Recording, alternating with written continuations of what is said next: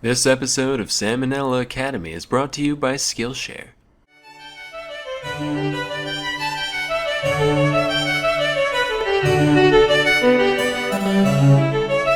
Hey kid. Yeah, you.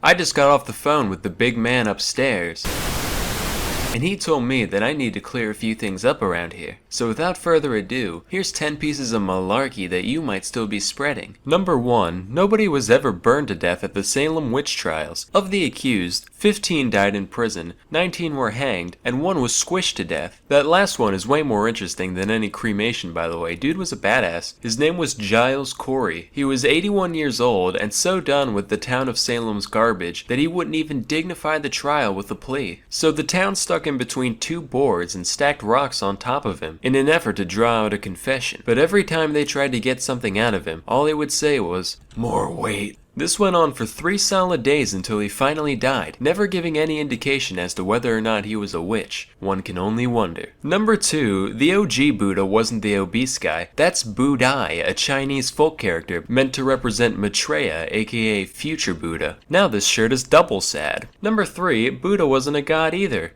He was just a guy named Gautama. Now this shirt is triple sad. Number 4. Ever heard of a vomitorium? Turns out no, it's not a place where Roman nobles would go to make room for more pheasant spleen and lobster eyelids. It's just a big entranceway to the coliseums that hordes of peasants would spew out of. Number 5. Washington never cut down a cherry tree in his youth. I don't get this one at all. Apparently it's supposed to paint the man in a good light somehow. It's like, Tyler, what the hell happened while we were gone? Where's the tree in the front yard? Oh yeah, that was me. Got bored. Just felt like vandalizing something, you know? Hey, what about my honest character? Number 6, the pyramids weren't actually built by slaves. These workers were respected members of society. They ate meat and worked in 3-month shifts, and even got to be buried right next to the tomb after their death. Matter of fact, that's more than we can say for the people working on man's greatest achievements today. If I spent years of my life helping to build the space station, you're damn right I'd want the Salmonella Memorial Corpse Receptacle floating along right next to it. That would be amazing. Number 7, the Great Wall of China is not the only man-made object visible from space. I don't know where you dipshits got this one from. First of all, there's no way you could see it with the unaided eye. The wall is like 30 meters thick at most, while the distance to outer space is generally recognized to be 100 kilometers up, known as the Kármán line. To give some perspective, that's like me holding up a standard-sized guitar pick from across the entire length of a football field and asking you what color it is. Also, there are plenty of man-made objects that are way bigger in terms of local surface area than the Great Wall, so even if it was visible, there's no way it would be the only one. Number 8, you might have heard this one before. You know, Hitler was a jerk and all, but hey, he made the Autobahn, so at least he was efficient. Actually, Hitler didn't create the Autobahn. It was already there. He just helped expand it into newer territory. In a similar vein, Mussolini didn't make the trains run on time, with most of Italy's infrastructure repairs happening before his rise to power in 1922, and even then they weren't nearly as punctual as he'd like you to believe. So unfortunately, you're gonna have to find something else to like about these fascists. Like Hitler's elegant way of speaking. Or the way Mussolini says spaghetti. Paschetti! Number 9, Iron Maidens weren't actual torture devices used in medieval times. Basically what happened is, some archaeologists in the 1800s saw an old metal coffin and some spikes, and said, yo, wouldn't it be wildin' if we put these things up in here, so that way if someone goes in it, they get poked in their bits? You are a sick man, Cornelius. I like it. Into the museum it goes. At least Iron Maiden was real. They were as real as it gets. Still are. And don't you forget it. Number 10, Einstein never failed math. He had mastered both integral and differential calculus by the age of 15. 99% chance this one was just made up to make glue eaters feel better about themselves. Well, congratulations, Dimitri. Looks like you failed pre-algebra for the 3rd time. Brady still can't graduate. Well, hey, that means I'm still on par with famous smart science man, so yeah, worship me. So it just goes to show that we've all got a lot to learn about the world around us. That's why you need to go to Skillshare. Skillshare is an online learning community with over 20,000 classes in technology, design, business, and more. Premium membership gives you unlimited access to high-quality classes on must-know topics so you can improve your skills, unlock new opportunities, and do the work you love. They've got great courses in graphic design and animation, which I've clearly already mastered. I mean, check this out. but I'm sure you could get a lot of use out of them. You can also learn plenty of more recreational skills, like how to solve a Rubik's Cube, or how to play chess really well. Join the millions of students already learning on Skillshare today, with a special offer just for my viewers, where you can get 2 months of Skillshare completely free. To sign up, go to skl.sh/samo. Again, go to skl.sh/samo. to get 2 months of unlimited access to over 20,000 classes for free. Act now for this special offer and start learning today. Anyway, till next time, I'm Sam and Nella, and thank you for watching.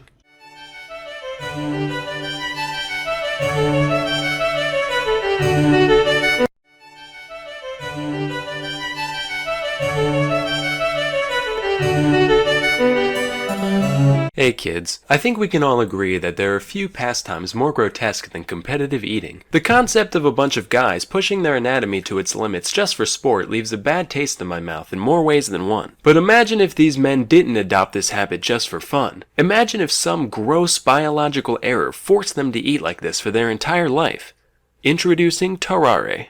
Tarare was born in France around 1772 to a poor farming family. It's said that his appetite was so voracious that, by his teens, Tarare could eat an entire quarter of a cow carcass in a single day. You'd think he'd be like mega obese, but no, he only weighed 100 pounds by age 17. However, there were still a few things that stood out about Tarare appearance-wise. For one, he had a huge, stretched-out mouth with horribly stained teeth. He could reportedly fit 12 eggs in his cheeks at once, much like a chipmunk keeping its chipmunk eggs warm. Additionally, when Tarare was full, he'd get a crazy octomom gut going, and any other time, he'd have a huge flap of stretched out skin hanging around his waist. He also stank to high hell, even by 18th century French peasant standards. He was described as reeking, quote, to such a degree that he could not be endured within the distance of 20 paces. So between all this and his horrendous outhouse flooding dumps, his family had had enough. Alright, you're eating us out of house and home here. You gotta go, man.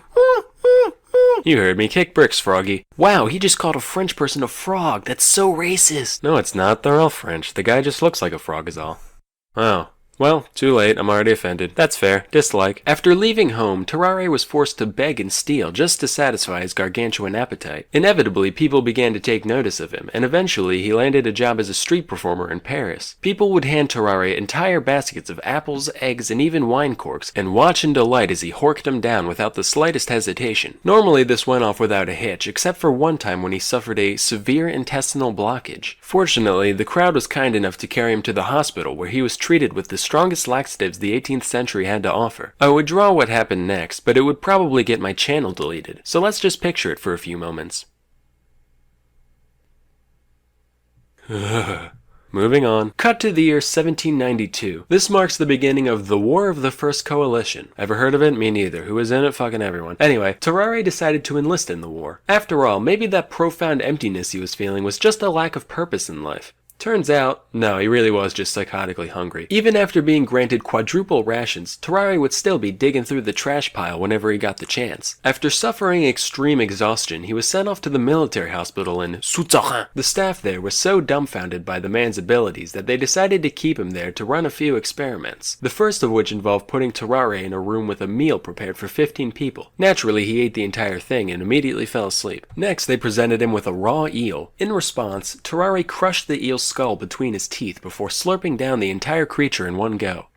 Now, this is hair-clenchingly horrifying for a couple of reasons. Firstly, he put a whole frickin' eel in his stomach, but secondly, there had to be some point during digestion where the meat was gone but the bones still remained. Now, for those of you who don't know, an eel skeleton looks like this. That means Tarare had all of those needle-sized ribs stabbing into the walls of his stomach at once, and he was fine. He also ripped a live cat apart with his bare hands, drank its blood, and ate everything but its bones, and then later gagged up the fur and skin like an owl, but, you know, that's neither here nor there. After reviewing our data, I've come to the scientific conclusion that, yeah, we got a goddamn demon on our hands. But as we all know, with great devour comes great responsibility. Since Tarare was still technically enlisted, the military decided to utilize his abilities for the greater good. Hey Tarare, it's me, the General. Listen, could you eat this box with a note in it for me? If you do it, we'll give you a wheelbarrow full of bull organs. Lo and behold, 2 days later, he passed the container in mint condition and was given his reward as promised. With this proof of concept, they made him an official spy and sent him into Prussia with a document in his belly, to be delivered to an imprisoned French colonel. Unfortunately, there are a couple things Terrare couldn't do that are generally important when sneaking into another country. A, he couldn't speak German, and B, it's pretty hard to maintain a low profile when you're running around like a madman wolfing down garbage and mutilating small animals. So he ended up being captured by the enemy. Initially, he kept his mouth shut, for once, but after a whipping and a day in jail, Terrare gave in. After confessing that he did, in fact, have vital intelligence snaking its way through his GI tract, the Prussians chained him to a latrine until the box emerged 30 hours later. The note wasn't actually anything important, so they just mock executed him, gave him a severe beating, and sent him on his way. After all that, Terrare returned to life at the hospital, desperate for a cure for his condition, but nothing they ever tried worked. Meanwhile, the man's endless hunger continued to get him into all sorts of trouble. He'd often sneak out of the hospital to eat the scraps behind the local butcher and fight stray dogs in the alley for their precious garbage. He'd also seek out patients undergoing bloodletting in order to take all their life juice for himself. On several occasions, he was even caught attempting to eat bodies in the mortuary. By this point in my research, I was so desensitized to this guy that I didn't even bat an eye when I first read that. I was just like, alright. Guess he must have been hungry. Anyway, the hospital staff begrudgingly tolerated Terrare's buffoonery, until one day when he went too far. Well, Terrare, you've only had 3 mess hall raids, 4 miscellaneous trash-related mishaps, and 1 cadaver defiling, so I'd say, so far, this week's been pretty good. Doctor, we should probably inform you that a 14-month-old child has gone missing from their room. Terrare, look at me. Did you eat a fucking baby? Terrare was promptly kicked out of the hospital and spent 4 years out and about doing, whatever horrific shit you can imagine. When he came back, he was suffering from advanced tuberculosis and died shortly after arrival. During his autopsy, the surgeons found that, when they looked into his mouth, they could see all the way down his throat and into his stomach cavity. As you can imagine, his whole abdominal region was profoundly deformed. Basically, if this is a normal human, this is what they found inside Terrare. Just like the man's mind, we can see that around 90% is devoted towards food and 10% towards everything else. So, moral of the story here is that, no, you know what, not even I can find anything resembling a moral here. Not all stories have a point to them. Sometimes they're just sad and disgusting from beginning to end. And now a word from our sponsor. As you can probably tell, I'm a very visual person when it comes to learning. I firmly believe that engaging visuals are an essential teaching tool that allows for much deeper comprehension than plain old walls of text. That's why I'm pleased to introduce our sponsor, Brilliant.org. We all know that math and science are really important to master, and Brilliant's elegant UI and step-by-step design makes learning seemingly complex topics very intuitive, especially for visual learners. Their straightforward graphics, delightful animations, and interactive puzzles make it easy and fun to hone your own critical thinking skills. Personally, I've always been super intrigued by neural networks and all the things you can do with them, but I've always been too intimidated to research them in depth. After learning about Brilliant, I actually started taking their course in the subject, and I gotta say, it's been such a pleasurable experience that I plan to continue with it in my own spare time. To support me and learn more about Brilliant, go to brilliant.org/salmonella and sign up for free. Also, the first 200 people that go to that link will get 20% off the annual premium subscription. Till next time, I'm Salmonella, and thank you for watching.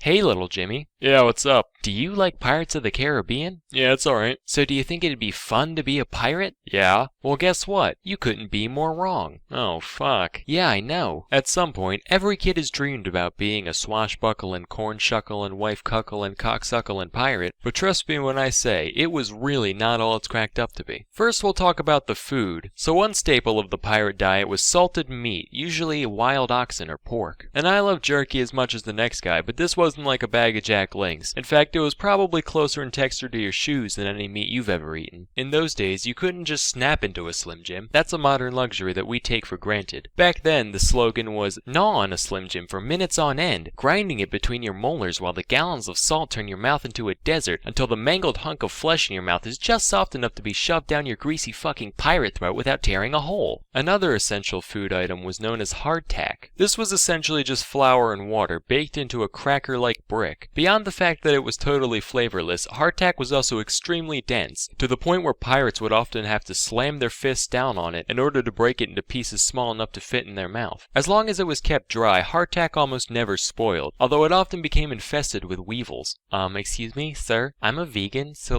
can I have a new piece? One without any of Mother Nature's beautiful creatures in it? Thanks. Wait a minute, is this gluten-free? This better be hemp rope! Nah, but the weevils didn't make you sick or change the taste all that much, so, and this is true, the crew would just eat it in the dark, so that way they couldn't tell if they were eating a normal chunk or a weevily one. Then there's the crowding. So pirate ships typically packed in as many crew members as possible, because more pirates means more manpower when you go to board an enemy ship. Of course, the downside to that is that you're basically like a bunch of hairy, unwashed sardines. Let me illustrate what a typical night below deck was like. So you're sprawled out on the damp, musty wood floor. Everything's pitch black, you can't see a thing. The smell of the filth and the mold forces you to only breathe through your mouth. Suddenly, your left hand feels wet. Probably just seawater leaking through the hull. You sniff your hand. Nope. No, that's piss. You feel something furry rub up against your elbow. It was either the body of a diseased rat or the beard of your diseased crewmate. Either way, that's probably where the piss came from. Some guy's moaning loudly in the next room. Hopefully he's just jerking off, because if he's dying, that's one more body to deal with in the morning. Rinse and repeat for 8 hours, and then it's daytime. The poor diet and cramped conditions led to disease being a huge problem aboard pirate ships. The most well-known of these diseases is scurvy, where you don't get enough vitamin C. When scurvy first begins, you just kind of feel tired all the time, no big deal. Then you get weird spots on your skin and your gums start bleeding. This progresses until all your teeth fall out and all of your body's mucous membranes start gushing blood and pus, causing you to die. So that's a lot of fun. There were tons of other diseases too. I won't go through them all, but here's a few honorable mentions. Also, some people say that alcoholism is a disease. I might just be disturbed, but that's one sickness I could definitely get down with. If it is a disease, then yeah, just about every pirate had this one. If anything though, I'd call that one of the few upsides of pirate life. Finally, there's the combat. So you've gone through all these disgusting, horrible living conditions, but at least you can enjoy the thrill of battle, right? Swinging from rope to rope, sword in your mouth, long, intense saber duels, that kind of thing. But that's typically not how it went down. For one thing, when pirates boarded a ship, 9 times out of 10, they'd just surrender immediately. Because what are a bunch of well-groomed merchants going to do against a horde of disgusting barbarians? If the defending ship did decide to fight back though, the resulting brawl wouldn't be anything like the movies. It'd be way worse, like immediate R rating. Because pirates rely a lot on brutality, both because they don't have much real training, and because it scares the shit out of people. If you were a deckhand on an invaded ship and you were stupid enough to fight back, you wouldn't be dancing around doing flips and shit. None of that. Instead, they'd probably shoot you in the stomach with a flintlock pistol, kick you to the ground, chop off your shoulder blade with a hand axe, gouge out your eyes with a marlin spike, wind your intestines around the prow, and then toss your twitching body overboard. And that's only a slight exaggeration. Honestly, if Jack Sparrow got attacked by actual pirates, he wouldn't last a second. It's kinda like a used car salesman going to prison, like, I'll be fine. If anybody tries intimidating me, I can get out of it with my quick wit and charming personality. Boy, you look real pretty from behind. Oh wow, I'm boned. So yeah, in short, if you're thinking about pulling a Captain Phillips anytime soon, I'd advise against it. That's all for today. Till next time, I'm Sam and Nella, and thank you for watching.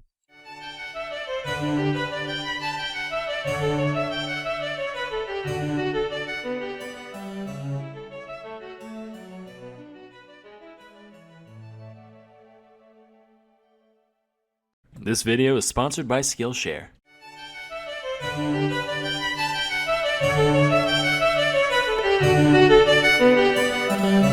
Hey kids, John Wilkes Booth, Lee Harvey Oswald, Hitler, all people who gained massive notoriety by killing one of history's famous leaders. But there are 2 Americans who committed an equally heinous crime as these 3, yet their stories are seldom remembered, mostly because nobody really cares about the presidents they killed. Originally I was going to talk about both of them, but the video ended up being way too long, so today we'll just stick to, this one I guess. Charles J. Guiteau was a pretty silly guy, and to understand how a guy could be so silly, you gotta start with his youth. youth. Guiteau was born in Freeport, Illinois in 1841. His mom had postpartum psychosis and died when he was 7, alongside 3 of his 5 siblings. His dad, meanwhile, was mega religious and made a big point out of instilling those values in his son, often physically. This influence molded Charles into a boy who sought nothing short of total approval from others, and who would react very harshly to any criticism levied upon him. As a teen, he moved to Ann Arbor, Michigan for high school. He tried to get into the University of Michigan, but he goofed on the entrance exam. So he did what anyone in his situation would do and said, well, so much for real life. I'm gonna join a commune. Specifically, he became part of the Oneida community in New York. In some aspects, this place was a pretty run-of-the-mill religious fellowship. From each according to their ability, to each according to their need, yada yada. But there were a couple of things that made it special. First off, they followed a doctrine known as Christian perfectionism, whereby everyone would strive to live their lives completely free of sin and reach a divine level of perfection while still on earth. Now, this isn't really unique to Oneida, but whereas most people would achieve this through staunch discipline and careful self-reflection, these guys would just get together and take turns roasting the shit out of each and every member over any minute flaw they could possibly have. Real great for the psyche. They also practiced what was basically an early form of eugenics, where aspiring parents would have to submit an application and be judged by the committee on their moral and spiritual fortitude. If they were allowed to mate, children would be separated from the mom about a year after birth and raised communally in the children's wing. After all, wouldn't want any of those hopelessly flawed toddlers to think they're deserving of any affection whatsoever. Oneida also believed in what they called free love, which meant that anyone could bang anyone at any time, as long as they kept it hetero, and exclusive relationships of any kind were actually frowned upon, which seems like kind of a weird habit for people trying to 100%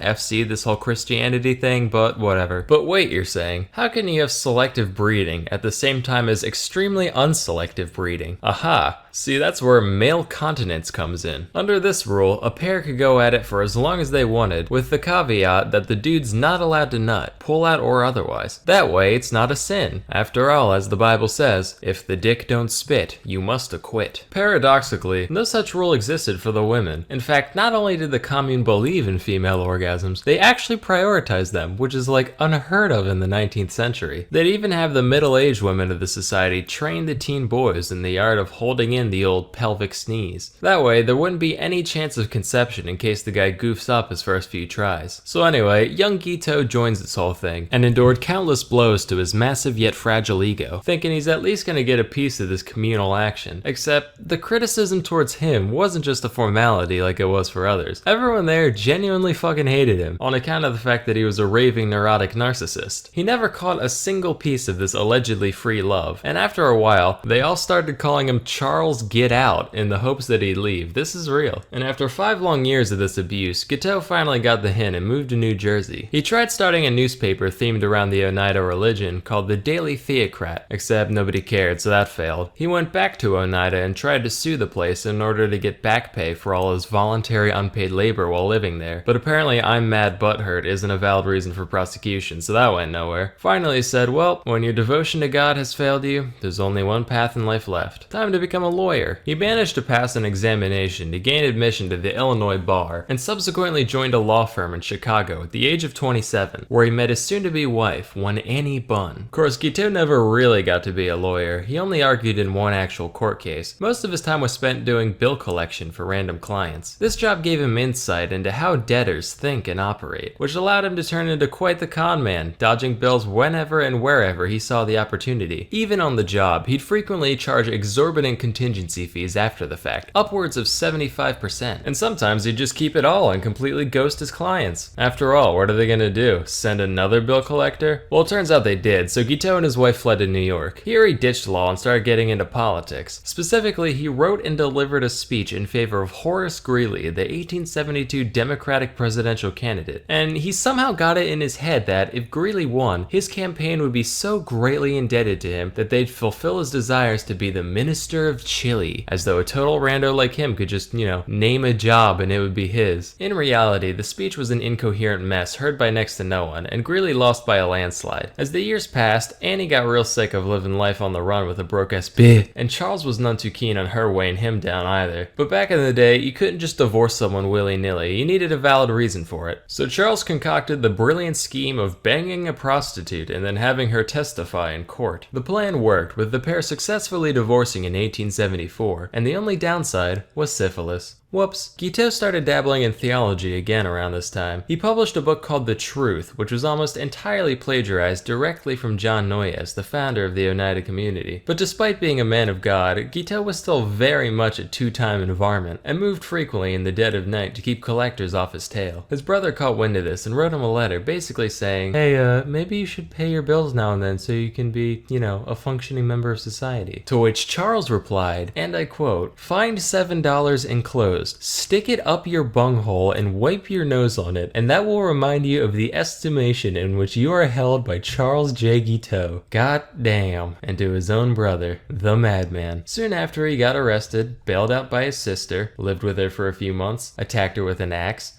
went to DC, rambled about religion to anyone who would listen, moved to Boston, got in a boat accident where everyone in his boat was fine, but everyone in the other one fucking died, took this as a sign from God, moved back to New York, and got back into politics in 1880, this time as a Republican. During this campaign, there were two main factions of Republicans, known as the Stalwarts and the Half-Breeds, which sounds like some Tolkien shit, wish we had names like that today. Now, Guiteau considered himself a stalwart, and in a similar vein to his 1872 venture, he wrote a speech to promote stalwart candidate Ulysses S. Grant, who was shooting for his third term. But before he got a chance to deliver the speech, one James A. Garfield took the candidacy completely out of nowhere, beating out both factions single-handedly. He was like, rats, how am I gonna get power handed to me now? So he literally just scribbled out all the references to Grant and replaced them with Garfield and was like, yep, that'll do it. He read this speech all of twice, along with handing out copies to the Republican National Committee. In reality, this really didn't accomplish much, but when Garfield managed to win the election, Guiteau was like, yes! That was entirely me!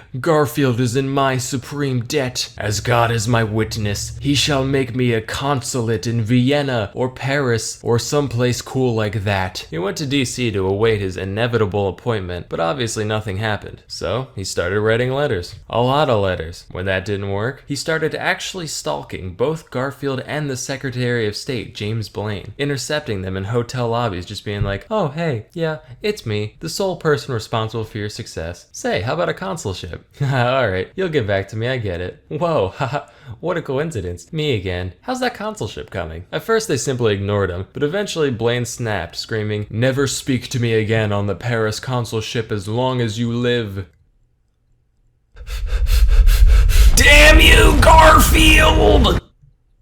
I sense a disturbance in the force. Maybe daylight savings just made Monday an hour longer. Wow, Garfield, that was quite the wisecrack. It's amazing how you managed to keep things fresh year after year. Burn in hell, beige dog. At this point, Guiteau completely renounced any faith in the current administration, and after a lifetime of clout chasing met only with disappointment, he decided his only option was straight up going postal. He convinced himself that it was now God's will to remove Garfield from this mortal plane, in order to put his stalwart vice president Chester Alan Arthur into power. When he went to buy a revolver, he was given the choice between a wood grip and an ivory grip. He went with the ivory one for no other reason than he thought it would look cooler in a museum, and on July 2nd, 1881, he ambushed Garfield at the Baltimore and Potomac Railroad Station, shooting him twice in the back and mortally wounding him, all because he wouldn't give him a job. Garfield managed to hang on for 11 weeks before finally dying, which sounds like hell. Today's modern physicians actually believe that Garfield could have easily survived the incident if it weren't for doctors digging through him with unsanitized tools. Hey modern medicine, thanks for not being worse than literally no medicine. It means a lot. But that didn't stop Guiteau from being formally charged with murder. And that's exactly what he wanted. Matter of fact, Guiteau was over the moon, taking his new nationwide infamy as the fame he always deserved. His trial was just bananas, with Guiteau hurling obscenities at just about everyone there, including his own defense team, and formatting his testimony as an epic poem which he recited in full. He even dictated an autobiography to the New York Herald, which, get this, he ended with a personal ad for a nice Christian lady under 30 years of age. What a baller. When the guilty verdict was read, he called everybody there low consummate jackasses, and on June 30th, 1882, Guiteau smiled and waved to his adoring fans as he was walked to the gallows, where he recited a repetitive, deranged poem he wrote that morning, which was performed in a high-pitched falsetto voice, since it was written in the point of view of a child. He asked for a full orchestra to play during the reading, which I don't have to tell you that went nowhere, and promptly thereafter, he was hung. When the gallows dropped, people were probably like, ugh, Jesus, it's finally over. I just came here for a nice little execution. They subject me to all that? Oh want my money back, frankly. So it just goes to show, you can't always get what you want. Unless that thing is getting everyone to hate you, that's extraordinarily easy. But for everything else, you're gonna need a combination of hard work and know-how. While the former must ultimately come from within, there's plenty of resources out there for the latter. The best of which is a seldom talked about little startup called Skillshare. Sponsor time. Skillshare is an online learning community with over 25,000 classes in design, business, technology, and more. Premium membership gives you unlimited access to high-quality classes on must-know topics, so you can improve your skills, unlock new opportunities, and do the work you love. A wise philosopher once said that the most fulfilling pursuit in life is to get to know oneself. Nah, I just made that up. Sounds legit though, right? Now, mindfulness and meditation are all well and good, but how about drawing as self-discovery? Sounds hokey, but I can tell you that I've certainly learned a lot about myself over the years doing this thing, so I'm sure you will too. Join the more than 7 million people already learning on Skillshare today with a special offer just for my viewers. Everyone who visits the link in the description can get 2 months of unlimited access to the 25,000 plus classes on Skillshare for absolutely free. So please, release that tension and get that comprehension today. Anyway, that's all for today.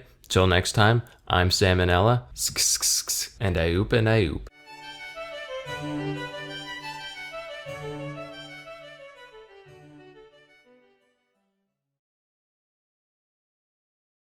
Alright, after months upon months of unrelenting pressure by you psychopaths pretending to be my characters on Twitter, I finally got a merch store. Let this be a lesson, kids. With enough harassment, you can achieve anything. Anyway, go check it out, or don't, whatever.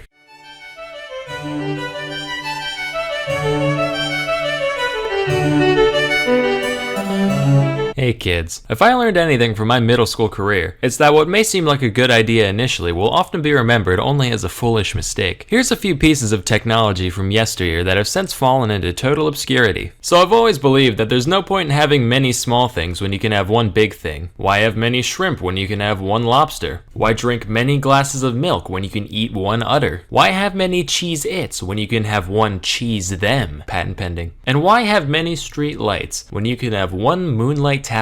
These guys were real popular back in the 1880s and 90s, often standing at over 150 feet tall and illuminating several blocks from a single point. Not very well, mind you. Matter of fact, they were so dim, we didn't even have the conscience to just call them light towers. Had to go and stick the moon on the front so people didn't get their hopes up. But thanks to our good old friend the inverse square law, you still needed a fuck ton of light to pull this off. So they used incredibly harsh and UV emitting arc lights instead of incandescent bulbs. All the light of the moon and all the vision damage of the sun? Talk about a win-win. Sadly, these beasts have fallen by the wayside over the past century or so, except for in Austin, apparently, but they use friendlier mercury vapor lamps in them, so they only get half points. Now, anyone who's been around a baby long enough knows they always have a cloud of ghoulish stench hovering around them. Jeez Louise, somebody better air out that musty little muskrat before grandma starts drooping again. You could stick him on the clothesline for a while, but knowing that little moron, I'm sure he'd find a way to hurt himself somehow. Introducing the baby cage. Finally, city dwellers all across the nation have a way of unleashing their postnatal funk on the unsuspecting passerby below. These were in vogue for a while before falling out of style a bit of the way into the 20th century, because apparently society started deeming babies more valuable than air conditioners. I don't really get it personally, but this is also around the time we started putting lead in gasoline, so it's probably for the best we kept them inside all day. Matter of fact, it's my firm belief that without kids growing up breathing lead, there's no way pet rocks would have taken off in the 70s. Wow, alienating baby boomers. He's so brave and controversial. Now, in the days between the Great War and the not as great but still pretty alright war, people were trying to find efficient means of detecting an incoming air attack. They climbed their nation's tallest mountains to seek the wisdom of their greatest elders, and the wise men said,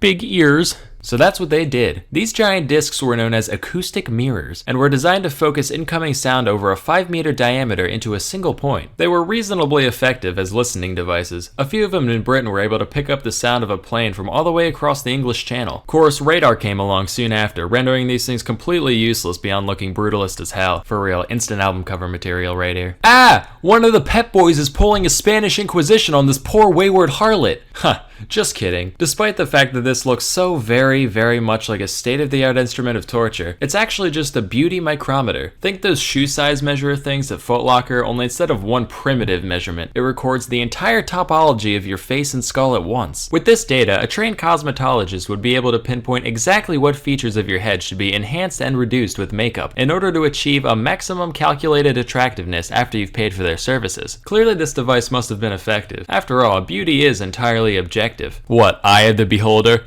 Check the name tag, buddy. Apparently, though, women didn't like being strapped into a birdcage and having their every minute flaw meticulously laid out in front of them, so this thing never really took off in the end. Next, we have the Humlauf. This was a device made during World War II designed to let infantry shoot around corners. It's like the Germans sat down and watched that part in Tom and Jerry where the conniving rat bends the gun barrel back at his adversary. They said, "Mein Gott." They came in a variety of angles between 30 and 90 degrees, and even came with a little periscope so you could see what you were shooting at. But as we all come to find out when we reach adolescence, cartoons are the arbiters of deceit, because these things would invariably break within the first couple hundred shots or so. And even when they did work, the rounds would fucking explode from the massive acceleration, turning a deadly bullet into an ineffectual spray of shrapnel. These were so ineffective that only the 30-degree model ever saw significant production beyond prototypes, and even that was very limited. Say, you ever look at regular mouse traps and go, not enough property damage? Well, check this out. Patented in 1882, it's the revolver mousetrap, brought to you by the makers of the snail trebuchet and the cockroach claymore. Thanks to the marvels of the modern era, all those tiresome hours of intense varmint slang can be outsourced to one little gadget on the floor of your kid's playroom. Now when you hear a gunshot in the middle of the night, you can rest easy knowing that, one way or the other, there's one less pest for you to deal with in the morning. Boom. 1850. Steam locomotives are all the rage. You're in the transport business, but all you can afford is a couple dumb horses. Sure, they move things from point A to point B almost as well at a fraction of the cost, but your cool rail riding friends called you a whack-ass and it really hurt your feelers. Well, have we got the invention for you? The Impulsoria uses an ingenious system of treadmills to turn that horse to be beckoned into a force to be reckoned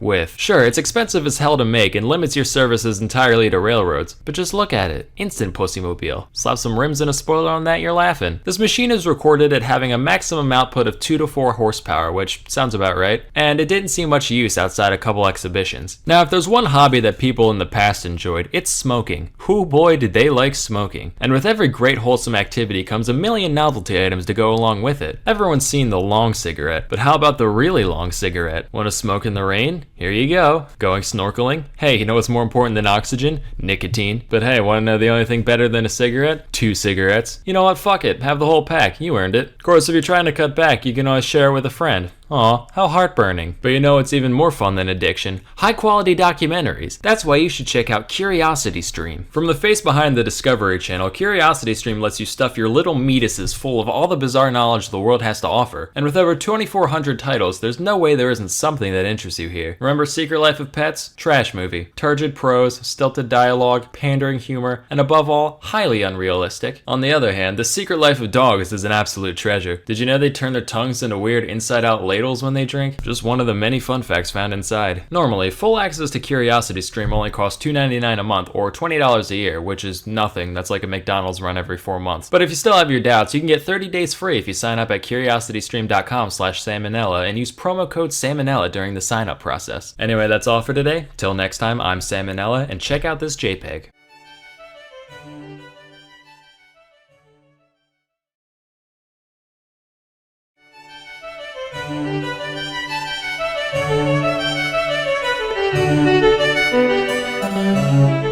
Hey kids, you've probably seen this scene in TV or movies at some point. A couple of people end up stranded on a desert island, totally isolated from all civilization. It seems like there's no hope for survival, but then one of them looks 3 feet to the left and, oh my god, it's a tree full of fully grown, plump, delicious, smiling, golden-skinned bananas. Amazing. We're saved for the time being. Hey, don't eat those. They're made of lies.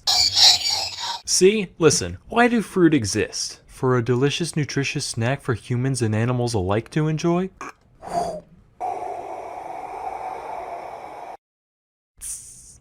You know, you didn't have to go throwing him into the sun like that. You're next, Susan!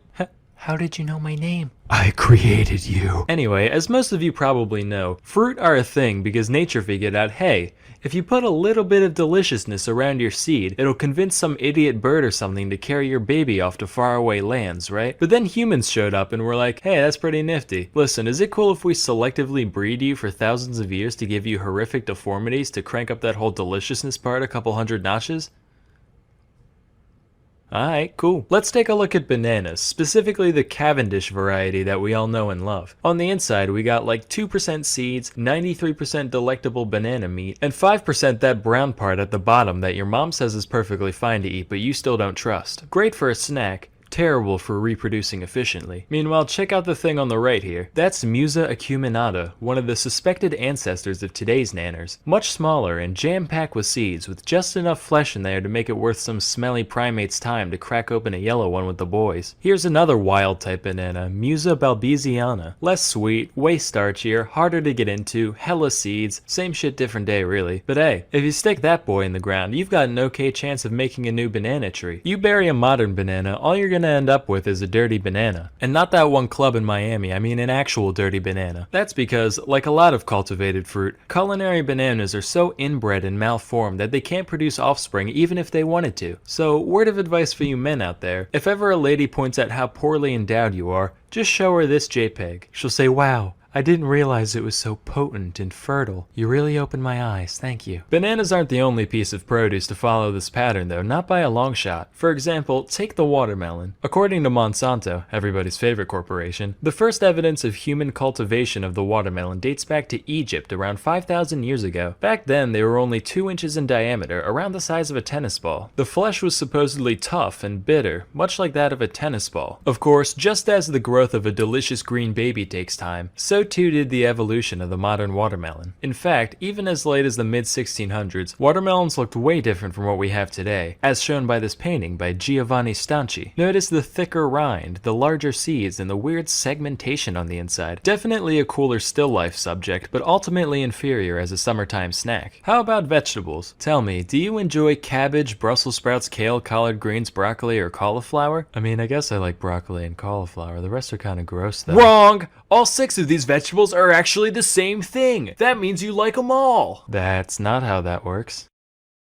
I'll be good. Anyway, these veggies are all just cultivars of the same species, Brassica oleracea, otherwise known as wild cabbage. Every part of the plant is edible to some extent, but there's not much of it to go around. So a bunch of different people throughout history said, alright, what if we just take one specific part of the plant and go fucking insane with it? And that's what they did. Those who bred for giant leaves got kale, going for huge dense flower buds gets you broccoli, juicy engorged lateral leaf buds equal Brussels sprouts, etc. Speaking of segues, let's check out eggplants. The OG eggplant was first domesticated in India, where it can still be found in the wild today. It looks nothing like an eggplant though, they actually resemble little green berries the size of grapes. The only thing it seems to have in common with the classic purple eggplant is how little both of them have in common with an egg. However, if we add the RGB percentage values of their color and merge their shapes, we do get what looks approximately like an egg, so I guess that solves that mystery. This whole transformation really is a testament to man's greatness though. That's like starting out with a frog and selectively breeding them until you end up with Grimace from McDonald's lore. Speaking of which, did you know Grimace used to be evil and have 4 arms? This is a real thing. I'd like to think that when they lopped off his extra limbs, all his evil energy went with him, and now there's just 2 plump purple cylinders scampering around the countryside waiting to pull unsuspecting kids under ball pits, never to be seen again. That's just my McDonald's headcanon though. Anyway, back to whatever we were talking about. Next is corn, or sorry, maize. I call it corn like a normal person. If it was supposed to be called maize, these would be called mazes. Obviously, that's like the perfect opportunity, but they're not, so put an etymological sock in it. Or stocking. Anyway, I was totally expecting old corn to look like those baby corns you find in Chinese food and literally nowhere else. Turns out those actually are just baby corns. One suspected ancestor of corn is known as teosinte, which looks like this. Gee whiz, Sam, that sure does look like garbage. Good eye, Billy. That's because it was garbage. Whereas modern corn has a kernel count in the hundreds, teosinte only has 5 to 12, with each one being encased in a hard shell that's basically impossible to get into short of boiling it or chipping a tooth. The fact that people decided to domesticate it in the first place makes sense once you realize that most grains are basically the same thing. But honestly, that just makes me wish people figured out how to turn a piece of wheat into a big chunk of whatever to gnaw on. This whole thing disappointed me so much that I actually moved it to the top of my list of reasons not to visit the Mayans if I ever get a time machine. Nonetheless, as you can see, human endeavor can accomplish amazing things. And just as a few thousand years of selective breeding can turn this into this, a few hours of learning a week can turn you into, you know, a more talented and interesting version of you. And what better way to do that than with Skillshare.com? Skillshare is an online learning community with over 22,000 classes in technology, design, business, and more. Premium membership gives you unlimited access to high-quality classes on must-know topics so you can improve your skills, unlock new opportunities, and do the work you love. They've got great courses in just about any creative pursuit you can think of. I used to be totally musically illiterate till I took this course. Then I made this.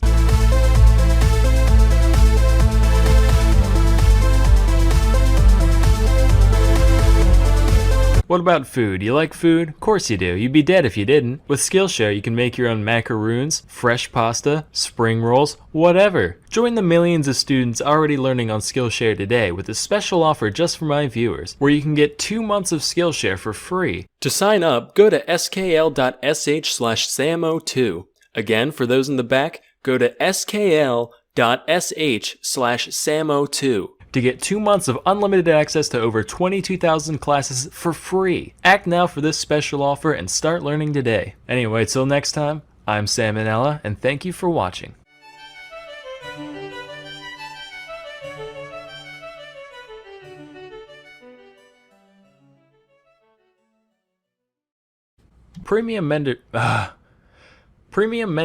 Mentorship. What the f- This video is sponsored by Skillshare.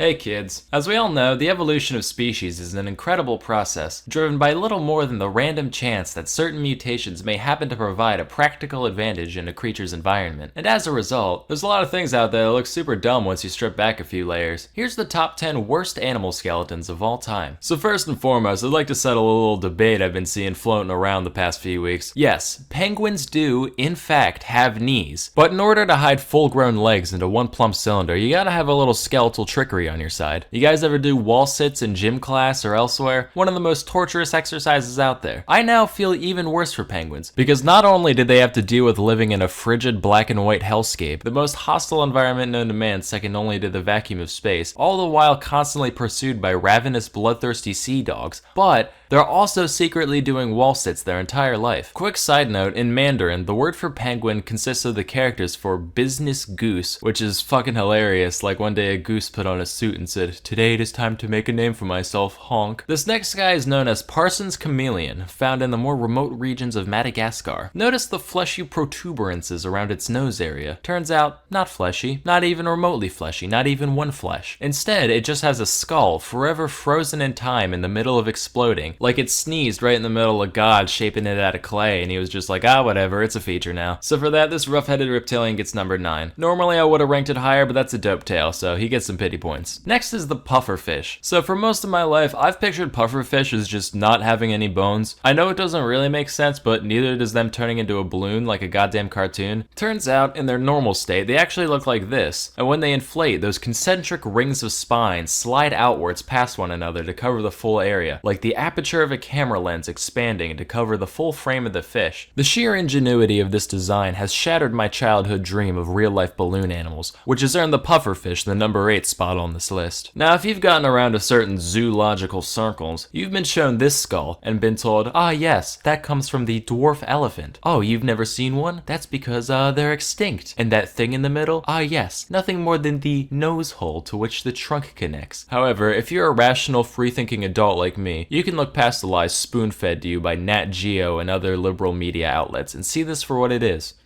A cyclops. Next is the orca, otherwise known as the killer whale, the panda torpedo, or the SeaWorld slave. Its skeleton is fairly normal at first glance, but check out this little thing under here. That little bony blip is actually all that remains of the legs and pelvis of the orca from when it evolved from land mammals. Personally, I think that's highly disrespectful to their ancestors. Like, they could have taken the seal route and used those legs for good in the water, but instead these sea cowards said, no thanks, we're gonna undo all that evolution and just be bigger, smarter, warmer fish again. But hey, we'll keep this little piece of nothing just to remember you guys by. Truthfully, I could have chosen almost any cetacean to pick on for this, but the orca's face also reminds me of SCP-682, which is the most OP overrated shit out there, so he gets the number 6 spot. Moving on, now bear with me here. In every other mammal on Earth, the canine teeth point downward from the gum to the mouth. You know, like a tooth. But this guy, known as the Babirusa, said, "Huh," and decided to have them grow up through the entirety of its fucking snoot and out the other end, which is the most nonsensical thing I've ever seen. Like, toenails out the front? How cliche. Let's make them go through the whole foot instead. Look, now I can kick good behind me. That's not all though. These tusks also keep growing for the creature's entire life, which isn't a problem in and of itself, right? Rodents, they keep chewing stuff to wear them down. Alligators, they just let them fall out now and then. But the Babirusa's like, I'll just nut in a lady pig long before this becomes an issue. So if it lives long enough, the teeth can curve right on around and slowly bore into the thing's face, like built-in Chinese bamboo torture. And occasionally, they can end up actually piercing the skull and shish kebabbing the brain. Now some people might say that this doesn't belong on this list, given that teeth aren't technically bones. And to those people, kids, we say, eat shit and die. Next we have the octopus. The octopus skeleton is so bad that it doesn't even exist. Sure, they got this little thing in the middle, but that doesn't count, that's just chitin. And yeah, they can get in a jar or whatever, but at what cost? At the animal picnics, the crowd shouts, "Bleh, shun the spineless freak." And at the animal wheelbarrow races, with nothing to grab hold of, the cephalopod holds a solitary vigil at the starting line. And lo, the octopus wins naught but a participant medal at the Grand Prix and the number 4 spot on this list. Moving on, here's the skeleton of a fruit bat. Now, not a big deal to us regular folk, but imagine if humans had no context of bats and they dug this thing up. Like, class, archaeologists have recently found these fossilized remains, and using modern technology, we can see exactly what it would have looked like back when it was alive. This abominable creature is known only to scientists as Finger Boy, and is theorized to have fed upon fruit, insects, and the dreams of orphans, which it would siphon out from the ears of the errant little waifs whilst they slumbered. By the way, if you Google image bat skeleton, like, more than half of them have the ears built in, just like, I feel the extraordinarily bat-like wings and figure of our decoration are much too subtle for our consumers. Better slap these on. At number 2, we have the anteater. From its oboe-like skull to its gorilla fist and hands, one can only wonder who let this creature exist. Fun fact, if you take the anteater's skull and blow into its nose, it plays a beautiful song recounting the animal's entire life, and then security escorts you out of the museum. Looking at this, I can only pose the question asked for generations long before my own. That being, why the long face? Before we get to the number 1 spot, here's a few honorable mentions. The wolf eel. The ostrich. This human-cat hybrid I found on a tabloid site. And of course, the mermaid. So at our number 1 spot, we have this creature. That's supposed to be a mirror. I know most of you can't see yourself in it on account of your filthy Dorito-smeared screen, so just take my word for it. So what's wrong with humans, you ask? Well, a lot of things, but for now let's stick to the skeleton. First off, these bones right here, these are known as the metatarsals. All part of the foot, right? No, that's a bunch of primate propaganda. In most other groups of land mammals, what we'd consider our ankles is actually the quote-unquote knee of the animal. Thanks a lot, walking upright. Also, it's estimated that around 80% of people will experience chronic back pain at some point in their life. Thanks a lot, walking upright. Lastly, probably something you've heard about at some point, our skull to pelvis ratio. For most animals, giving birth, not a big deal. Small heads, wide hips, mazel tov. But check out the big brain on Brett.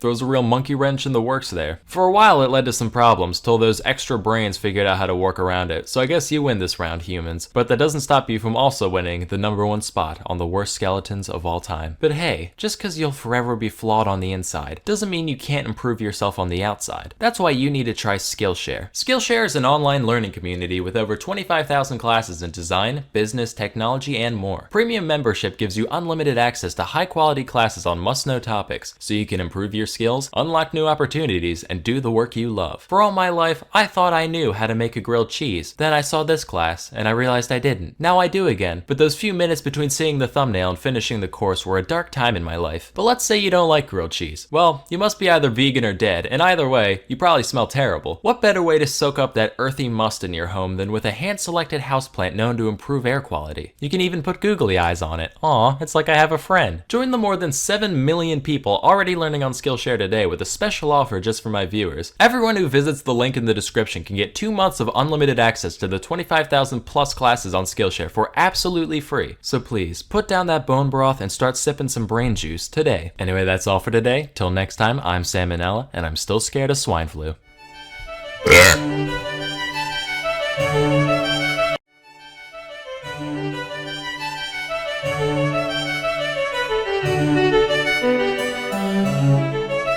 Hey kids, let me talk to you about dog breeding. Nowadays, dogs are mostly around just to be a cute companion, right? So breeding has gone from functionality to cuteness. And that's fine, as long as it stays within the bounds of nature. But that's not enough for today's breeder. So, how do you make a dog cuter? Apparently, by giving it disgusting genetic deformities. And chances are, you, the listener, agree with that. You just don't know you do. Let me show you what I mean. See this? This is a relatively normal dog. Notice the snout, the eyes, the shape of the head, not too far gone from the wolves that today's dogs come from. Now let me take you through some other breeds. First is the Bull Terrier. 100 years ago, still looked pretty normal, right? Now here's today's version. Jesus! Who needs snouts, right? Let's just give it a long, continuous boomerang-shaped head with 2 tiny holes at the end. Seriously, it looks like Toucan Sam is trying to fit inside a dog costume. And look at its eyes! They're permanently pointed up at the sky as if to say, God, why did you let me become this? Please kill me. Do you guys remember Spuds McKenzie, the old Bud Light mascot? Well, I just realized why they chose a Bull Terrier of all dogs. It's because he looked like his mom drank nothing but Bud Light for her entire pregnancy. Next up is the Pug. I'll probably get some hate for this one, but I don't care. They've been bred specifically to look like they've been smashed in the goddamn face with a frying pan. And because of this, because of their fact that their skull is shaped like a fucking tuna can, they can barely breathe their whole lives. Ever been around a pug? Constantly, no matter the temperature or the weather, they sit there going, gah, gah, gah, gah. And people think this shit is cute. If my baby came out with a flat nose, hair lip, cylindrical head, and no neck going, gah, gah, gah, I'd be like, Jesus fuck, put it back in. It's clearly not done yet. Next is the Dachshund. Now there is no excuse for this one. The head's fine, right? But the body, good God. It's got a torso shaped like a goddamn doorstop with those pointless legs just kind of stapled on. Now it's been a little while since I reminded you what a normal dog looks like, so here. Now let me go into Photoshop real quick and do all the changes necessary to make this dog look like a dachshund. Look at that. That's not okay. Why even have legs at this point? Might as well just keep going until it's just a drumstick from the neck down. And there's no reason. It's just one day someone was like, well, people like dogs, and people like ferrets, so why don't we make some chimera abomination halfway in between the two, and see what happens. My least favorite breed, though, out of all of them, it's just straight up fucked in every way. A testament to humankind's never-ending corruption of the natural world. I'm talking about the Chihuahua. It's like somebody took a normal dog and boiled away every aspect except for anger and neuroticism, leaving this tiny hell creature behind. And this is one of the nicer pictures I could find. Take a look at this. Someone call a priest. And we let these things inhabit our homes. This poor woman's gonna wake up with her fucking nose chewed off and just be like, oh, Mr. Wiggles was a little hungry this morning, wasn't he? Meanwhile, the dog's just sitting there like, bloodlust. The only time they're not being needlessly aggressive towards people, it's when they're off pissing, shitting, and vomiting all over their surroundings. And you would think such a small dog would at least produce manageable waste, but much like the creature itself, the small things it does expel are straight up toxic. It's like some of the Chihuahua's pent-up hatred for the mortal plane manifests itself in every dump it takes. I would rather clean up a full-grown man's shit from my floor than wipe up the septic nightmare that is Chihuahua squirts. The only good thing about owning a Chihuahua is that if it ever gets rabies, it'll be fine, because you won't be able to tell the goddamn difference. It'll still be sitting there, business as usual. So that's my little rant about the monstrosities that live right beneath our noses. I'm Salmonella, and thank you for watching.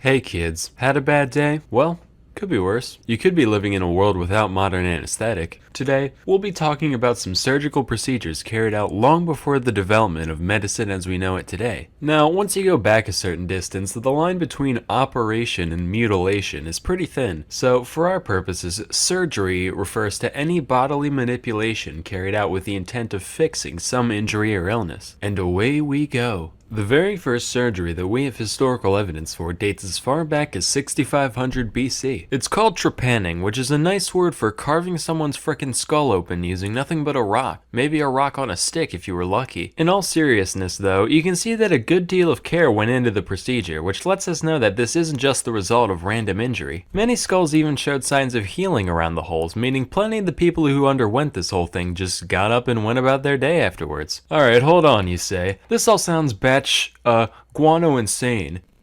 No way this was that common of an occurrence. Well friend, if you've been watching this channel long enough, you should know that if you give human beings the benefit of the doubt, chances are they'll prove you wrong. In fact, so far, over 1,500 trepanned skulls have been dug up all across the globe, from Europe to China and even the Americas. This means that between 5 and 10% of all skulls that we've found from the Neolithic period have had at least one man-made hole scraped into them. To put it this way, based on that data, there's a greater probability of someone born in the late Stone Age having their brain matter exposed by some shaman with a chunk of flint than someone born in the USA being a redhead. To this day, nobody really knows why this was such a common practice, but most theories tend to revolve around the idea of releasing some kind of dark supernatural force from the patient. Man, I'm getting real sick of all these evil entities infecting our minds and bodies. Huh, you can say that again. I tell you, I need these demons like I need a hole in the head.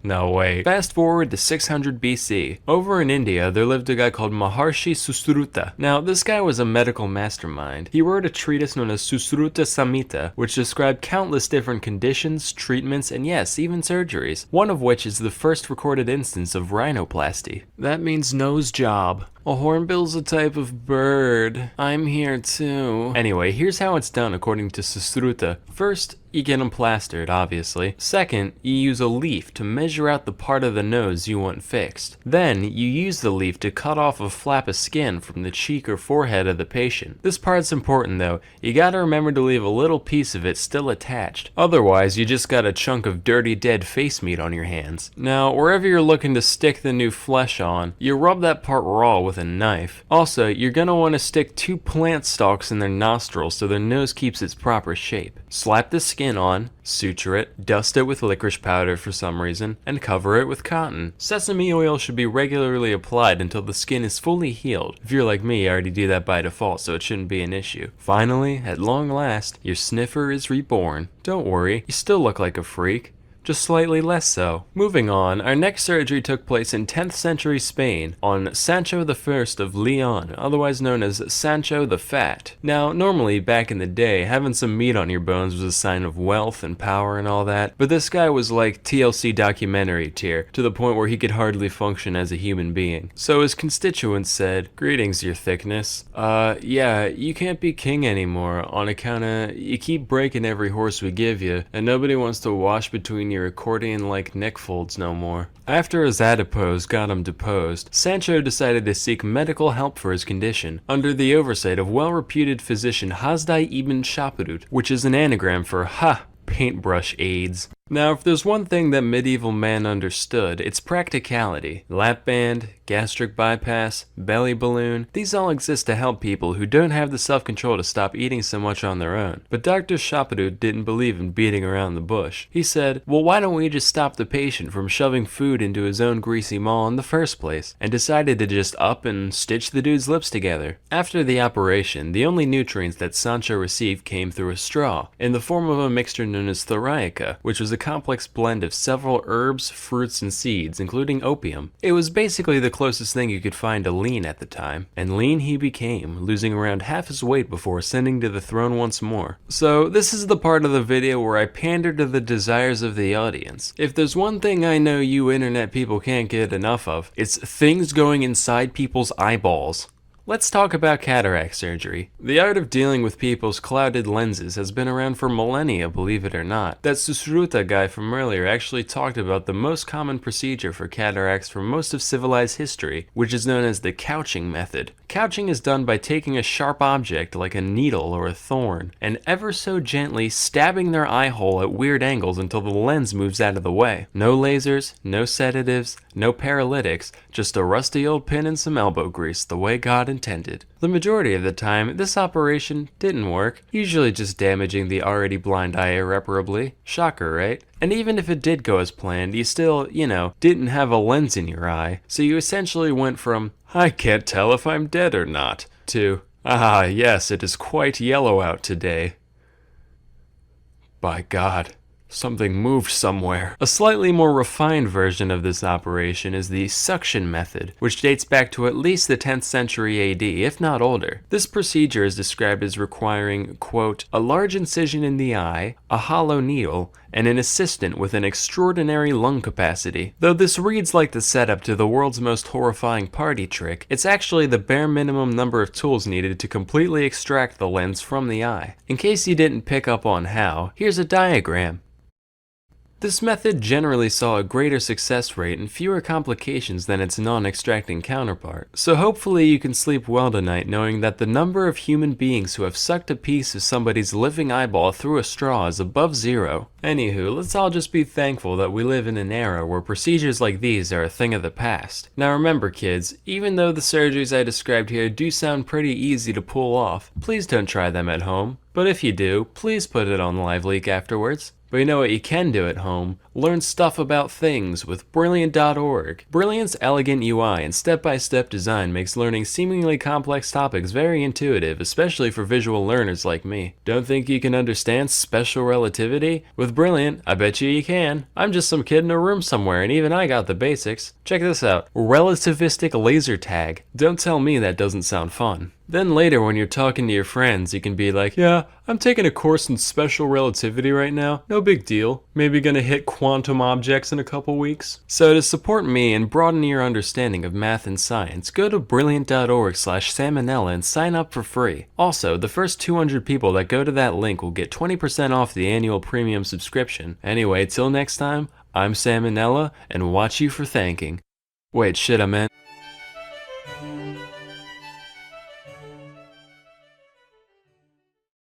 This video is sponsored by Skillshare.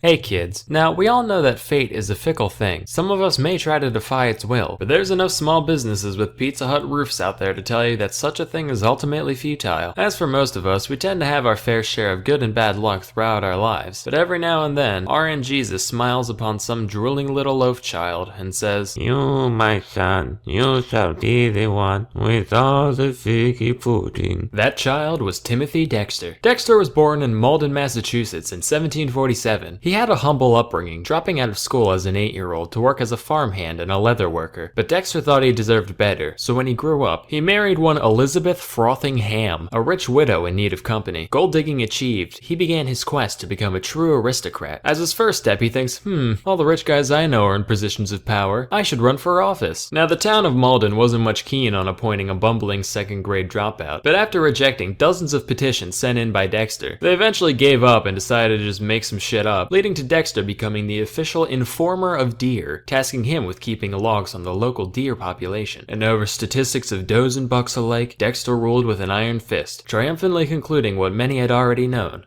that there weren't any deer in Malden, Massachusetts. Satisfied with his political career, Dexter then set his sights on greater financial ventures. So a little history, in 1775, as part of our growing independence from Britain, the Continental Congress decided to establish their own currency, known as the Continental Dollar, real creative there. Then the Revolutionary War started, and it dawned on people that these pieces of paper wouldn't be very useful in a giant pile of wet tea and smoldering patriots, causing their value to do one of those horny eagle death spirals. Then the Congress did, that stupid thing that every high schooler learns is stupid, not invading Russia in winter but the other one, practically making them worth less than their weight in paper and ink. And wouldn't you know it, a good portion of the Continental Army was paid with these, so by the time the war ended, many veterans were left totally destitute. The aristocrats were like, well, these grass-eating Untermensches did kind of give us a country, so whatever, we'll throw them a few cents and take this trash off their hands. Dexter was like, ooh, I'm a wealthman, I'm gonna do that too. And he spent the majority of his savings buying a boatload after boatload of the 1780s equivalent of Blockbuster gift cards. By all accounts, this should have been his ruin, but by some stroke of luck, after the Constitution was ratified, the new government decided that they'd trade Continentals for treasury bonds worth 1% of their face value. Doesn't sound like much, but keep in mind, Dexter bought thousands of crates of bills for fractions of pennies apiece. So as buybacks began across the country, his stockpile appreciated massively in value, and this informer of deer realized that, for the first time, there were a lot of bucks in Malden. But just because he was now a man of the upper crust doesn't mean he let it go to his head. Sure, he might have purchased the most luxurious chateau that money could buy, through daily Playboy Mansion-style ragers, and commissioned over 40 statues of America's greatest heroes, one of which was of himself, with a plaque calling him, quote, the greatest philosopher in the Western world.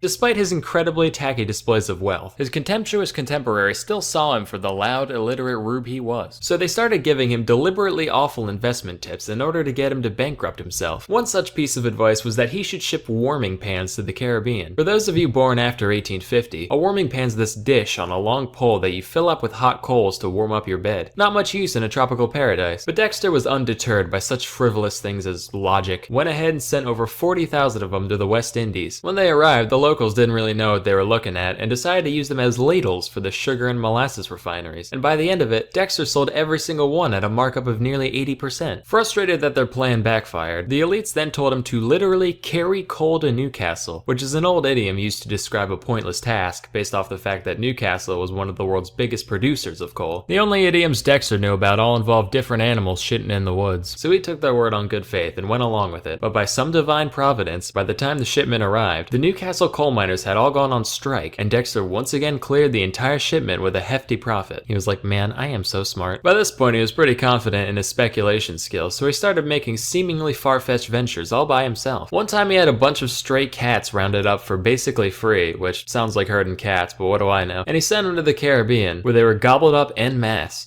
Not like eaten, but purchased to deal with all the rat infestations. In another instance, he bought up just about every whalebone in Boston. And coincidentally, at the same time in France, men started wearing corsets too for some reason. Demand went way up, Dexter's laughing. Now from an outside perspective, at the end of the day, Dexter was a very shrewd merchant. So at this point in my research, I was like, wait a minute, is he smart? Then I learned about his life outside of business. Dexter considered himself extremely knowledgeable on just about every topic. Keywords, considered himself. For example, he once stumbled upon a guy painting a sign to go along with the newly built statue of Jefferson. And when he saw that the sign called Jefferson the writer of the Declaration of Independence, Dexter lost his frickin' mind and insisted that Jefferson did not pen the DOI, but rather the Constitution. Spoiler alert, not remotely true, he was in France at the time. An easy mistake to make today, sure, but this was only like 10 years after the fact. That's like someone today saying, Obama didn't kill Bin Laden, dumbass. That was Bill Clinton. Anyway, when the painter refused to change the inscription, Dexter started shooting at him with a long rifle until he complied. Real genteel. Dexter made sure to surround himself with the requisite number of weirdos to maintain this level of delusion, one of which was Jonathan Plummer, a man whom Dexter paid to be his poet laureate, writing only the most laudatory odes in his honor. Mind you, this wasn't just your run-of-the-mill wise-and-wizened wordsmith. Jonathan sold fish for a living. And porn. He just kind of went along with the whole thing for the pocket change. Besides his entourage, Dexter occasionally spent time with the total geeds known as his family. He had 2 children, whom the New England Historical Society describes as a half-mad drunk and a completely mad drunk, respectively. And he couldn't stand his wife on account of her perceived constant nagging, to the point where he would tell guests he was unmarried and that he just had a ghost in his house. Just like, oh yeah, that's a sea hag. You know, mansion built on some old Indian shipwreck or something. Timmy, please, I'm cold and my hands are rheumatic. Find it in your heart to light the fireplace for me. Yeah, plenty of that in hell, you banshee bitch. One day, in a massive stroke of ego, Dexter decided to fake his own death, complete with a lavish funeral service just to see who would show up. Lucky for him, about 3,000 people from all walks of life turned up. Though initially staying out of sight, he soon noticed that his wife wasn't crying. So in response, he jumped out and started hitting her upside the head with a cane in front of everybody. But as his true mortality grew closer, Dexter knew he needed a legacy and decided to pen his memoirs, titled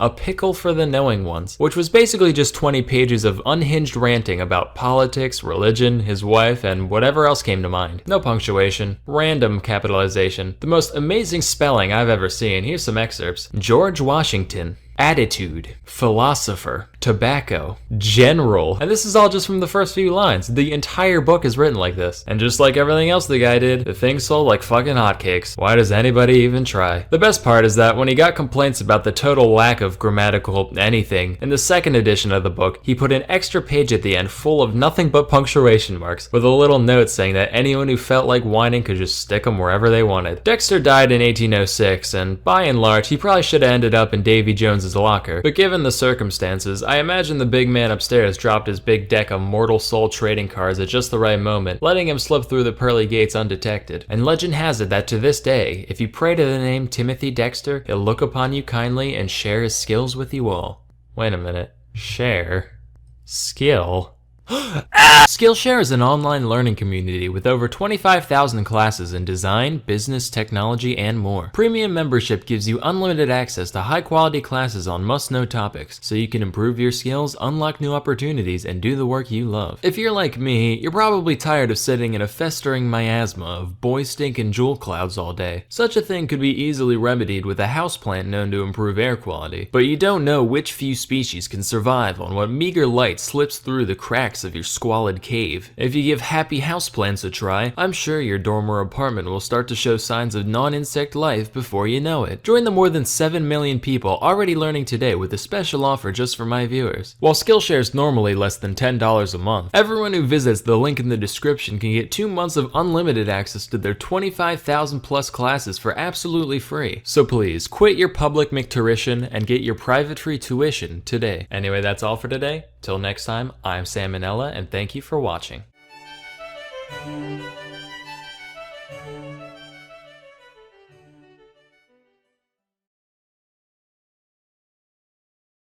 This episode of Sam and Nella Academy is brought to you by Skillshare.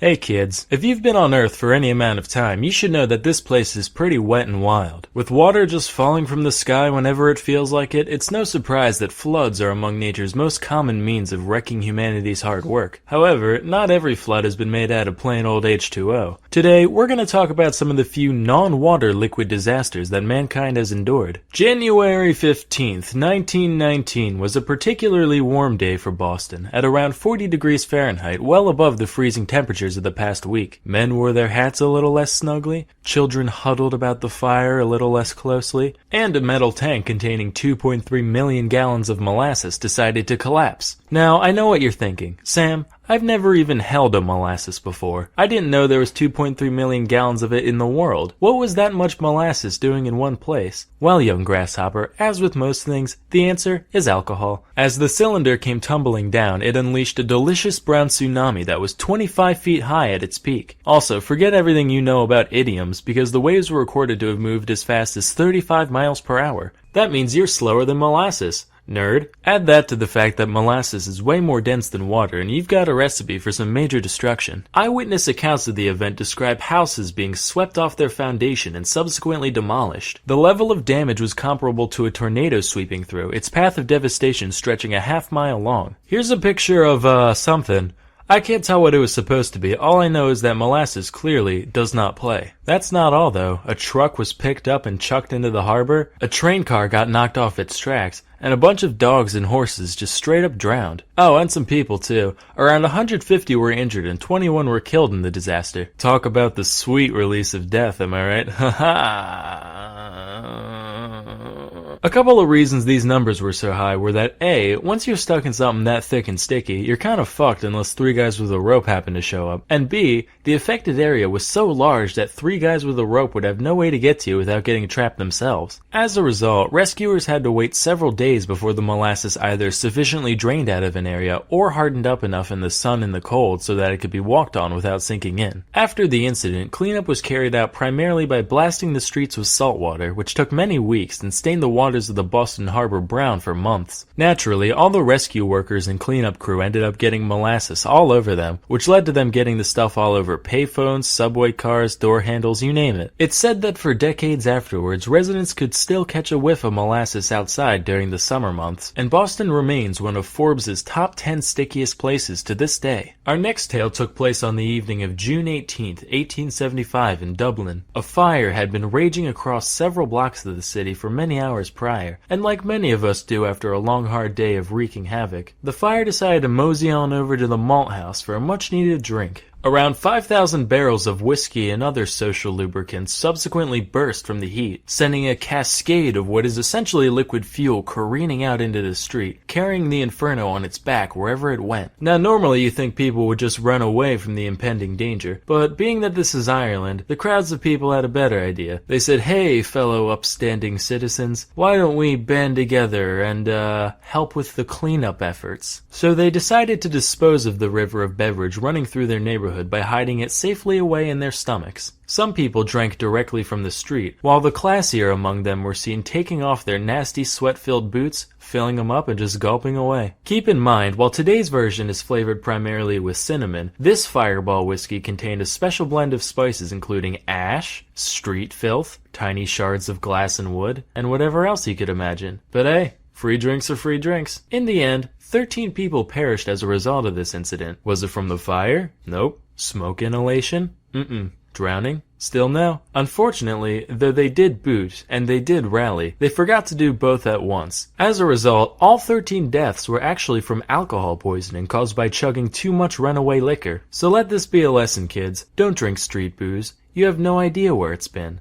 Just go to a dispensary instead. Moving along, here's another potation inundation, this time on the other aisle. 1814 London was a rapidly growing metropolis, and like all metropolises, it had its fair share of densely populated slums, one of which was St. Giles Rookery. And what better place is there to build a brewery than amongst the impoverished and thirsty? Unfortunately, said brewery apparently got cocky and decided to skimp out on their iron rings that hold up the big beer things budget, leading to one of the vats completely collapsing and knocking over all the others with it. In total, around 323,000 imperial gallons, or 1.5 million liters of beer were unleashed that day. The flood of ale pushed over the wall of the brewery with the same ease that Jared Kushner pushes old ladies down escalators, gushing out into the streets and totally demolishing multiple homes situated nearby. Good morning, America. I'm reporter Pat Lauer. No relation, don't worry. We're here at the scene of the world's biggest party foul. Ma'am, how does this whole thing make you feel? Ha! Don't worry, this isn't the first time alcohol has torn my household apart. In all seriousness, my husband has struck me on multiple occasions. At least 8 people are known to have died as a result of the incident, either from drowning or from having their house dropped on them. In spite of this, nobody was held responsible for the disaster, with courts concluding that the collapse was an act of God. I wish people were that lenient with act of God clauses today, like, alright, here's your coffee, ma'am. Whoops. Jesus Christ, it burns! Yes. That was Jesus Christ who did that. You motherfucker, my legs are fusing together! Hey, God works in mysterious ways. Maybe you were supposed to be a mermaid, who knows? So, I hope the knowledge of these events will serve to empower you in your life going forward. If you find one of your friends trapped in molasses, now you'll say, don't worry, I'll save you. In a couple days. If your street is ever flooded with hard liquor, you'll say, oh boy, time to start chugging. In moderation, of course. But why stop there when you can learn a lifetime of practical wisdom with Skillshare.com? Skillshare is an online learning community with over 22,000 classes in technology, design, business, and more. Premium membership gives you unlimited access to high-quality classes on must-know topics, so you can improve your skills, unlock new opportunities, and do the work you love. Sure, history can write some pretty insane stories, but hey, so can you. With these courses, you can make the next great American novel, or breathe new life into your erotic Sanjay and Craig fanfiction. You ever doodle in the margins of your notebook during class? I know I do. What better way to spice up your notes than with some classy botanical line drawings? No more Celtic knots made out of dicks for me, that's for sure. Join the millions of students already learning on Skillshare today with a special offer just for my viewers where you can get 2 months of Skillshare for free. To sign up, go to skl.sh/sam03. Again, listen, go to skl.sh/sam03 to get 2 months of unlimited access to over 22,000 classes for free. Act now for this special offer and start learning today. Till next time, I'm Sam and Nella, and thank you for watching.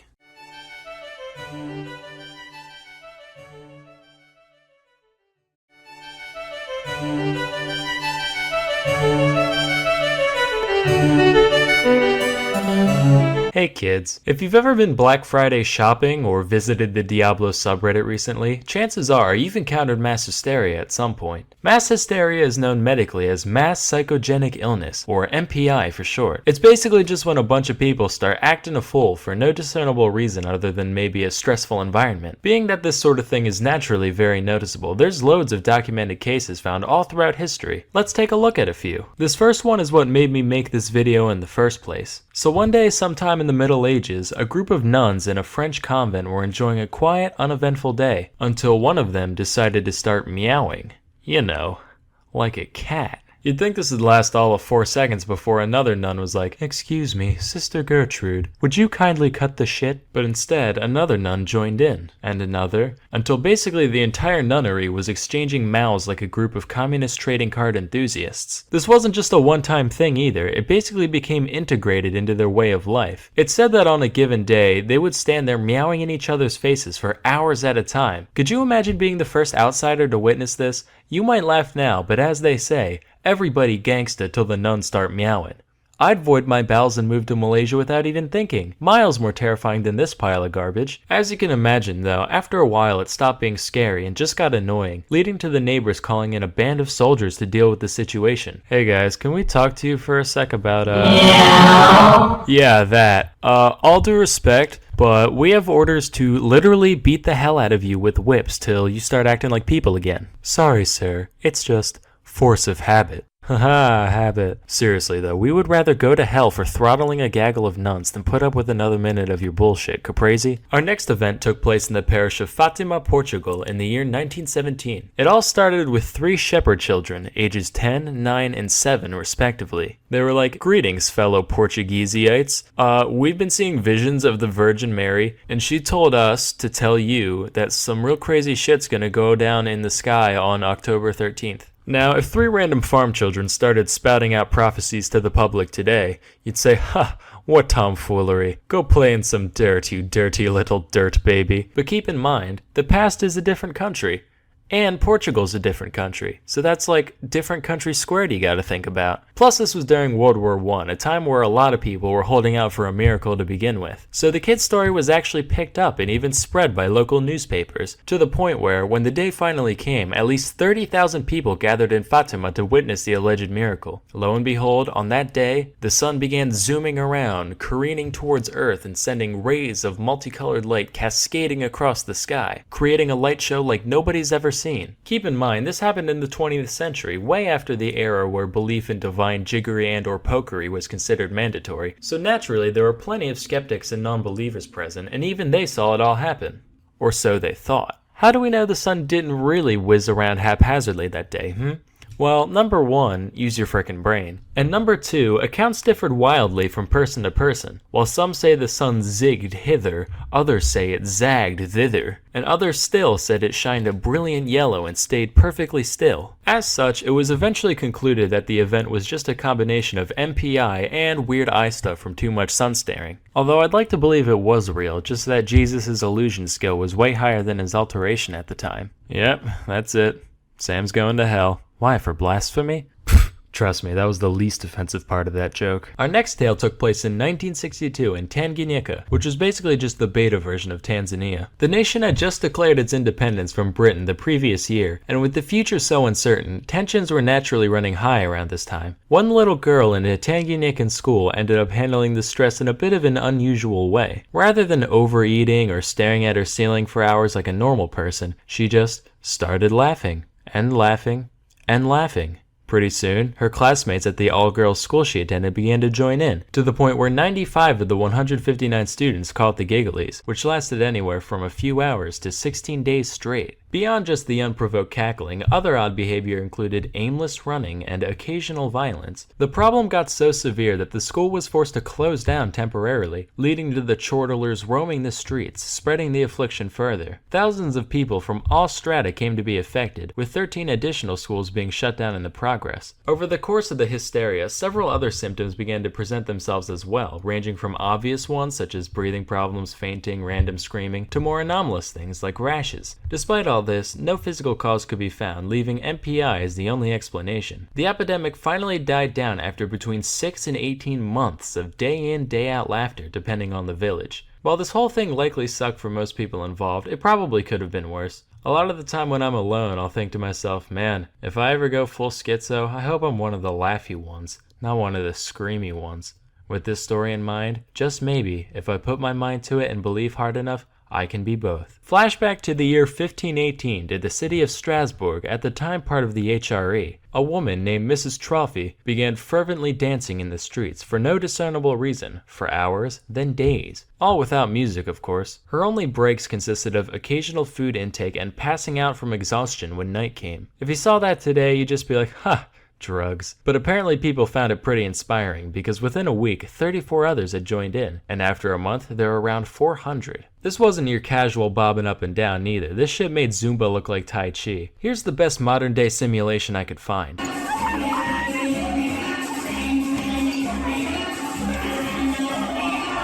Now imagine that both of those people were the same person and you got the dancing plague. This would take a toll on any healthy person, let alone a medieval city dweller, but despite bleeding feet and aching bones, they just kept going. In fact, they went so hard for so long that a good portion straight up fucking died from cardiac arrest. It got to the point where around 15 dancers were kicking the bucket every day before the city decided they had to do something about it. They managed to rule out any divine or supernatural causes, which was necessary just because, back in medieval times, it was fucking stupid. They eventually surmised that it was a natural disease caused by too much hot blood, as per that whole four humors thing that was popular at the time. As for a cure, their prescription was, get this, more dancing. I can see where they were coming from. It's pretty sound logic. If you got a song stuck in your head, you play it till you're sick of it, same kind of thing. But here's where they goofed. The authorities actually went out of their way to facilitate the dancing, setting up a big stage area and even hiring musicians to keep the afflicted moving. All this achieved was attracting more passerby who were like, man, mass psychogenic illness looks frickin' epic, let's get in on that, causing the contagion to become even more widespread.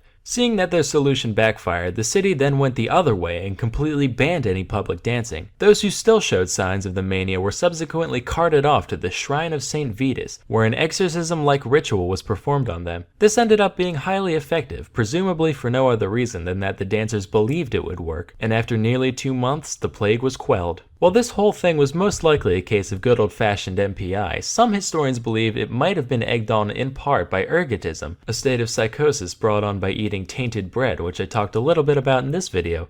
Ding. And hey, while I'm shilling for my channel, I might as well give a shout out to another as well. Today's video was sponsored by Cheddar, a network focused on producing fascinating content covering topics like technology, products, businesses, and the like through the lens of innovation. Here's one about desire paths, like those lines of dead grass from people taking more convenient routes to places. It's one of those things that plenty of us have thought about but never actually explored in depth like this video. Cheddar's full of intriguing stuff like that. I highly recommend giving them a look. If you're more science oriented, they still got you covered with their Cheddar Explorer series. This one's all about how we can be sure if a species is really extinct or not. They talk a bit about animals we thought were gone that suddenly reappeared out of nowhere. Super interesting, go check it out. Anyway, that's all for today. Till next time, I'm Sam and Nella, and thank you for watching.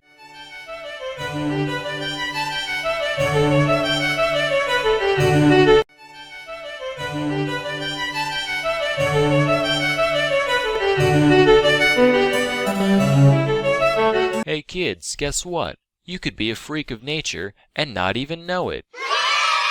Yep, not every deformity is visible to the untrained eye. Today, we're going to talk about a few physical defects that you, the listener, might have. First is situs inversus. So situs inversus is when a person is born with some or all of their organs mirrored along the vertical axis. This can range from a heart that's on the right instead of the left to the entire body cavity being flipped around. The condition is pretty rare, affecting about 1 in every 10,000 people. According to Wikipedia, plenty of people live their lives with this condition without knowing about it. Considering that even little kids know that their heart is supposed to be on the left, I find this a little hard to believe, but who knows. At any rate, the first doctor visit where you find all this out sure would be interesting. Whoa, I think your testicles are on backwards. What? Hold on, maybe I'm just holding them weird. Let me just...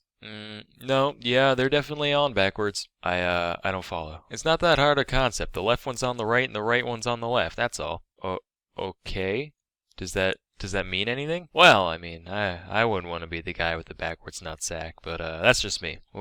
What do you mean? Just, kind of weird, isn't it? What is weird about it? How are they different? Can you see it? Can you feel it? Is it dangerous? Look, I'm a doctor, not a cosmetologist, alright? Next is bell clapper deformity. This is a condition that affects 1 out of every 125 males. So in a normal nutsack, the nuts are anchored to the sack in a certain way that limits their mobility. But if you have bell clapper deformity, this anchor isn't present, meaning your nads are free to swing around much more independently than normal. Being that we, as males, don't often compare our scrotal dynamics with other men, most people aren't aware of their deformity, at least not at first. However, having free-floating testes comes with a significantly higher chance of suffering from testicular torsion, which is where your sperm tube gets all twisted around as a result of rigorous exercise or other mechanical means. This condition is extremely painful and oftentimes requires a visit to the hospital in order to prevent that nut from literally dying from hypoxia. Wait a minute, these aren't on backwards, they're just all twisted up. What?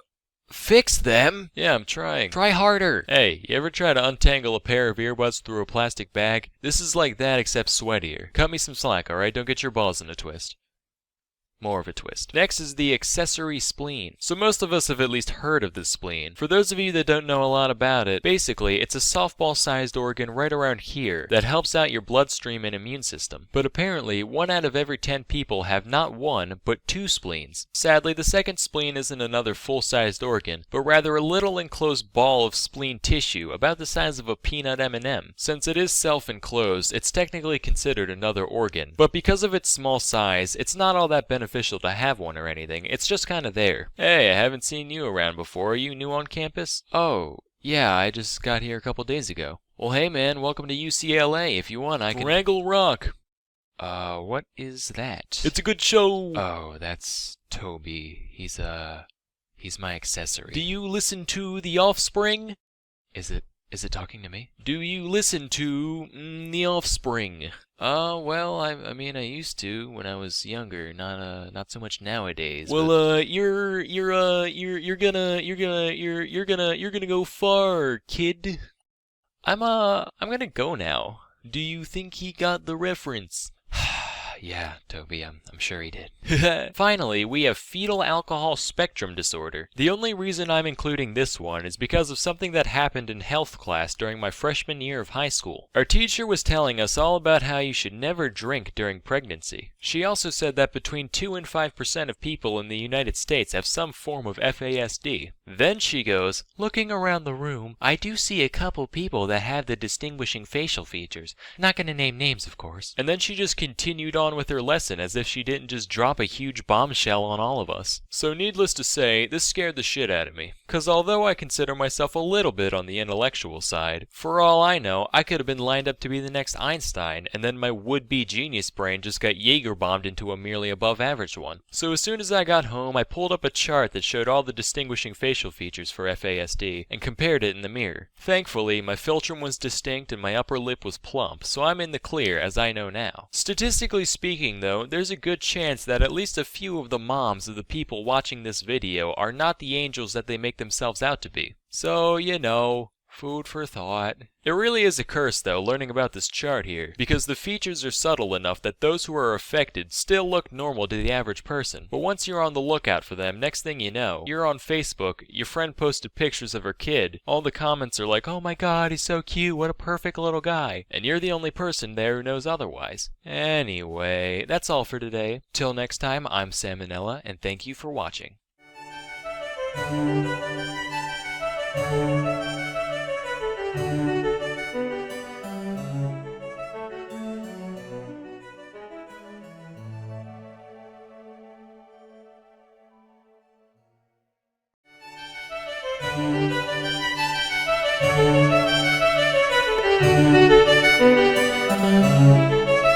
Hey kids, when most people think of the Middle Ages, they think of them as being like humanity's dumb teenage years, where all we did was play harpsichord in our room and burn heretics with our friends. But that's not entirely true. In fact, I would argue that the medieval era saw just as much genius as any other period in time. It's just most of that genius went towards finding new and creative ways to brutally slaughter those you disagree with. Here's a few highlights. First, we'll talk about the werewolf. So, as you can imagine, medieval castles were not easy to break into. They were basically like those jungle gym things at Chuck E. Cheese's. Massive in size, intentionally confusing layout, security everywhere, and by the end of your visit, you'd probably end up with some kind of disease. So in order to help penetrate fortresses, medieval armies would often utilize siege weapons, one of the most popular of which was the trebuchet. Now this device is interesting enough on its own, but it gets better. So around 1300 AD, King Edward I of England was in the process of invading Scotland. However, one fortress known as Stirling Castle was giving him a lot of trouble. He laid siege to the building for many months months without any real progress. Then one day he woke up and had a revelation. Hey guys, listen, why are we wasting our time building all these regular sized trebuchets when we could just build one giant one and call it a day? So that's what he did. This gargantuan war machine was known as the Warwolf and stood at around 6 stories tall. To give a bit of perspective, this is about as tall as King Kong was in his largest film depiction. So basically, picture a giant fucking ape launching boulders like they're baseballs, and you've got a pretty good idea of what the Warwolf was capable of. It was so intimidating that when the Scots saw the English constructing the beast outside the castle, they immediately surrendered out of fear. But then Edward was like, ha, fuck that,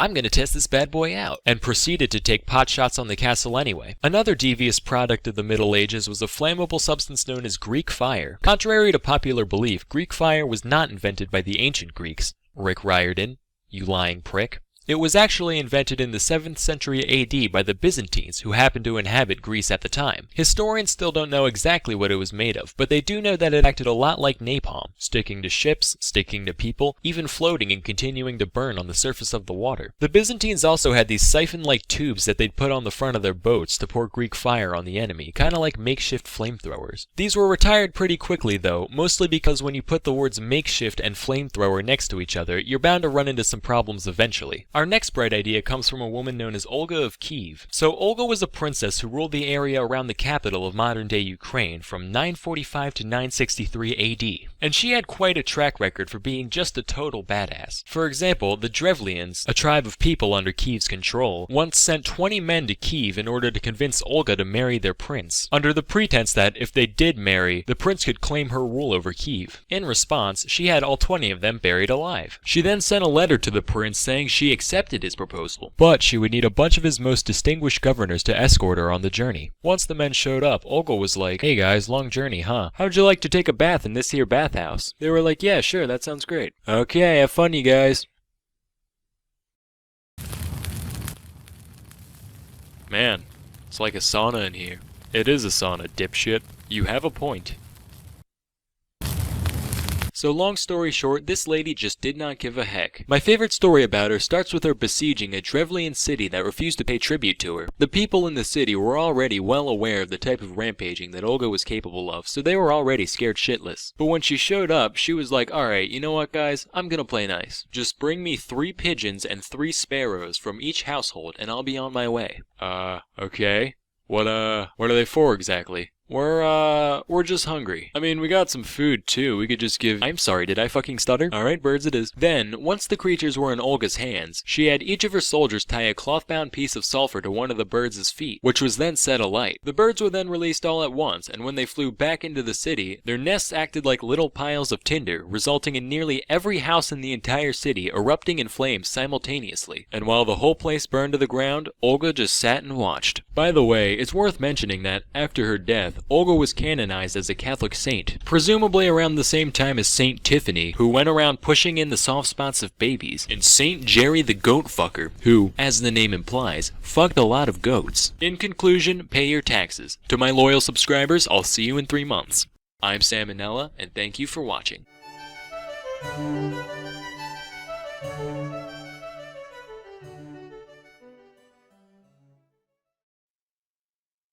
And Saint Jerry the Goat Fucker. Oh, God. This video is sponsored by Skillshare.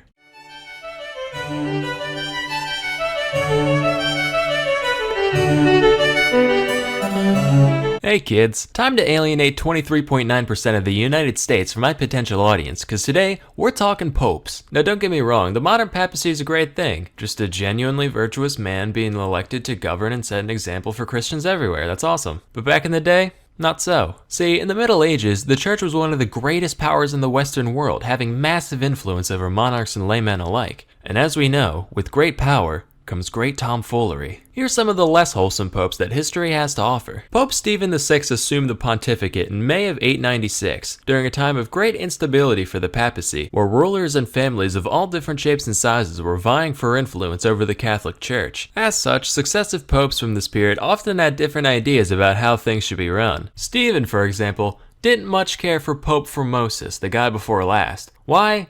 It's complicated. Even if I could wrap my head around all this, it'd probably be boring as hell. So just take it on good faith that Steve had a lot of beef with Formosus. So much beef, or as we call it, papal bull, that Stephen couldn't even be happy that the dude was already dead. So he had the 8-month-old corpse of Formosus dug up, dressed up in pope clothes, sat down on a throne, and literally put on trial, with a deacon appointed to give all his responses for him. So you thought you could get away from the law with that little dying stunt of yours. Well, tell me, Mr. Thrombosis, did you violate canon law, commit perjury, and pretend to be a bishop when you weren't? Yes, pasta fazool, I am a fool. I've heard all I need to hear. This court finds you guilty, and everything you did as pope, we legally declare to be fake and dumb and stupid and dumb. Now throw him in the river. What? The river? Can he do that? See the hat? That means I'm Pope. P-O-O-P Pope. You better 3-point that bitch into the briny deep right quick, or I'm gonna raise hell. Metaphorically. So they threw him in the river. This whole thing caused an uproar among Formosus supporters, and after Formosus's corpse was allegedly seen performing miracles at the riverbank, Stephen ended up being overthrown, imprisoned, and executed by strangulation. The body, now slimy and disgusting, was fished out of the Tiber and reinterred in St. Peter's Basilica, where it rests to this day. Next, we'll talk about John the 12th. This guy already looks like one of my characters. Why don't we just, yeah, there we go. This guy ascended to the throne when he was just 18 years old, which is insane. If I was elected world's biggest hat wearer at that age, you better believe things would get real unpapal real quick. I'm talking gambling, hookers, setting fires, and toasting to the devil. And when you know it, these are all things John the 12th did. It's said that he took the sacred palace and literally made it into a whorehouse. Matter of fact, while researching the guy, I stumbled across this list of sexually active popes. This is a real Wikipedia article. Take a hike, toilet paper orientation, daddy's got a new favorite. John is featured prominently on this list, of course. He had a thing for widows for some reason. Personally, I'm not big on weepy old hags. I'm more of a carefree young hag type of guy, but to each their own. He also banged his niece a bunch, which not the most virtuous act, but you know, Middle Ages and bloodline, fucking whatever. His playboy lifestyle eventually caught up to him though, leading to the Synod of Rome, where everyone got together to talk about what a piece of shit he is so they could kick him off the throne. Besides all the deviancy, there was a lot of things they had problems with. For one, someone once offered John some money to ordain a 10-year-old as a bishop, and he was just like, alright, I would have done it for free, honestly. Look how big those robes are on him, that's hilarious. He also had a deacon ordained in a horse stable, just like, oh, for fuck's sake, alright, let's get this over with. Shouldn't we be doing this in like a church? Listen, bucko, if it's good enough for Jesus to be born in, it's good enough for you to have your little cardinal party. No, sir, not cardinal, he's just a deacon. Not if you keep running your mouth, you aren't. He also liked going on hunting trips now and then, generally considered to be something popes don't do. Although my suspicion is that they were just tired of cleaning his big stupid camo hat every time. Probably his worst act though was putting on a helmet, followed closely in second by the time one of his subdeacons got on his nerves, so he literally cut off his dick and murdered him. So between all this and some conflicts with Otto I of the Holy Roman Empire, John was uncanonically ousted in 963. Except as soon as Otto left Rome, nobody was there to pressure him off physically anymore. So John was like, lol, just kidding, rounded up all his groupies, kicked the new pope off the throne, and continued his role like nothing happened by early 964. But just a few months later, fate caught up with John, and he died the way he lived. Committing adultery. Now let's be real, we all have our little guilty pleasures in life. Some people like a nice bag of Cheetos, others like scented candles, or poorly drawn educational videos. Alexander VI liked watching horses fuck. According to Vatican chronicler Johann Burckhardt, he would specifically arrange for his stallions to be introduced to mares in heat outside his palace, and he'd stand up on his balcony to watch them violently mate, which just tickled him pink for some fucking reason, and he'd laugh uproariously during the entire spectacle. He also once threw a party in the palace called the Banquet of Chestnuts, also referred to as the Joust of Whores. Wait a minute, horse jousting, horses banging. Was dyslexia a thing back then? Nah, but during the banquet, Alexander had 50 of Rome's finest raggedy harlots line up and strip down for him and his guests, which, by the way, included 2 of his children, which, by the way, he had many children, but at this point hardly a concern. Guests began throwing chestnuts at the ladies, who got down on their hands and knees and scrambled frantically, like the cook at Denny's when I held him at gunpoint, trying to collect as many as they could. After this went on for a while, Alexander was like, alright kiddos, game time. Whoever can bang the most broads before the night's over wins Rome's finest silks, and the only condition is that anybody who makes a joke about nutting on someone's chest gets disqualified. It's too easy. This is all according to that one Johann guy, mind you. Some secondary sources differ pretty significantly on the more lurid details of all this, so do take it with a grain of salt. But at the same time, this guy was the official record taker for the ceremonies he was involved with, so it seems equally likely to me that the other guys just wanted to save a bit of face, but who knows. In the end, primary sources are usually the most reputable source of information. After all, what better way to learn about stuff than from people who have direct experience in the subject? That's why you need to try Skillshare. Skillshare is an online learning community with over 25,000 classes in design, business, technology, and more. Premium membership gives you unlimited access to high-quality classes on must-know topics, so you can improve your skills, unlock new opportunities, and do the work you love. Let's say you have some kind of grand goal you want to achieve, like, say, starting your own papacy and taking over the world. Skillshare's got all the resources you'd ever need to bring that goal to fruition. You got 10 ways to boost your natural charisma, very important with any new religion. How do the wealthy create tax-exempt wealth? That's a given.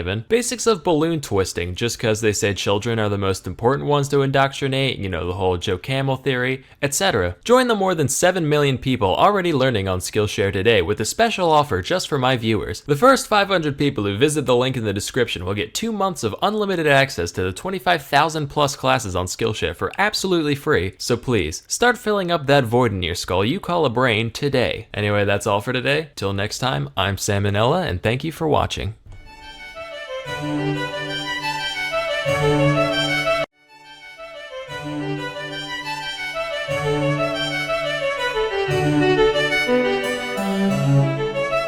Hey kids, today I'm going to talk about South Sudan. It's the newest country in the world, becoming fully independent just in 2011, so I'm going to explain why the state came into being and what it's like there today. So to understand why South Sudan exists, you kind of have to know a bit about Sudan as a whole. So before 1956, Sudan was under the joint control of Egypt and Britain. At the end of 1955, they gave a declaration of independence and became their own thing. The independence movement, however, was led by this guy, Ismail al-Azhari, and he was like, hey everybody, we are an Arab-oriented Muslim nation. But then like 8 million Sudanese black people were like, whoa now, hold your camels, Ishmael. Us Africans, we ain't all about your Allah. He was like, yeah, well who cares? Oh, I see. So they got into a civil war between the primarily Arab-Muslim North and the traditionally oriented African South. That went on for 16 years until finally the North's like, alright fine, you can do your thing. Like you're still part of Sudan, but you can govern yourself for the most part. We'll take our falafels elsewhere. And that peace treaty lasted 11 years from 1972 to 1983. Eventually, the South was like, well things aren't that bad now, but the Arabs still technically control us, so it could get worse. And I'm not in the mood for any Sharia law anytime soon, so we should probably go back to fighting. So then there was another civil war, which was basically a continuation of the first one, and that ran on from 1983 all the way to 2005, when finally the two sides made a comprehensive peace agreement, which led to South Sudan becoming totally self-governing in 2006. Then after 5 more years of fiddling around with paperwork, South Sudan became a fully fledged independent nation in 2011. So notice how there were 2 civil wars before the South gained independence. I guess you could say 2 coups make a Sudan. So now that they finally got what they want, it must be great to live in South Sudan now, right? No, not really. It's actually just about the worst place you could ever choose to live in. Seriously, if somebody gave me the choice of moving to South Sudan or living the rest of my life with my dick inside an anthill, I'd be slathering on the honey before they even finish their sentence. Let me talk about a few reasons South Sudan sucks so bad. First, let me talk about ethnic groups. Europe, as we all know, contains a lot of ethnic groups. Scots, Serbs, Slovaks, Slovenes, Spaniards, Swedes. And those are just the big ones that start with S. There's like 100 others. The same is true with Africa. There are thousands of localized ethnic groups sprinkled all over the continent, whether or not you could tell from first glance. As such, South Sudan is home to a bunch of different peoples, each with their own languages and customs. And these groups have a long history of disagreeing with each other, like they don't get along much. So that's one thing. Second, remember how South Sudan was at war with the North for basically all of the past half a century? Well, as a result, the whole place is pretty geared for war and not much else. Their infrastructure is abysmal and they've got all these guns just lying around waiting to be shot at something. Third, South Sudan has a bunch of oil reserves in different locations around the nation. And we all know how much people like oil. Everybody wants control of whatever wells they can get. So between these three things, the whole place is basically one big whirlpool of chaos. At any given time, the South Sudan government is at war with at least 7 different armed groups from around the country, each of which is also at war with the other groups. And if that's not enough of a shitstorm, the government ended up basically splitting in two in 2013. This is what happened. So you've got the president, his name is Salva Kiir, and yes, he does actually wear a hat like this. It was a gift from George Bush, true story. And then the vice president, his name is Riek Machar. I'm probably saying those wrong, but it's fine. They don't have internet in South Sudan, so nobody can call me out here. So anyway, Salva Kiir, he's very aware of the fact that the country's in a very precarious spot at the moment. So he starts taking greater control of the government and the military, dismissing old people and installing those that he sees fit. And so Riek Machar, he's like, well, gee whiz, Salva Kiir, for someone who calls himself a president, that's pretty dictatory of you. Well, for someone who calls himself the vice president, that's pretty annoying assholey of you. Sir, all I'm saying is, I'm getting pretty sick of you and that gay hat of yours. I'm not wearing a hat. As president of South Sudan, I order you to put on a hat. Yeah, see? That hat's gay. You're wearing the exact same hat. Alright, fuck you, you're out of a job. Wait, what? Yep, you and your whole cabinet, get out. Okay, I made up the part about the hat, but the rest of that is true. Also, I should mention that Kiir and Machar come from 2 different ethnic groups. See, Kiir is a Dinka, whereas Machar is a Nuer, which only heightened the tensions between the two. So after Machar got the boot, he ended up taking a chunk of the military with him, most of which were Nuers like him, and they started a rebellion against Kiir's government. This is known as the South Sudan Civil War, and it's still going on to this day. So yeah, to sum it up, if you looked up clusterfuck in the dictionary, well, you wouldn't find anything because clusterfuck isn't a real word. But if it was, there would probably be a picture of South Sudan next to it. Seriously, this place makes Hotel Rwanda look like Hotel California. And throughout it all, there's still a bunch of hardworking individuals just trying to make a living, farming or herding or whatever. But the constant warfare makes it so the average person has to live in virtually Stone Age conditions. Which sucks, but, what can you do? So that's the story of the world's newest nation, kids. Till next time, I'm Sam and Nella, and thank you for watching.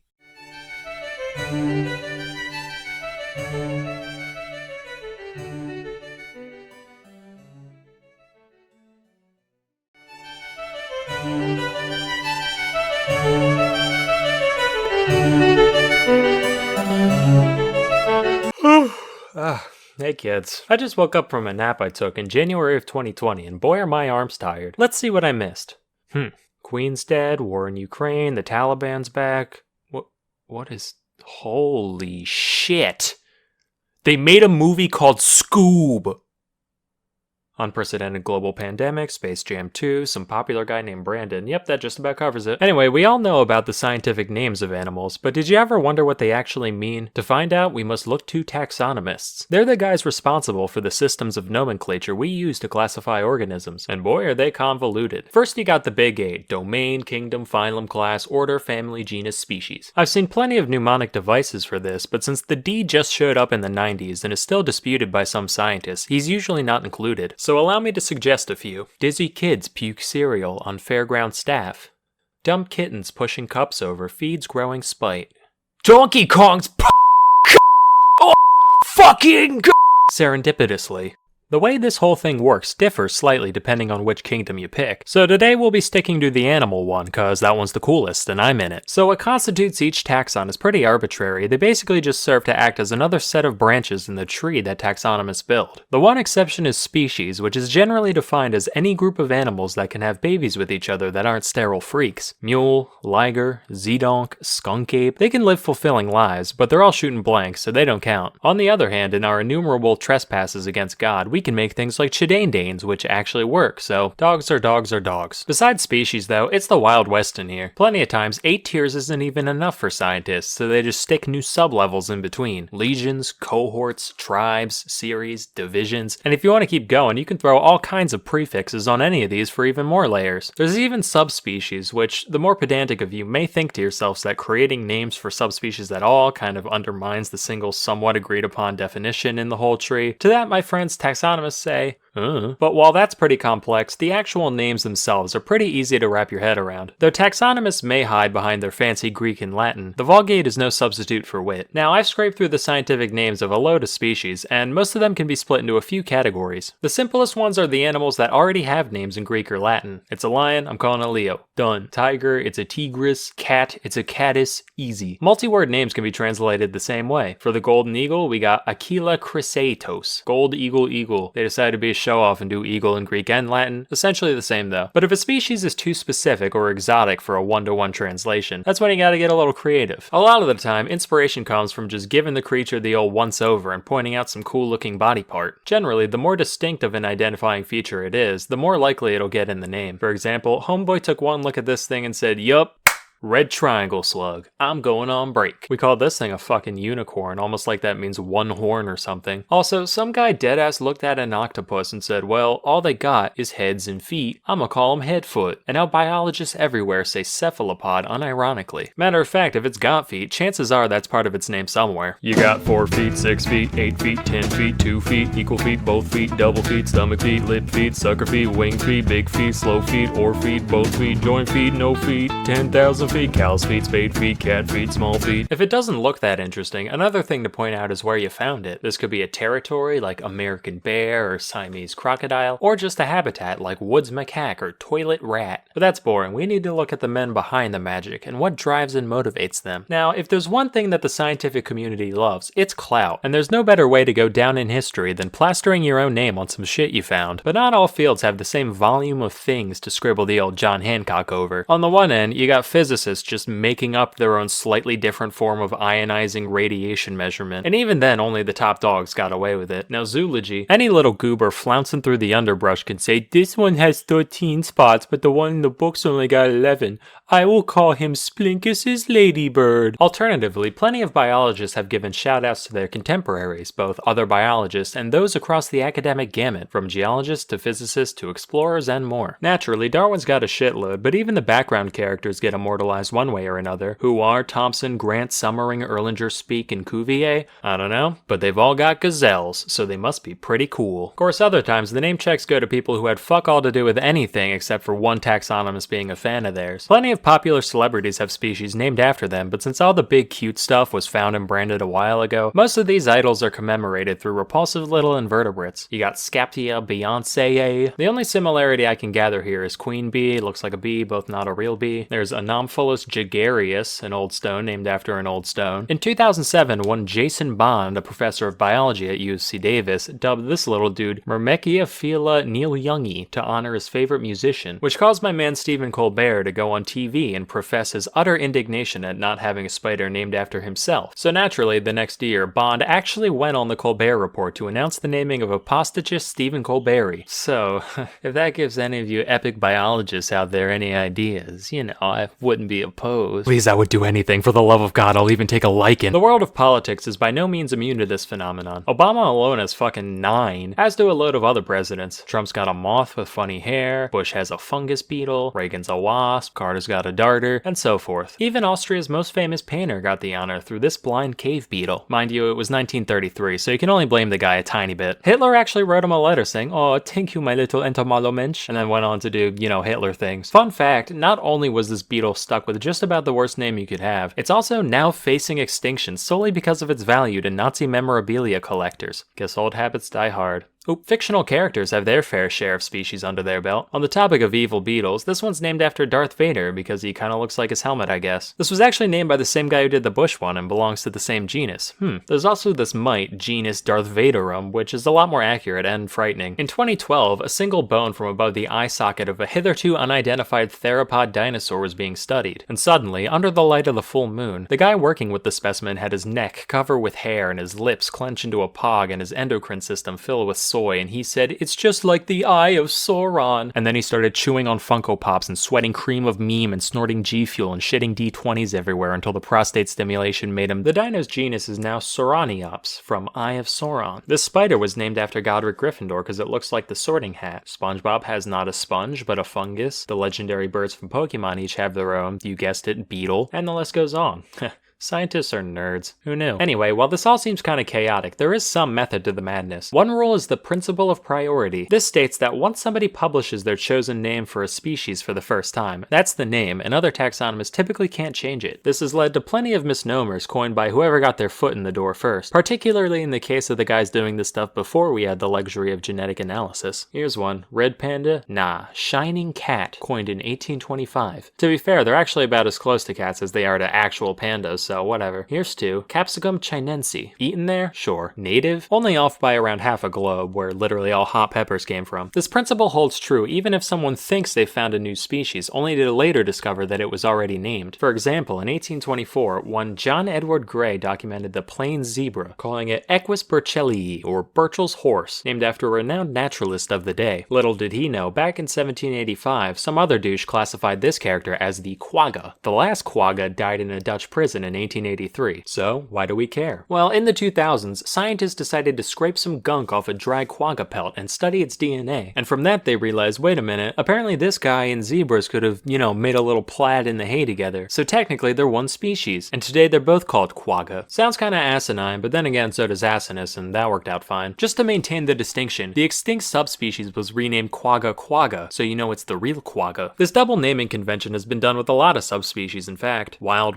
horse, spotted panther, or my favorite, gorilla. Just like, yeah, it's the gorillest gorilla that ever gorilled. Fuck you want from me. A closely related rule also states that the names of all taxa have to be unique. So if two people coincidentally name any taxon the same thing, the older one gets to stay and the new one gets the boot. Like if you saw a genus called echidna, you'd think it was, an echidna, right? Well no, that'd make too much sense. For a while it was true, from 1797 to 1811. Then it was pointed out that someone else already called a genus of moray eels echidna back in 1788, so the real echidna had to be changed to Tachyglossus, or quick tongue. Then a decade later, a dude did the same thing for a genus of vipers. Another 22 years passed, people discovered the same thing, and they were renamed to Bitis, cause they bit us. That one at least made a bit of sense, given that the original echidna from Greek mythology was half lady, half snake, but who cares at this point. Anyway, I've just barely scraped the surface of all the goofy names out there, so feel free to post more down below. That's all I've got for now. Till next time, I'm Sam and Nella, and I'll see ya in 2025.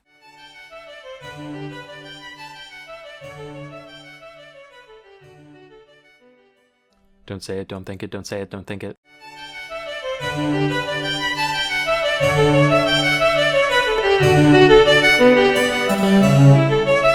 Hey kids, do you like fashionable, high-quality apparel at an affordable price? Well, too bad, because that's not what we're talking about today. I'm gonna learn you all a thing or two about the real banana republics. Our story begins during the turn of the 20th century in Central and South America. Agriculture's kind of a big deal right now. You've got a ton of little plantations all over the place growing bananas, sugar, pineapples, that kind of thing. And they're doing alright for themselves, no big deal. But then refrigeration happened, and it changed everything. Because now produce could be kept fresh for way longer in transit, meaning the fruit companies could suddenly open up their business to the international market, their biggest new trade partner being the United States. This massive opportunity gave rise to three main companies, known as the United Fruit Company, Cuyamel Fruit Company, and the Vaccaro Bros. By growing, shipping, and selling fruit, these three firms made just obscene amounts of money, a lot of which went towards buying out smaller family-owned farms and plantations. This allowed them to make even obscener amounts of money, until eventually the only competition that remained was each other. And then shit got real. The year is 1910. One of the companies I mentioned, Cuyamel, was doing most of its business in the country of Honduras, when the president of Honduras, Miguel Davila, decided to give a land grant to the Vaccaro Bros in exchange for helping to build some roadways. In doing so, they basically stole a bunch of Cuyamel's potential plantations and gave them to a competitor. So Samuel Zamuri, owner of Cuyamel, said to himself, dang, I hate those guys. If only there was some way for a guy like me to significantly influence the world around him for his own personal gain.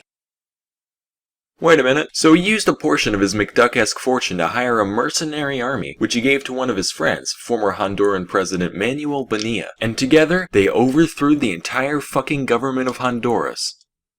Yeah. Should've called it Cuyamel, haha. Anyway, Bonilla took power and gave very generous concessions to Cuyamel and United as thanks. But then America saw this, and they were like, hey, that's not very freedom of you, young man. To which Zemery replied, it's okay, we're gonna help this country succeed. After all, politics and business are essentially the same thing.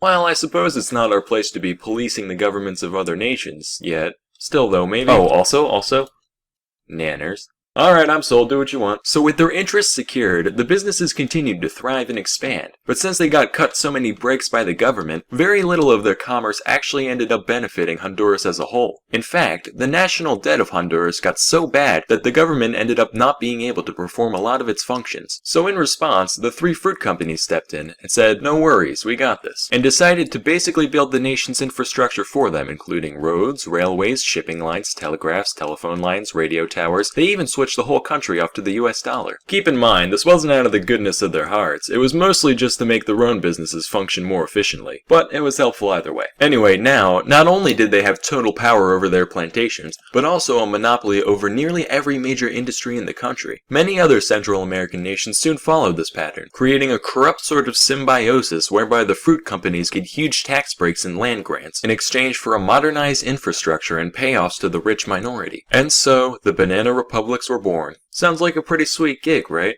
And it was. For the upper 5% of the populations who happen to hold some direct share in the plantations or shipping lines. For your average Jose, though, life mostly consisted of working on land that wasn't even theirs in exchange for dirt poor wages.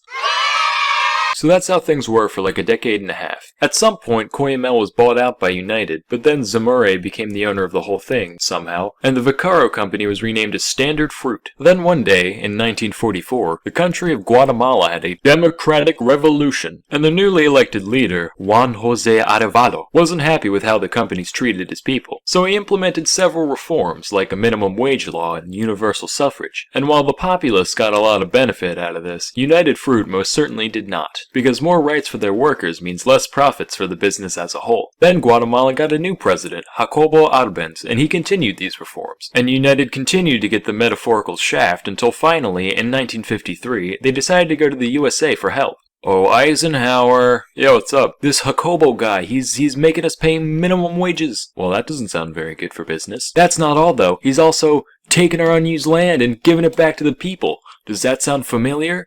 Oh dear. You don't think. By the way it's looking, Dwight, I'd say he's a dirty, oh god, collectivizing, no, commie. Commie! Commie! Yeah, go get him, Dwight.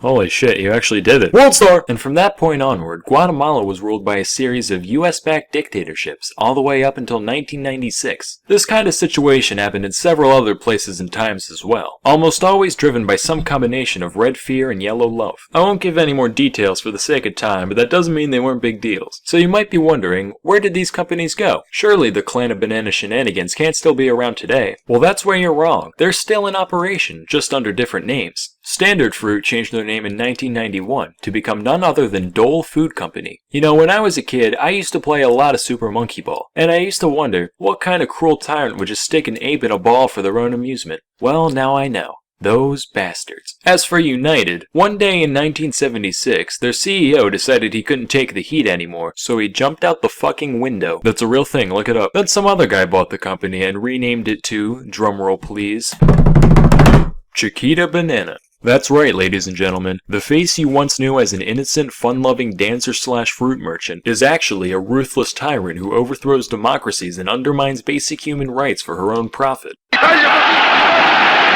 Anyway, that's all for today. Till next time, I'm Sam and Nella, and thank you for watching.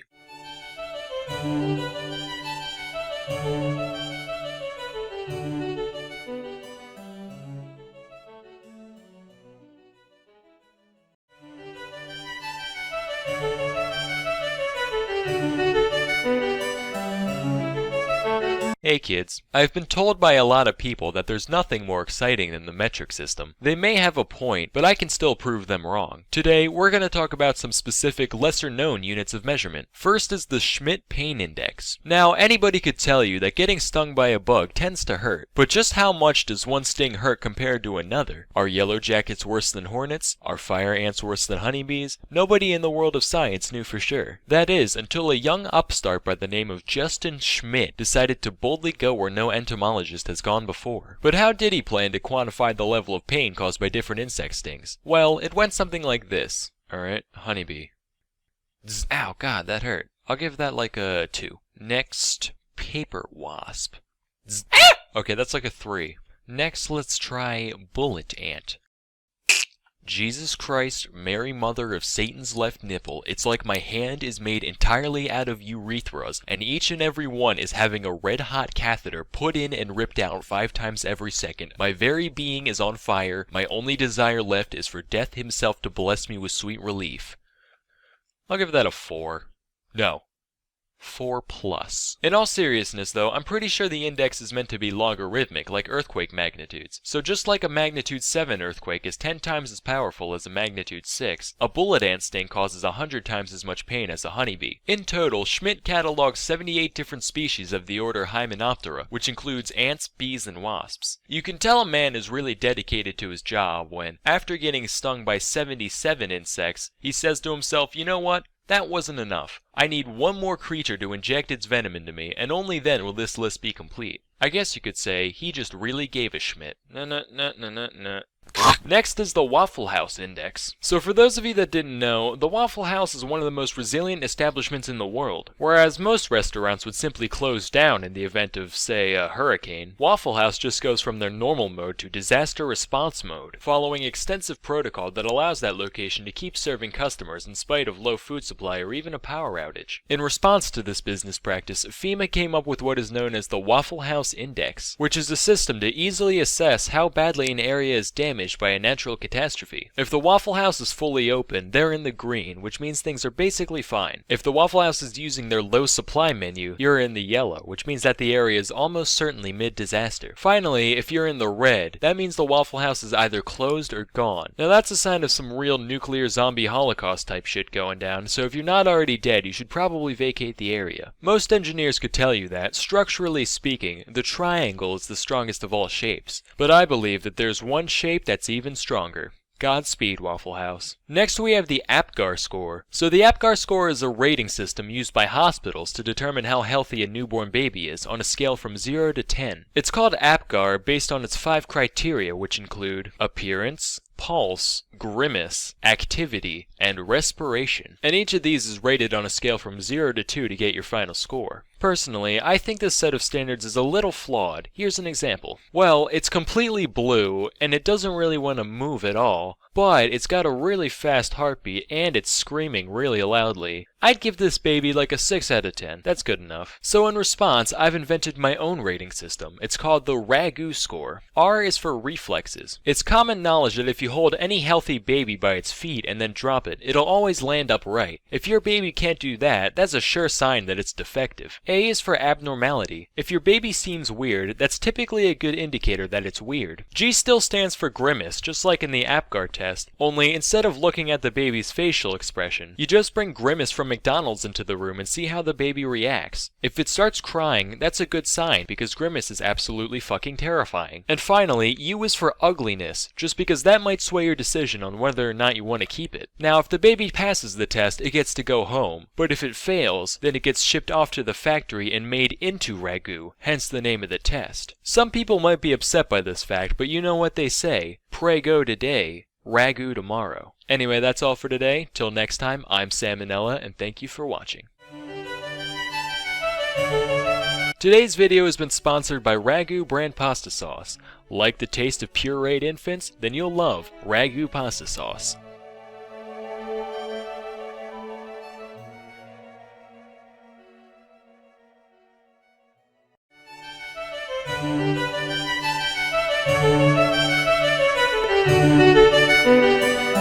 Hey kids, so we all know that, as far as living things go, humans win, not even a contest. But it turns out, if you hop to the next genome over and look real carefully, you can actually see a basic version of a lot of the stuff that makes us so great. Here's some stories about what chimpanzees can get down to in the right context. Talking about chimp tails.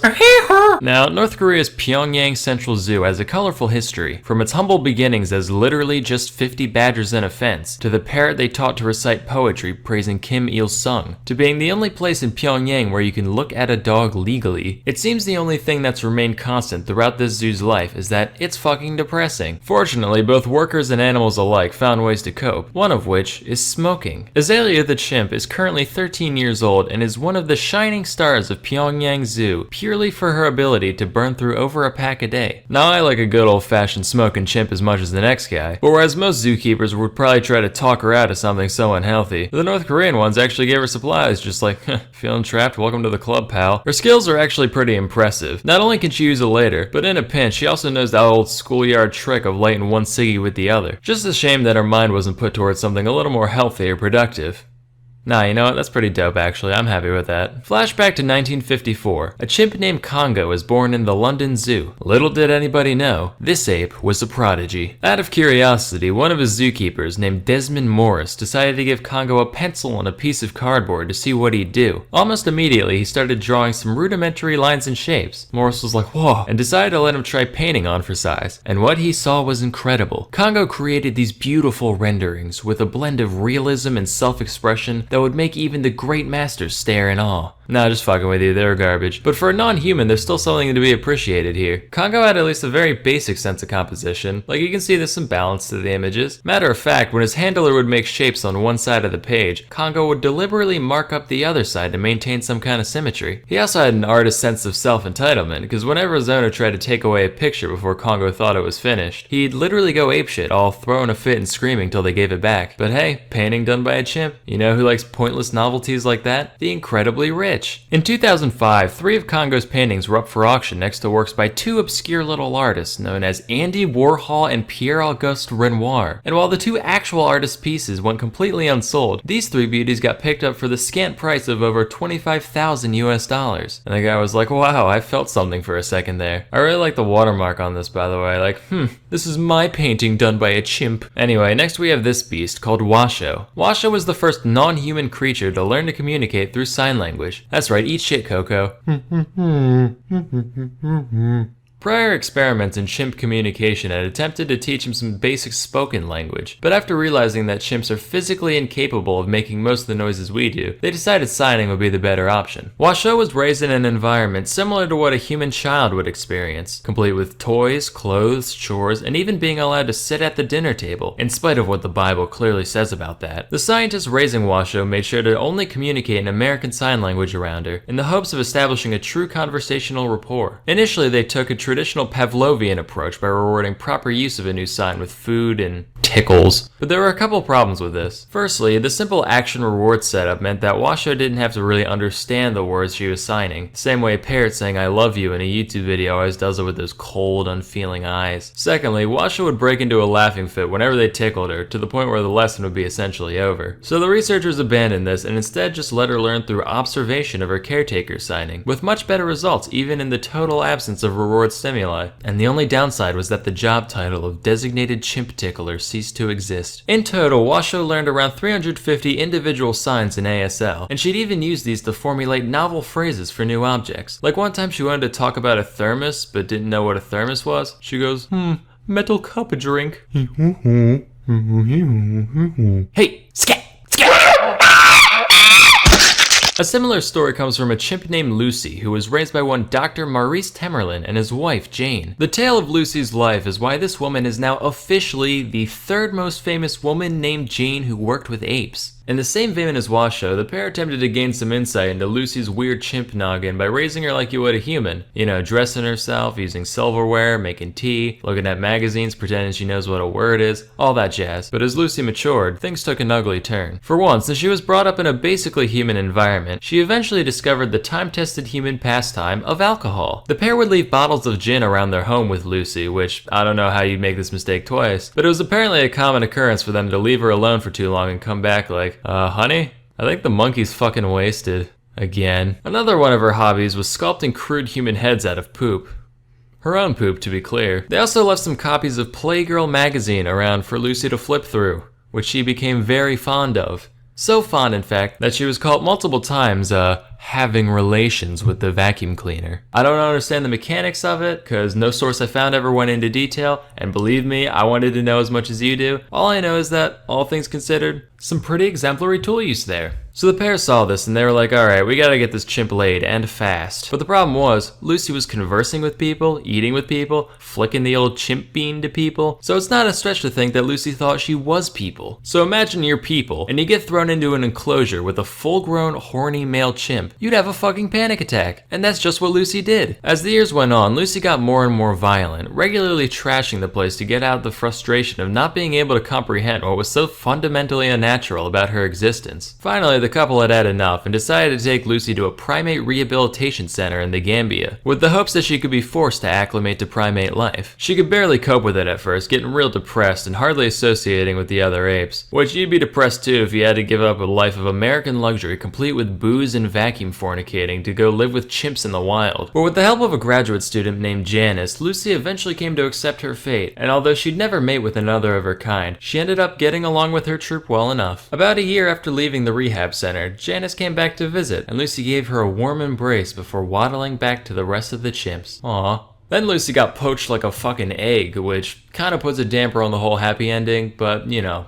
Whatever. So if there's one lesson to be gained from all this, it's that the best way to learn something is to be immersed in it and to make it part of you. While treats are good for making dogs do backflips, true comprehension comes from integrating new things into your daily life. And what better way to do that than with some free audiobooks? Sponsor time. Listening to audiobooks inspires us, motivates us, even brings us closer. And there's no better place to listen than Audible. If you want something kinda like what I do, except actually funny and well informed, you should check out The Infinite Monkey Cage. Think Ricky Gervais show, except half comedians and half actual scientists. It's great. You can get your first audiobook free along with 2 selected Audible original titles when you start your 30-day trial. Just visit audible.com/salmonella or text salmonella to 500-500 to get started. Again, go to audible.com/SAMONELLA or text SAMONELLA to 500-500 to try Audible for free. Link in the description. Anyway, that's all for today. Till next time, I'm Salmonella, and I fell down the stairs this morning.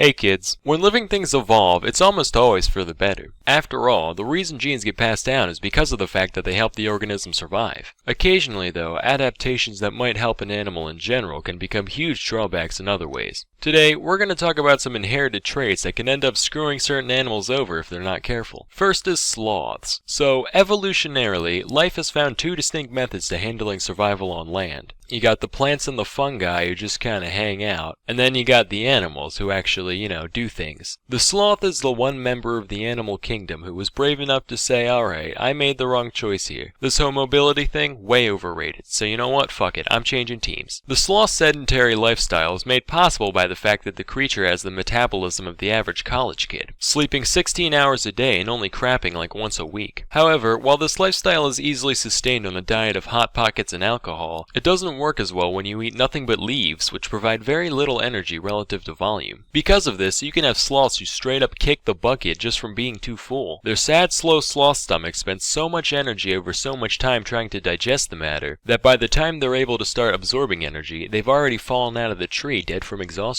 I learned about this next thing from my Uncle Harvey back when I was 8. He said to me, "Hey Sammy, did you know sharks die if they stop swimming?" At first I was skeptical, because this was the same man that told me that the squirrel on the road was just taking a nap. Several firm prods with a stick proved to me otherwise, so by this point in time, I figured Uncle Harvey just had a generally poor grasp on the concept of death. Apparently though, he was right about the first thing. Some species of sharks, such as great whites and whale sharks, need to constantly move forward in order to push new water into their mouths and through their gills so that they don't suffocate. It's kinda like when you were a kid and you had to keep running to keep the kite in the air, only instead of a kite, it's your respiratory system, and instead of the kite falling down, you would choke to death on your own deflated organs. Anyway, this method of breathing is known as ram ventilation. Following this logic, one would think that rams would then breathe through something called shark ventilation, but no, apparently they just breathe like everybody else. Next we have ferrets. So in some cultures, ferrets are referred to as polecats, and there are two main theories as to why that is. Some biologists believe that the name is based on the fact that ferrets are an evolutionary hybrid of the pole and the cat, as evidenced by their shape and features. However, others believe that the name is actually an outdated piece of Nazi propaganda, designed to show that Polish people are so dumb they don't know what a cat looks like.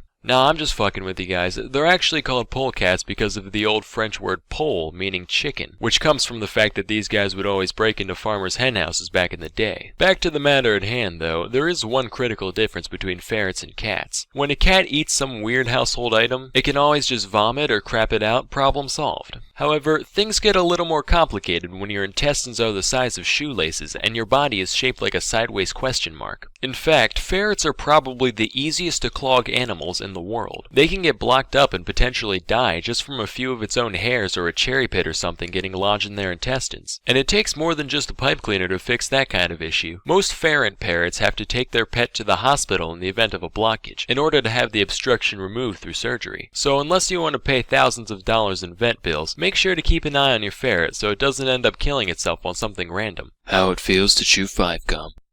Help! I can't shit no more! 5-gum. Stimulate your ferrets. Anyway, that's all for today. Till next time, I'm Sam and Nella, and thank you for watching.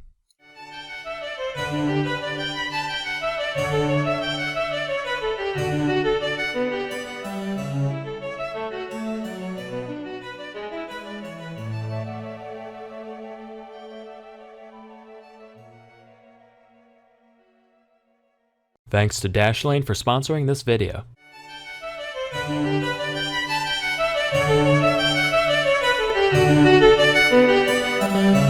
Hey kids, the human spirit is a very powerful thing. With the right temperament, it can allow us to survive things you wouldn't believe. However, some people are stronger than others. For example, I've never so much as broken a bone in my life. Haven't been hospitalized since that first time 20 years ago. So I'm like 90% certain if I'm ever forced to dance with death, my soul's pussying out to the great beyond first thing. On the other end of the spectrum, you got guys like Phineas Gage. Gage was a 25-year-old railroad worker in mid-19th century Vermont. He and his crew were busy gang blasting rock to prepare the roadbed for a newly planned route. This involves a big hole being drilled into the ground, filled with gunpowder, and packed down using a tamping iron. Well, being the gentleman and scholar that he is, Gage decides to lean forward and look directly into the hole, right? Now, the first rule of gun safety is to never look down the front of a gun. Everyone knows that. Gage basically just turned the earth into a gun and decided to put his head right in front of its gaping barrel, and wouldn't you know it, the powder goes off. The tamping iron shoots up into his cheek, moseys right on through his frickin' brain, and goes soaring out the other side, landing 80 feet away, all smeared with blood and thought juice. Now by and large, Gage should have dropped dead immediately and been thrown into a ravine for his blatant disregard for OSHA regulations, and that would have been the end of it. But I guess Shiva Gautama Christ-chan, the one true god,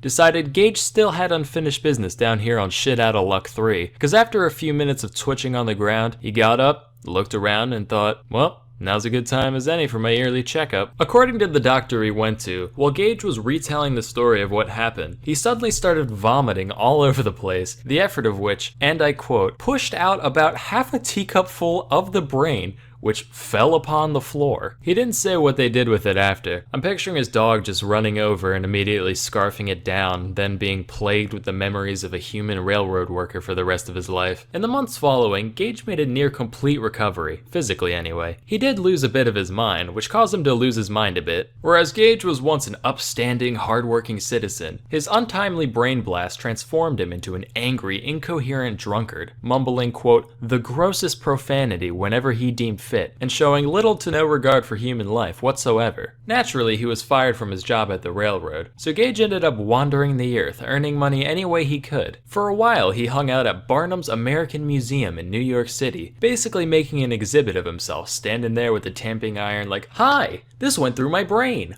Bye! He later had a stint as a farmhand in California and a stagecoach driver in Chile, which I don't know who let the guy with severe brain trauma and no depth perception drive a vehicle, but whatever. Over time, he actually became a lot more functional until finally, 10 years later, when his brain remembered, oh yeah, I shouldn't exist, leading to Gage having a bunch of seizures and dying at age 36. A similar story happened with one Ron Hunt in 2003. He was an American construction worker who was drilling a hole above his head when the ladder he was standing on decided to give way, leading to Hunt landing face first on a 1.5-inch auger drill bit. The drill went straight through his left eye and out the back of his skull. To give you a reference of what 1.5 inches of drill looks like, here's the actual x-ray that doctors took when Hunt arrived at the hospital. Miraculously, the drill ended up just kind of pushing his brain out of the way, leading to no cognitive impairment whatsoever. Matter of fact, Hunt was perfectly lucid while the doctors tried to figure out the best way to take the thing out of his head. Initially, they considered cutting it out, but that would have been too messy, so eventually they decided to literally just unscrew it from his head, like, alright, hold him still now.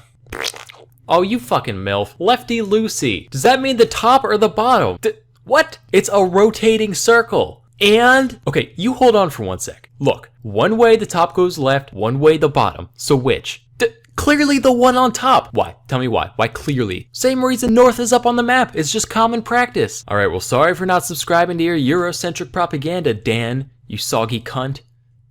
Anyway, what were we doing? If you think Hunt was just a little too lucky with his incident, don't worry. According to Snopes, he was self-employed and didn't have insurance, so while the accident didn't ruin his life, you can sleep easy knowing that hundreds of thousands of dollars of medical bills and rehabilitation costs probably did. Our next tale revolves around Greg Rasmussen, a British-born animal conservationist who was studying wildlife in Zimbabwe. One day, he got reports of a highly endangered rhino being spotted in the area, so Greg took to the skies in a single-passenger plane to track the beast. Fate was looking down at Greg that day, and after a moment, it said, No, rhino must die. And a huge gust of wind came out of nowhere, sending Greg into a tailspin, crash landing right in the middle of the untamed African bush. When Greg woke up, he found that his legs looked like used up tubes of toothpaste, so he was essentially trapped right where he was. Arguably worse than that was the fact that Greg was dehydrated before he even took off, hoping to get water at his destination. And just when things looked like they couldn't get any worse, they got worse. A group of elephants showed up and started harassing and straight up stampeding at Greg. With no other option, he starts banging on the wreckage as hard as he could. The elephants went, ha! And decided to leave him alone. He was also approached by a pack of hyenas and actual lionesses on the hunt. But fortunately, animals are all morons, so the same trick worked on them too. Greg spent an entire day and night pinned under the wreckage, fighting off wildlife, severe dehydration, and extreme temperatures before finally being rescued the next morning. Incredibly, after over 100 operations, doctors managed to get Greggy's leggies up and running again. Although he was now 3 inches shorter, which is probably for the best, because now they can just stick the keys to the plane on top of the fridge so he never has another incident like this again. So moral of the story, us humans are resilient creatures who will do anything in our power to survive. And just as Greg Rasmussen banged on his destroyed plane to ward off predators in Zimbabwe, you should bang on your keyboard right now to ward off predators online with Dashlane. In this day and age, cybersecurity and privacy have never been more important, and only a select few people have the time, energy, and know-how to keep their data as safe as humanly possible. With Dashlane, you can take all your passwords and autofill data across all your devices and use the power of encryption to keep them out of the hands of lowly hackers. PC, Mac, iOS,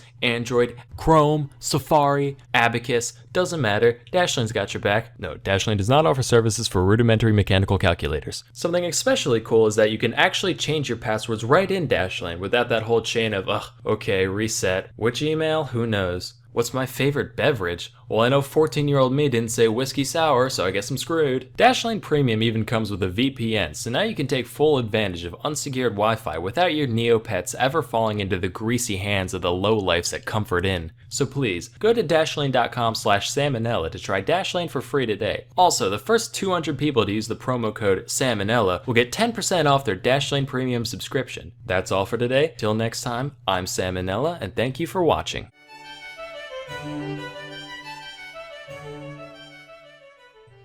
Gage was a 25-year-old railroad worker.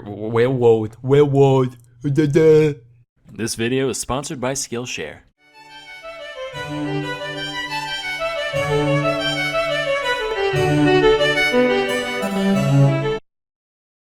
Hey kids, now some philosophers have called boats the airplanes of the sea, but while every glamorous Glennis has its slow-mo shun, so too does JJ the jet plane have his awful counterpart. Her legacy in many ways resembles my middle school career, a 3-year-long travesty plagued by blunder after blunder due to both gross incompetence and sheer misfortune, with the only silver lining being that it's remembered by relatively few. Meet the USS William D. Porter, nicknamed the Willie D, which was a perfectly acceptable alias in the days before Don't Ask, Don't Tell. She was a Fletcher-class destroyer, which, if you know Fletcher as well as I do, you know he's pretty high-class at destroying. Like when he snapped off my DS screen during summer camp because he was trying to get a better look. Didn't even apologize. He was just like, well, you're not supposed to bring video games to camp anyway. Even though everyone did. Fuck you, Fletcher. You were a counselor. You're supposed to be more mature than us. You're the reason I grew up with a lingering resentment towards authority. And my only reprisal is that I got to draw you as a disgusting fat lard for millions of people.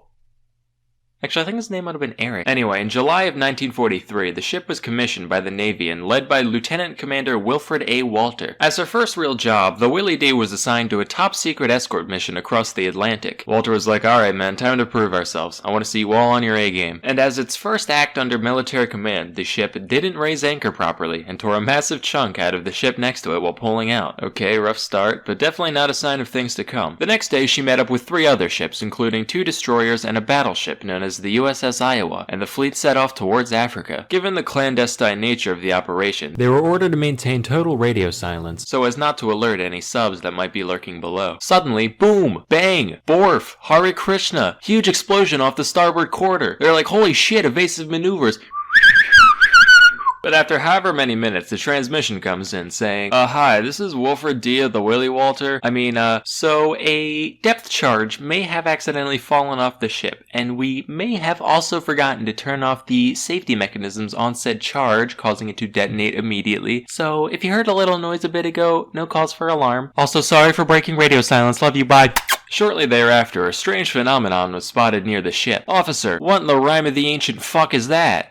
Appears to be a large wave, sir. Jesus Christ, they have that now? Basically everything that wasn't tied down ended up being swept off, and one of the boilers in the engine room got foobarred. But fortunately, no crew members were taken away, except for the one that was. Later, the 4 ships congregated in the waters east of Bermuda when the Iowa decided to test its anti-air abilities and launched a bunch of weather balloons for target practice. A few of these drifted towards the Willie D, and they took some potshots just for fun, probably wrecking some happy albatross households in the process. But Walter was like, men, it's time to redeem ourselves. Spit those crayons out. Don't you know the purple ones are bad for you? Time for some impromptu torpedo drills on the Iowa. Yay!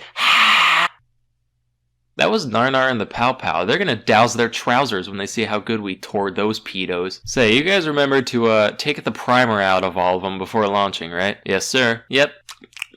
What? Fortunately, the Iowa didn't really have much valuable cargo that could be damaged in the event that the torpedo struck. Oh, except for 32nd President of the United States Franklin Delano Roosevelt, who was being escorted to Cairo as the whole point of the mission. The next 5 minutes aboard the Willie D were just total fucking chaos. Humid sacks of rice, hogs and bats sniffing each other, massive stereos. Commander, we really should radio them. No! I am not breaking any more rules! Do the flashy light thing!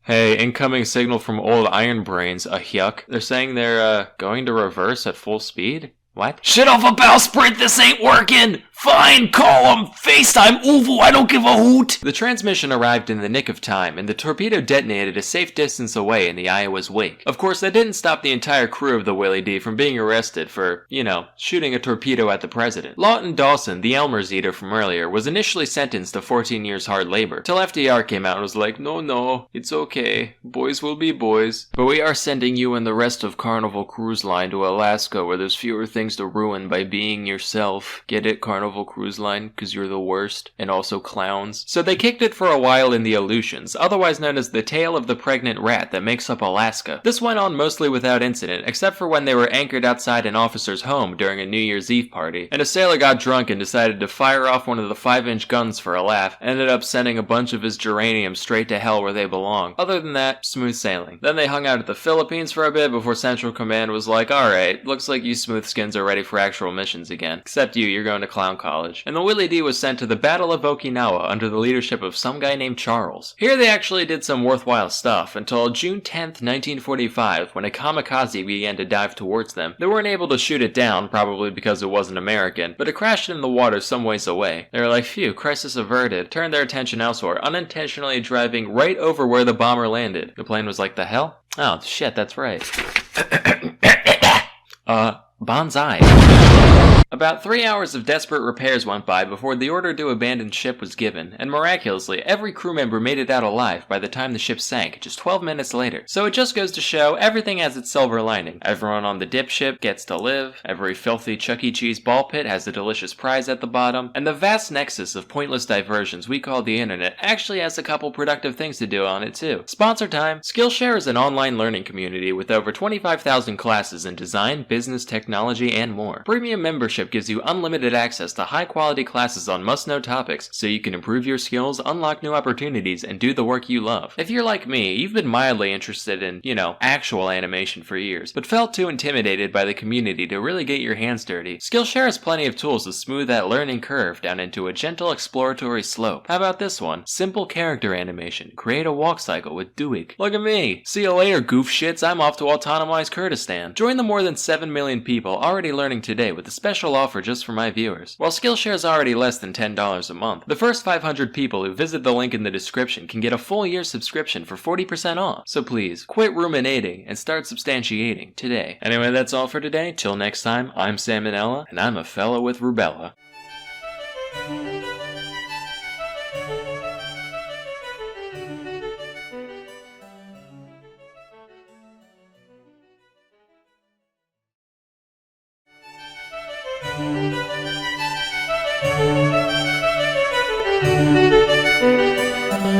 Hey kids, time for another hot steamy load of knowledge dripping down your neck and chest. Today, we're gonna talk about the greatest mind to ever live. Nope, not him. Nope. Keep trying. Who I'm really referring to is the ancient Greek philosopher known as Diogenes of Sinope. Diogenes followed the school of thought known as cynicism. Far from the yelling at CNN, sitting down during the pledge kind of cynicism we know today, cynic philosophy centers around the rejection of conventional desires in favor of a simple, moderate lifestyle. But while many philosophers made a virtue out of self-discipline, Diogenes took all that to a whole new level. He was the most down-to-earth guy out there. Literally, he lived on the ground, in a big tub in the marketplace where he'd beg for a living. For a while, his only possession was a wooden bowl, until one day he saw a child drinking out of his hands, and he was like, what do I need this shit for? Now, though his way of life and perspective was unique enough, it's the way Diogenes showed it that really set him apart from the rest. When someone today wants to go against society, they dye their hair blue and make a blog post about how there aren't any obese women of color in Super Smash Bros. On the other hand, when Diogenes has something to say, he just jerks off in public. Takes a dump in the amphitheater, pisses on passerby, whatever. The way he saw it, he was just performing much needed bodily functions while also protesting the superficiality of the civilization around him. Keep in mind, though he was an unwashed, publicly defecating homeless man, that's not all he was. His wit was easily on par with his philosophical contemporaries, and his lack of inhibition meant that everyone knew it. For example, here's an often pondered question of the day. How do you define a human in the simplest of terms possible? Plato decided to tackle this question, and he came up with featherless biped. And in the ancient Greek world, they didn't have any kangaroos or gibbons or nothing, so people were the only things around that both walked on two legs and didn't have feathers. Plato thought he was real clever with that one. Diogenes, on the other hand, he wasn't having any of it. So he said, alright, you pompous prick, I'll give you a featherless biped. So, in reality, we do not learn, and what we call learning is only a process of recollection. Oh goddammit, not you again. What's up, fuckers? Hey, check out this person I found. Isn't it such a human? Look at him, wow. What a guy. Anyway, love to stay and chat, but I saw some trash outside that looked delicious. Smell you later, deliberator.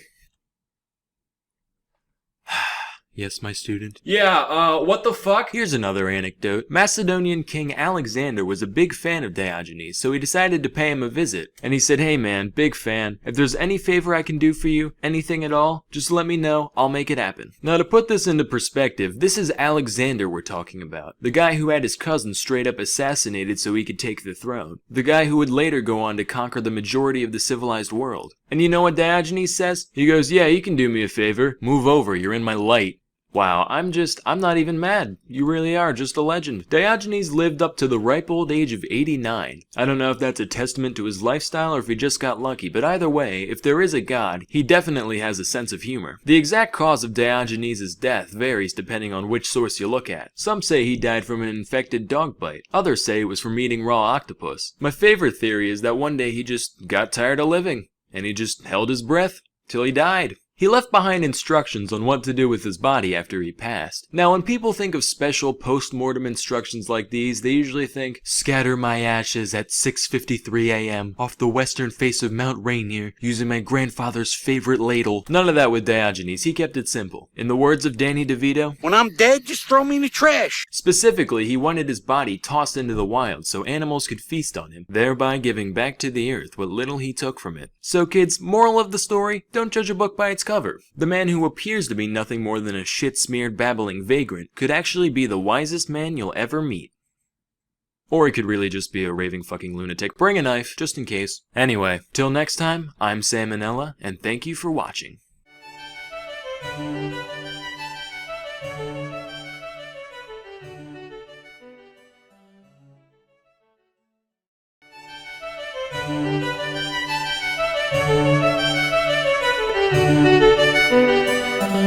Hey kids, time for another riveting tale from the annals of history. Our story begins in New York in 1932 with a man named Michael Malloy. Not much was known about Malloy except for the following. He was around 60 years old, homeless, an alcoholic, Irish, and a former firefighter. So one day, a few guys were hanging out in the local speakeasy, including Tony Marino, the owner of the joint, and a couple of regulars by the names of Francis Pasqua and Daniel Kreisberg. And who else stumbles in but old Dusty McGee looking to get his morning fix? Marino's like, you know, I've had it up to here with that Michael Malloy character. He never pays his tabs, smells like the crevice behind an unwashed ear, harasses my clientele. Did you know the Hindenburg disaster didn't actually happen?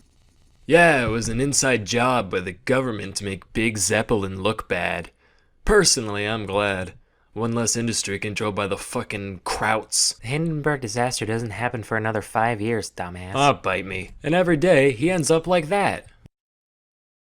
So Pasqua's like, yikes, seems like quite the dilemma on your hands. Lucky for you, I've come up with the perfect solution. Let me hear it. I say we deploy a ploy to destroy that unemployed Malloy. Shut up. Anyway, go on. I'll take out a life insurance policy on him. Then we let him drink as much as he wants. Obviously he's gonna kick it. I mean, look at him. No self-control. See that? He just drew from the stockpile while there's still moves to be made on the tableau. Oh, I like that joke. Then, once he's dead, we get all the money for ourselves. Win-win. The first part of the plan went through without a hitch. Pasqua took out not one, but 3 policies on Malloy's life, with Joseph Murphy, a bartender at Marino's, posing as Malloy's brother and being named as the sole beneficiary. In total, the group stood to gain $3,576, which is like 66 grand in today's money. With all that in place, they begin the second part of the plan. Hey, Malloy. Good to see you, man. Say, what happened to your arm? Yeah, the other day I got in a fight with a goose. Got bit pretty bad. Been leaking pus for about a week now. But hey, I got the breadcrumbs. Okay, well anyway, guess what? Your tab now has unlimited credit. Oh, cool. Well, what's that mean? It means you can drink as much as you want and we can't stop you. Bet. Naturally, he orders shot after shot and the gang happily complies. It gets to the point where Malloy's drinking way more than should be humanly possible, but instead of dropping dead or passing out, after a while he's just like, "Aight.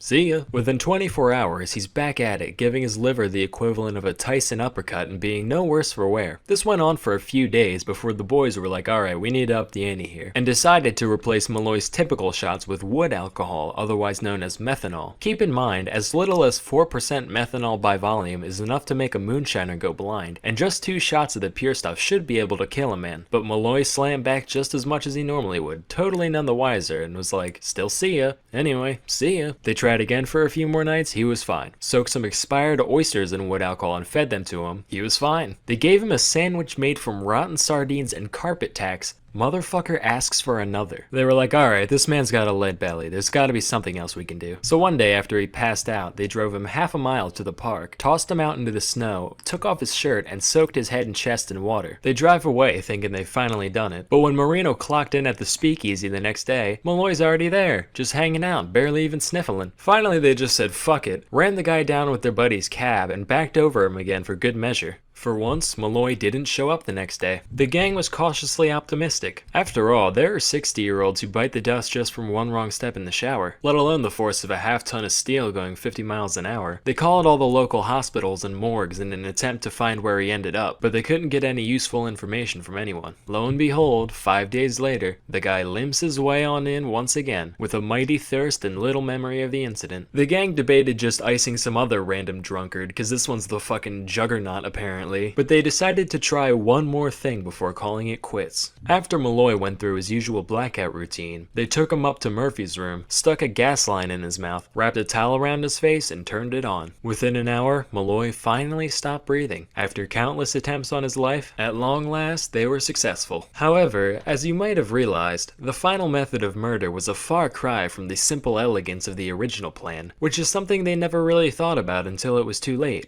Hey guys, what's poppin'? My brother, Michael Malloy, is dead. Can I have money now? Oh dear, I'm so sorry. What happened? What? Why did the man die? Pneumonia? I see. And when can we see the body exactly? So, after a quick medical examination, the men were convicted of first-degree murder and attempted fraud, and subsequently sentenced to death by electric chair. And while the executioner flipped the switch, Malloy's ghost sat in the corner, chowing down on some antifreeze and sardine soles, just laughing his ass off. Moral of the story, life is unpredictable. That's why we have insurance for it in the first place. If you ever commit fraud against life, just know that life's gonna commit a little fraud back. Till next time, I'm Sam and Nella, and thank you for watching.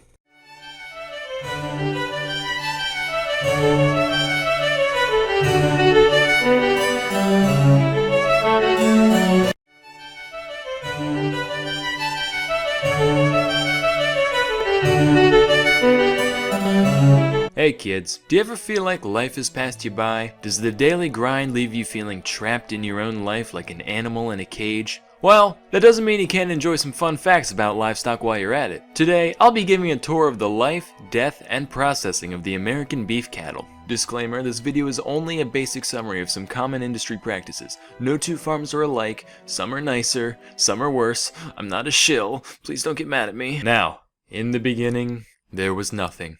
And then God said, "Let there be light!" And it was good. Henceforth you shall be called Craig. At birth, the calf weighs somewhere between 60 and 100 pounds. The males are typically castrated within the first couple of weeks, usually without anesthetic. The main point of this is to keep the steers mellow later in life, but it also stops their male hormones from giving the meat an off taste that the American palate isn't really accustomed to. Anyway, things started off pretty good for Craig. Drinking milk, hanging out, the life. After a while he figures out you can eat the floor, that's cool. But then after about 10 months he gets loaded into the cattle cars. If you're a history buff like me, you know that's not a good sign. Little does Craig know, he's been auctioned off to a feedlot 1,000 miles away. Here the cattle are packed together like sardines, if sardines were 500-pound terrestrial mammals. The menu consists of random roughage and energy-dense feed like corn so they can pack on the pounds more quickly. Overall, this environment puts a good deal of stress on the beast, which can end up taking a toll on his health. But it's nothing a little visit from the antibiotics fairy can't fix. Once fully grown, Craig gets taken to the packing plant. This is where the magic happens, and by magic we mean mechanically automated goring into commodities. This is where things get messy, so try to forget that we gave this random animal a name a minute ago. In order to keep things as humane as possible, a worker will first use this device, referred to as a stunner. Here's a demonstration.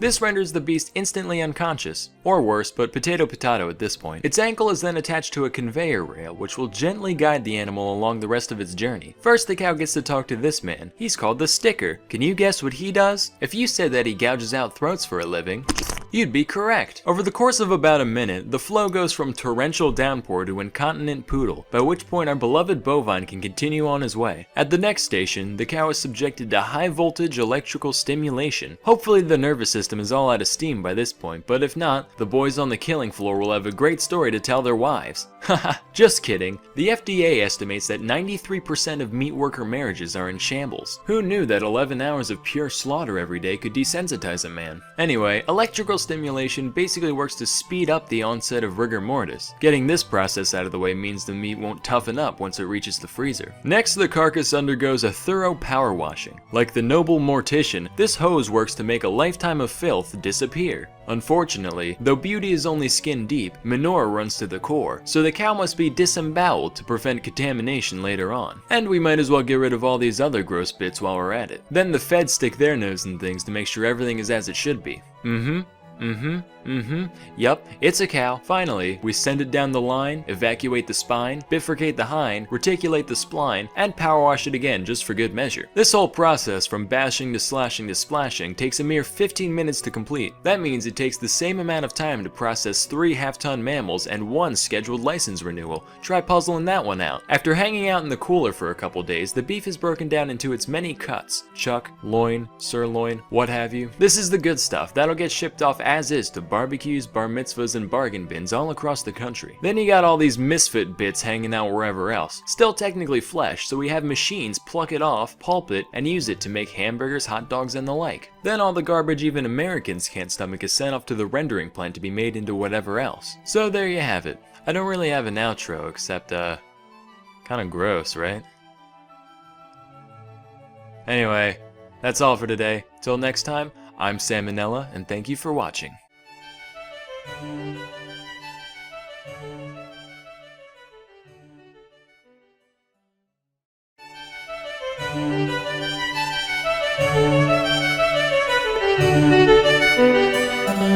Hey kids, time to talk about more cases of stiff lifting from the days of yore. If you haven't seen part 1 yet, go check it out. Or don't. I'm a YouTuber, not a cop, unfortunately. This first tale doesn't feature an entire dead body, but I still found it interesting enough to talk about. So one day in 2012, a priest was riding a train out of Italy when his bag got stolen by a trio of thieves. Inside the bag was whatever normal personal possessions the guy happened to own, as well as a small vial containing the blood of none other than Pope John Paul II. So this begs the question, why did the priest have Pope blood in his bag? Well, an important way that the Catholic Church honors saints and other venerated individuals is the keeping of relics. These relics are ranked in terms of how close they were to the person at hand. You got something that's tangentially related to a saint in any way, that's a 3rd class relic. If it's a personal possession of a saint, it's 2nd class. And as for 1st class relics, those typically consist of literal body parts and or fluids of a holy figure. Now for you youngsters out there, in 1981 the Pope got shot 4 times by some fascist having a bad day. People are like, holy shit, it's a popicide! Is that even a word? No, I'm okay. Oh. Say, who left all this 1st class relic lying around? So to this day, there remain 3 objects containing the fine-aged poppy juice spilled that fateful afternoon. The vial was found a few hours later by police among the reeds and grass near the station, which basically means the thieves took one look at it and were like, blood? I already make this myself. Lame, and tossed it out without a second thought. Here's the thing though, that's not the only instance of old JP2 getting blood napped. In 2014, a similar relic was yoinked from the church of San Pietro della Ienca in Italy alongside a crucifix. The fact that these were the only items taken led to 2 prevailing theories. Some people thought that, since John Paul II wasn't technically a saint yet, the relic's value would go way up once the man was actually canonized, so the thieves decided to take it now and resell it later. The other theory was way more popular with the media. After all, what use does Pope blood have other than satanic rituals? This story naturally got a lot of press, and the whole world just kind of assumed that Lucifer himself was set to return any day now. Eventually, the thieves confessed, so authorities came to the rehab facility they were staying at. They returned the cross, but when questioned about the relic, they were like, wait, what? Pope blood? Satan? Do you guys need to check in here too? Eventually, it was found in a rubbish bin on the facility grounds, which means once again, it was just casually tossed out as nonsense. You ever throw out Pope blood? Because apparently, multiple people have done that on separate occasions just in the past 7 years. It doesn't end there, of course. In 2016, this happened a third time when a piece of cloth with John Paul fluid on it was taken from Cologne Cathedral. I can't for the life of me find a follow-up to this story, which leads me to believe that they're just like, fuck it, Pope blood's more trouble than it's worth at this point. But if you guys can find some conclusion to where it ended up, let me know below. Now, our next story begins with a man named Karl Tanzler, a German-born radiology technologist in early 20th century Florida. He looked kind of like Sigmund Freud, except even more evil looking. On the inside, he was a pretty normal dude, other than the fact that he claimed to have visions throughout his life of some mysterious dark-haired girl. Anyway, in 1930, while working at the Marine Hospital in Key West, he met a young woman by the name of Maria Elena Milagro de Hoyos, called Elena for short, and he said, "Oh my god, that's the girl from the visions I've been having." Yeah, wait, what? "We were meant to meet today. We must be soulmates." What? Don't you have like a wife and 2 kids? Destiny. Hoyos was soon diagnosed with tuberculosis, which was considered fatal at the time, so naturally Karl decided to handle her treatment, going as far as convincing her family to let him visit their home every day. Except he was a radiologist, so even if there were reliable means to treat tuberculosis at the time, he definitely didn't have the credentials to do so, but whatever. This is the past we're talking about after all. That place was a shit show from start to finish. I'm not about to get on somebody's case for a little clerical error. In addition to whatever salves and tinctures and such doctors gave to people back then, Tanzler showered her with gifts of clothes and jewelry. I know he meant well, but if I was bedridden with a terminal illness, I'd just be insulted. Like, wow, thanks, can't wait to show off this little number out on the town. Anyway, eventually, Tanzler found that the time had come to reveal his true feelings. "Elena, there's something I must confess. I'm deeply in love with you." "I'm so glad you feel the same." Hoyos inevitably succumbed to the disease, leaving Tanzler heartbroken. He just wasn't ready to part ways with his pestilence-riddled sweetheart, so he asked the family's permission to commission an above-ground mausoleum for their daughter. And since this was the early 20th century, they said, "What a sweet, selfless man. I'm sure he'd never do this just so he could commit crimes against nature." Then he was like, "Oh yeah, by the way, could I have some of her hair too?" "Sure, kind stranger. Here's a bag of her hair we just had lying around for some fucking reason." Again, no red flags here. He went to visit her dwelling nearly every night for 2 years. Then finally one day he said, "You know what, kid? You're alright. Say, how's about we ditch this musty old mausoleum and go back to my place?" I'll take that as a yes.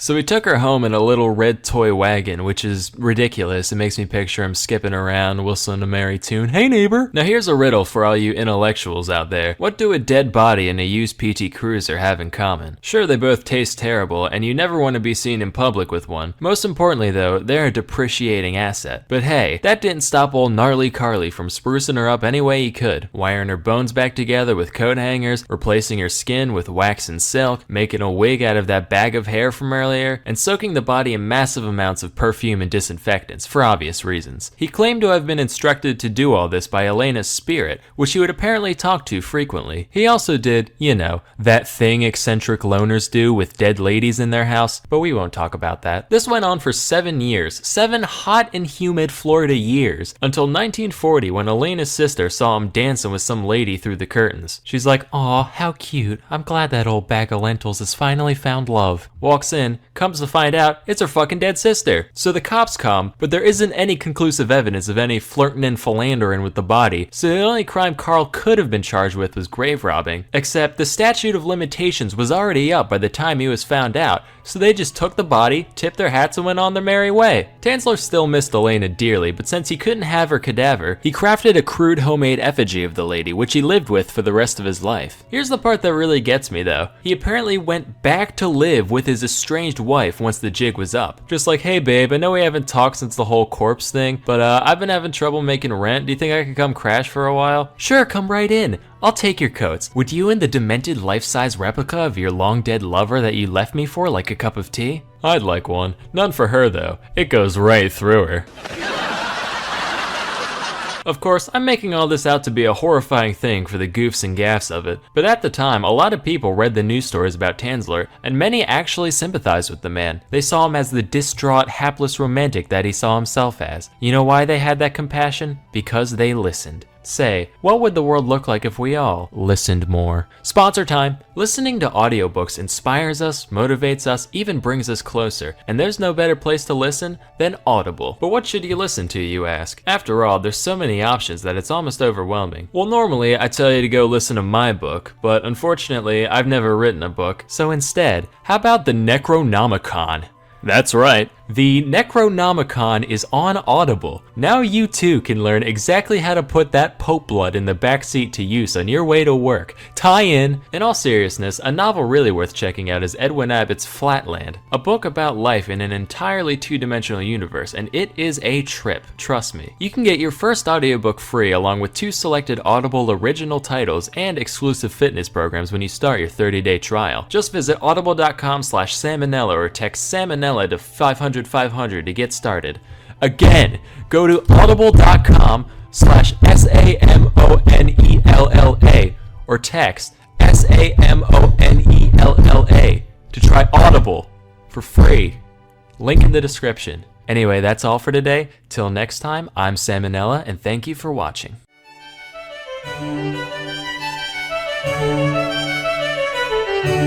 Thanks to Dashlane for sponsoring this video.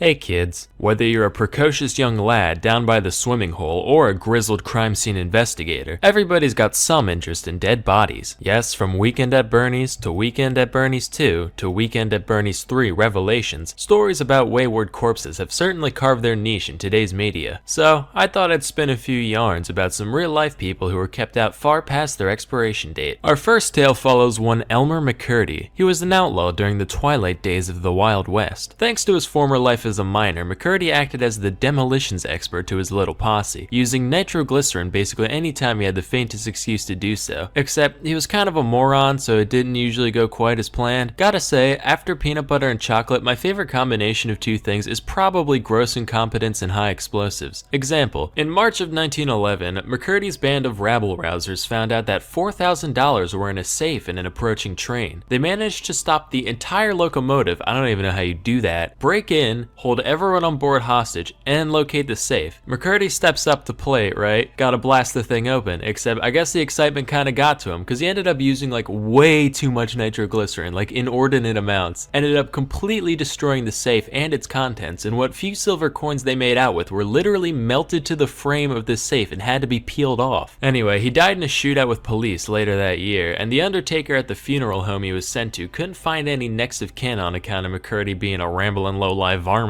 So he just embalmed the hell out of him and said, "Hey boys and girls, wanna see a dead criminal? Only one shiny nickel." And since LiveLeak wasn't around at the time, there weren't many places a kid could go to stare at a corpse for a while if he or she so desired. So it actually became a pretty popular attraction. Visitors would pay their dues by physically slipping the coin into the man's mouth, and the creepy ass undertaker would come fish him out later, probably with bare hands all slowly and sensual-like. A few years passed when a couple of guys showed up claiming to be McCurdy's brothers with a note from the local sheriff to back it up. They told the undertaker they had permission to go bury McCurdy, so he reluctantly relinquished the body to the men. Except, these guys weren't his brothers. They were just a couple of crusty freaking carnies. They shipped the body off to Kansas to become an attraction in the traveling show. From here, McCurdy traded hands a few more times. At one point, he was exploited for this one guy's film about narcotics. It was like, yeah, this pill-popping degenerate got shot while trying to rob a pharmacy for more dope the other day. The body was super old by then, so people were like, wait, why is he all desiccated and flaky and gross? He just goes, yep, that's what happens when you do drugs, kids. Your fucking skin falls off.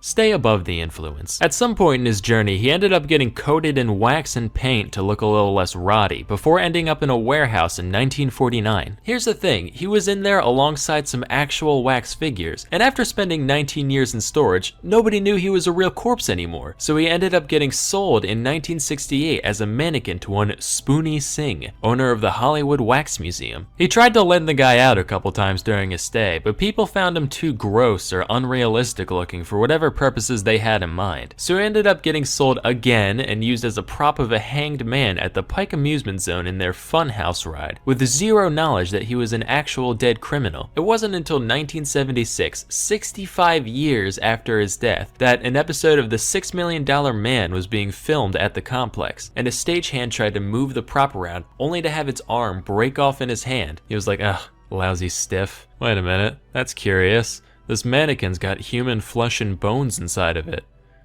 Wait a minute. Uh-oh. The autopsy confirmed what everyone present at the time suspected. By this point, the body was so dried out and stale that it only weighed 50 pounds, which makes me think we should start a radical new fad diet where we just get people to mummify parts of their body. Like, Jenny, guess what? I just lost 30 pounds in 5 days. Wow, holy heck, how'd you do that? They call it the Egyptian cleanse. Anyway, with that, McCurdy was finally laid to rest back in his homeland of Oklahoma, and that film crew's lives were never the same again. Flashback to late 18th century. Baloney. There lived a physician by the name of Luigi Galvani. This guy was a big deal. He's the dude who discovered that, hey, animals got electricity in them. And his legacy still survives today in words like galvanize. One of his most famous experiments was the one where he used static electricity to make frog legs twitch on command. Around these parts, we call that the French salute. Stereotypes funny. Well, in 1803, his nephew, Giovanni Aldini, said, hey, that's pretty nifty and all, but what if we tried it on people? So the city of London was like, hey, now you're thinking with portals. One freshly executed criminal coming up. Aldini gathered a crowd and applied 2 diodes to the corpse's head, causing his face to scrunch up and one eye to flick open. Aldini was a showman though, he wanted some real action, so he then put the current through opposite points in the body, which made the whole thing flail around like Pinocchio in heat. Now today we know he was just exciting the dead muscles, right? But the people who were watching had no idea what was going on, so they were like, Jesus Christ, this guy's a fucking necromancer. Quick, go get grandma, maybe we can get in the will after all. Fun fact, this experiment actually ended up serving as inspiration for Mary Shelley's Frankenstein, which makes me wonder what other famous novels were based on real life events. Was a white whale ever pursued by a vengeful sea captain? Was there actually a mentally handicapped migrant worker who liked hugging rabbits to death? Was there ever a human soul as profoundly asinine and willfully ignorant as Amelia Bedelia? God, I hate her glassy-eyed face so fucking much. I just want to mash it into a running waffle maker, be like, ha, isn't that ironic? Grab her by her vacant fucking head, throw her out of a 747 and say, hey, why didn't you shoot yourself when you had the chance? Get it! Anyway, one thing we learned today is the importance of reputability. And just as you wouldn't want some dirty carnies jacking your stiff, phrasing, you certainly wouldn't want the same fate to befall your valuable online information. That's why you need to try Dashlane. Dashlane's been all over the place recently, and with good reason. In this day and age, cybersecurity and privacy have never been more important, and only a select few people have the time, energy, and know-how to keep their data as safe as humanly possible. What Dashlane does is, it takes all your passwords and autofill data across all your devices and uses the power of encryption to keep them out of the hands of lowly hackers. PC, Mac, iOS, Android, Chrome, Safari, Firefox, doesn't matter, Dashlane's got your back. Something especially cool about it is that you can automatically change your passwords right in Dashlane, without fiddling with stupid security questions from 6 years ago you don't know the answer to for an hour. Dashlane Premium even comes with a VPN, so now you can take full advantage of unsecured Wi-Fi without ever worrying that the janitor in the back of Starbucks knows about those horrific purchases you're making. So please, go to dashlane.com/salmonella to try Dashlane Premium free for 30 days. Also, the first 200 people who use the promo code Salmonella will get 10% off their Dashlane Premium subscription. By the way, this video ended up being way too long, so stay tuned for part 2 in a week or two. Anyway, that's all for today. Till next time, I'm Salmonella, and thank you for watching.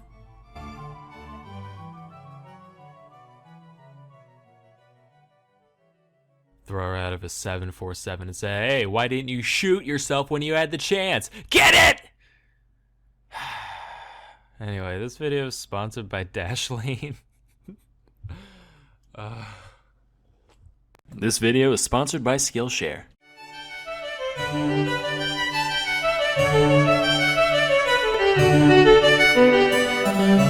Hey kids, hope you had yourself a merry little whatever. I know I did. What do you like best about the holiday experience? My personal favorite part is where we systemically brainwash children into thinking they're supernatural beings who judge their every move and then invade their house at night. Now, everyone knows Santa, good old Saint Nick, ol' Father Christmas, ol' Christopher Kringle, ol' Elpheus Prime, Slayer of Elk and Bringer of Xboxes. And you've probably heard of some other characters somewhere too. Guys like Krampus, Belsnickel, Charlie Brown, Xi Jinping. Well, today I want to show you guys some more obscure Yuletide beings from different cultures all across the globe, but mostly Europe. Now, this first creature's name comes from the Welsh. As a matter of moral principle, I personally don't formally recognize the Welsh language. Maybe someday they'll figure out how W's and Y's work, then it'll be a different story, but for the time being, you'll have to excuse me for not condoning bullshit like this. So the thing allegedly called Mari isn't a true mythical creature per se, but more so a tradition carried out for at least the past few centuries in South Wales. No, I mean Old South Wales. This is how it works. Every holiday season, the village rapscallion will take a horse's skull and affix it to the end of a pole. Kinda like one of these things, except, you know, awful. The skull is typically decorated in some way, and sometimes they put in a lever so you can make the mouth move on its own. Then a white sheet is draped over the pole and its holder, thus giving the illusion that Famine himself has come to destroy all your figgy pudding. From here, one would think that the nightly festivities would include welshing your trousers and repenting for a lifetime of naughtiness, but no, it gets better. You know that whole mouth moving thing? Turns out that's not just for taking wild snaps at the faces of innocent children. The Mari Lwyd and its party of caretakers will go around to random houses and sing a song about wanting to be let inside. The inhabitants are then expected to sing back with excuses as to why they don't want this abomination in their home. All in rhyme, of course. This goes back and forth until either the Mari Lwyd gives up,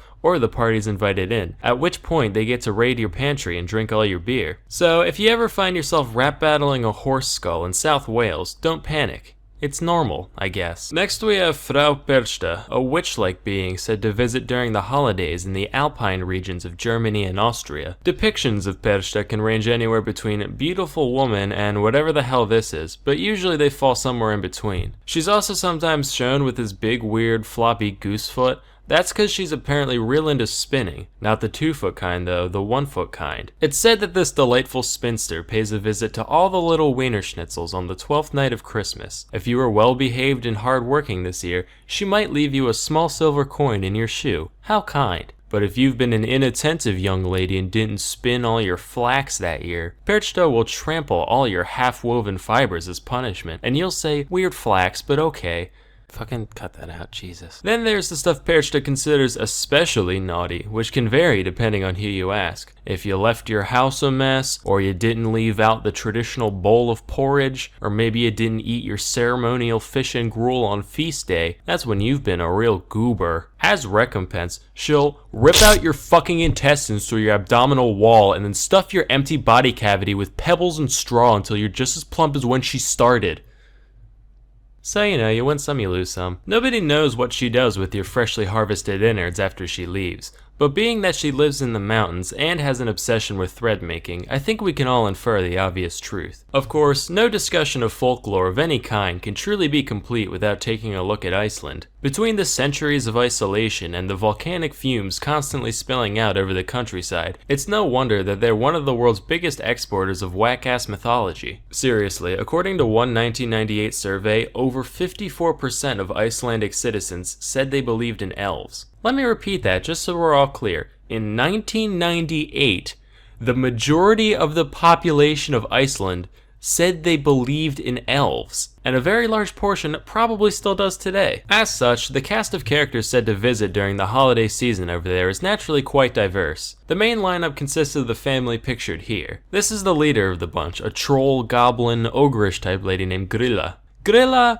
just fucking eats kids. That's it. She's said to prefer the naughty ones, but as long as it's small and made out of kid, she's game. Then you got her husband, Le Palu, who lives with her in her cave, generally considered to be equally ogreish. When the holidays roll around, if there's no soot in your fireplace, he'll reward you with a pickled herring. But if it's dirty, he'll scoop up the ash and dump it in your bed, ooh. Nah, just messing with you. None of that's true. He also just eats children. The couple also has a giant cat called, this. The cat's main concern is whether or not a person received new clothes for Christmas. Pretty hypocritical considering it walks around naked all the time, but whatever. Anyway, if you got new clothes, then good for you, you got new clothes. On the other hand, if you didn't get any, well, Can you guess what he does? You want to take a wild stab?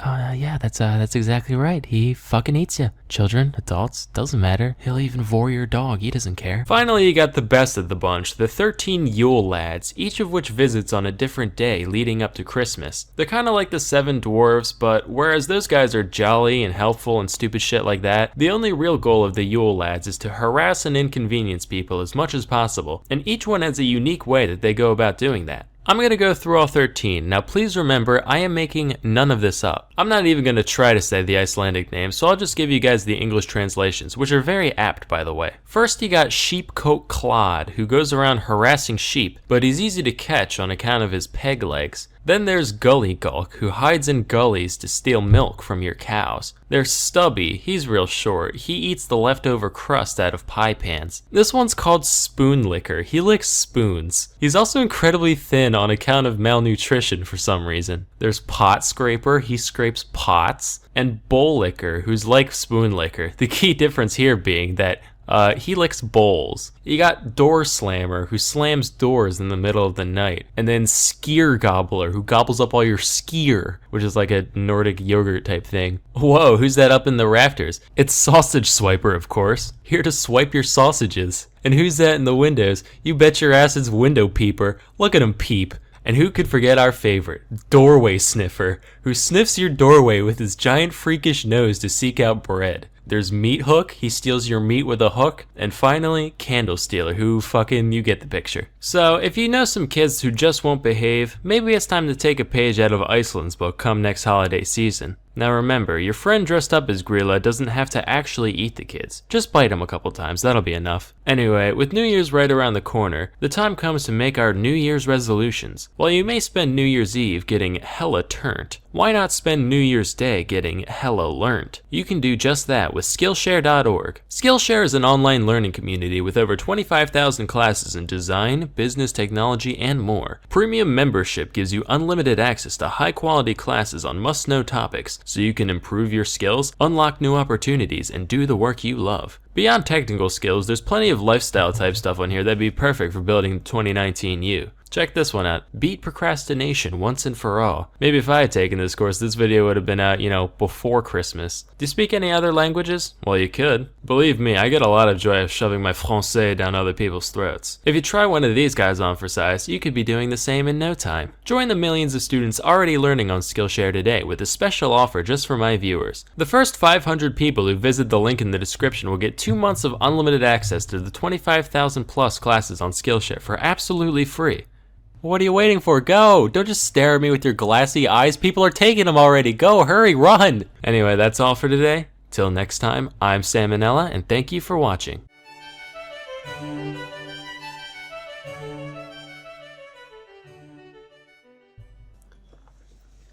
Nah, but seriously, fuck Swift the cockatiel. Look at this ugly tree-sniffing idiot.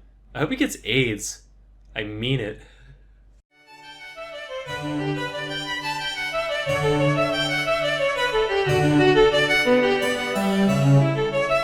Hey kids, let's talk about Fidel Castro. We're all familiar with Castro, right? Dictator of Cuba for the whole second half of the 20th century, main antagonist of the Cuban Missile Crisis, you know. Anyway, this man loves 3 things. He loves Cuba, he loves communism, and good God, does the man love dairy. Yep, you heard me right. The all-powerful dictator of communist Cuba is obsessed with anything related to milk and its derivatives. I drew up a little chart here, right? I call it the Leche Lovin' Ladder. At the bottom you got dairy farmers, then you got Ross O'Donovan, then Mr. Bones, then starving babies, and then all the way up at the top here, you got Fidel Castro. Today, I'm going to share a few true stories that illustrate his preoccupation. Okay, the first one isn't really a story so much as a fact, but according to several sources, Castro was known to be able to eat 18 scoops of ice cream after a meal. That's more than 2 pints. If that doesn't impress you, then go try it for yourself. Me, I can barely manage a pint and a half on an empty stomach, and Castro's doing it on top of a full meal. But it gets better. Being such an ice cream connoisseur, Castro ordered the construction of an ice cream shop. But this isn't your average everyday parlor, not by a long shot. He built a straight up ice cream complex taking up an entire city block. This was a piece of modern architecture too, in total contrast to the surrounding slums, all for the sake of ice cream. The place is called Coppelia, and it's still open today. Of course, Castro's obsession went beyond just personal pleasure. Dairy was so dear to him that it often found its way into diplomatic interactions. Like one time, a French diplomat came to visit, so Castro whips out some Cuban cheese. Specifically though, it was camembert cheese, a variety that France is famous for. French guy was like, hey, not bad, it's almost as good as the French kind.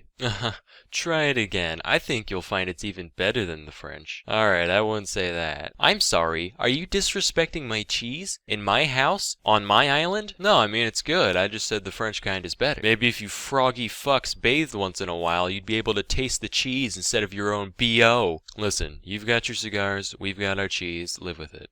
Fine.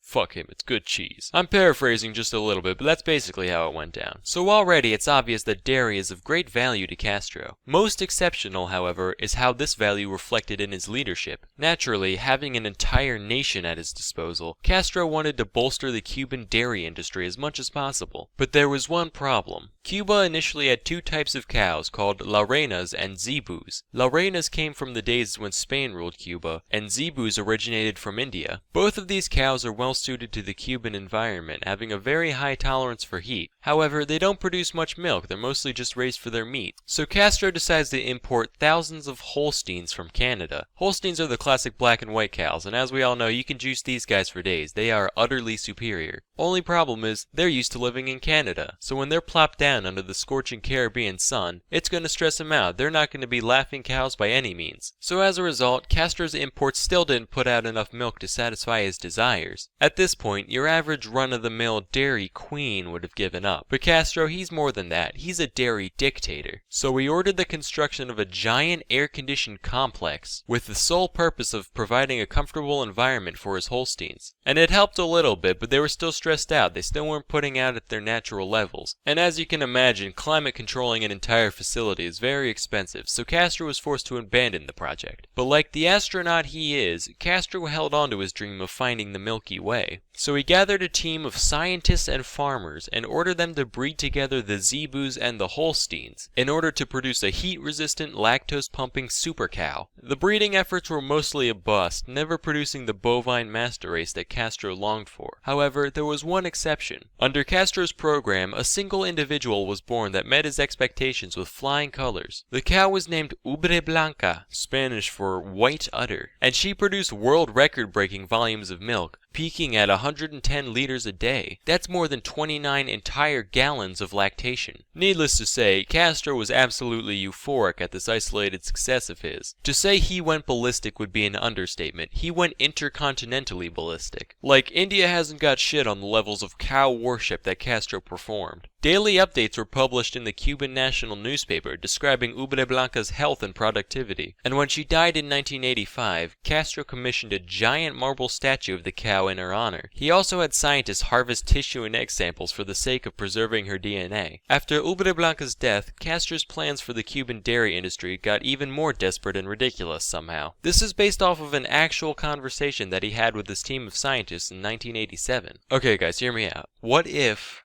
we make cows that are the size of dogs, so that way they can live in people's apartments with them? Fidel, I don't think that's gonna work. No, it'll work. You just have to grow grass in the apartment too. You can't be serious. Yeah, you just gotta put up some fluorescent lights. Bam, little grazing patch for your doggy cow. You are a fucking lunatic. And obviously nothing ever came of that idea, and Cuba's dairy industry is still floundering today, sadly. So yeah, if you haven't gotten the picture by now, the dude likes milk. Imagine he's at the birth of his grandson, right? Ah, what a beautiful baby boy. Fidel, there's something we need to tell you. Your grandson, he's lactose intolerant. Prepare the firing squad. Anyway, there's plenty of other miscellaneous stories surrounding his little preoccupation, like the time the CIA tried to poison his milkshake, so I just decided to highlight a few big ones. Anyway, that's all for today. Till next time, I'm Sam and Nella, and thank you for watching.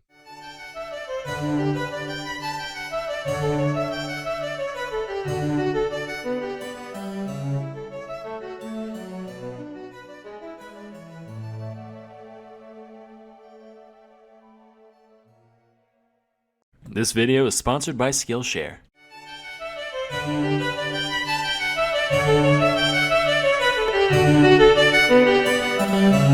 Hey kids, you're probably familiar with at least a few characters whose obsessive penny pinching truly knows no bounds. Yes, from Ebenezer Scrooge to Scrooge McDuck, nobody hoards money quite like misers. But these guys aren't the most miserly misers out there, not by a long shot. First of all, look at their top hats, their extravagant use of glasses, their luxurious chairs. These things are worth their weight in precious shekels. No true miser would waste their wealth on such frills. Second of all, these guys aren't real. They're fictional characters. Scrooge McDuck does not exist. I don't care what CNN says, it's all liberal conspiracy bullshit. I mean, look at this article by the Huffington Post. You mean to tell me that this picture isn't photoshopped?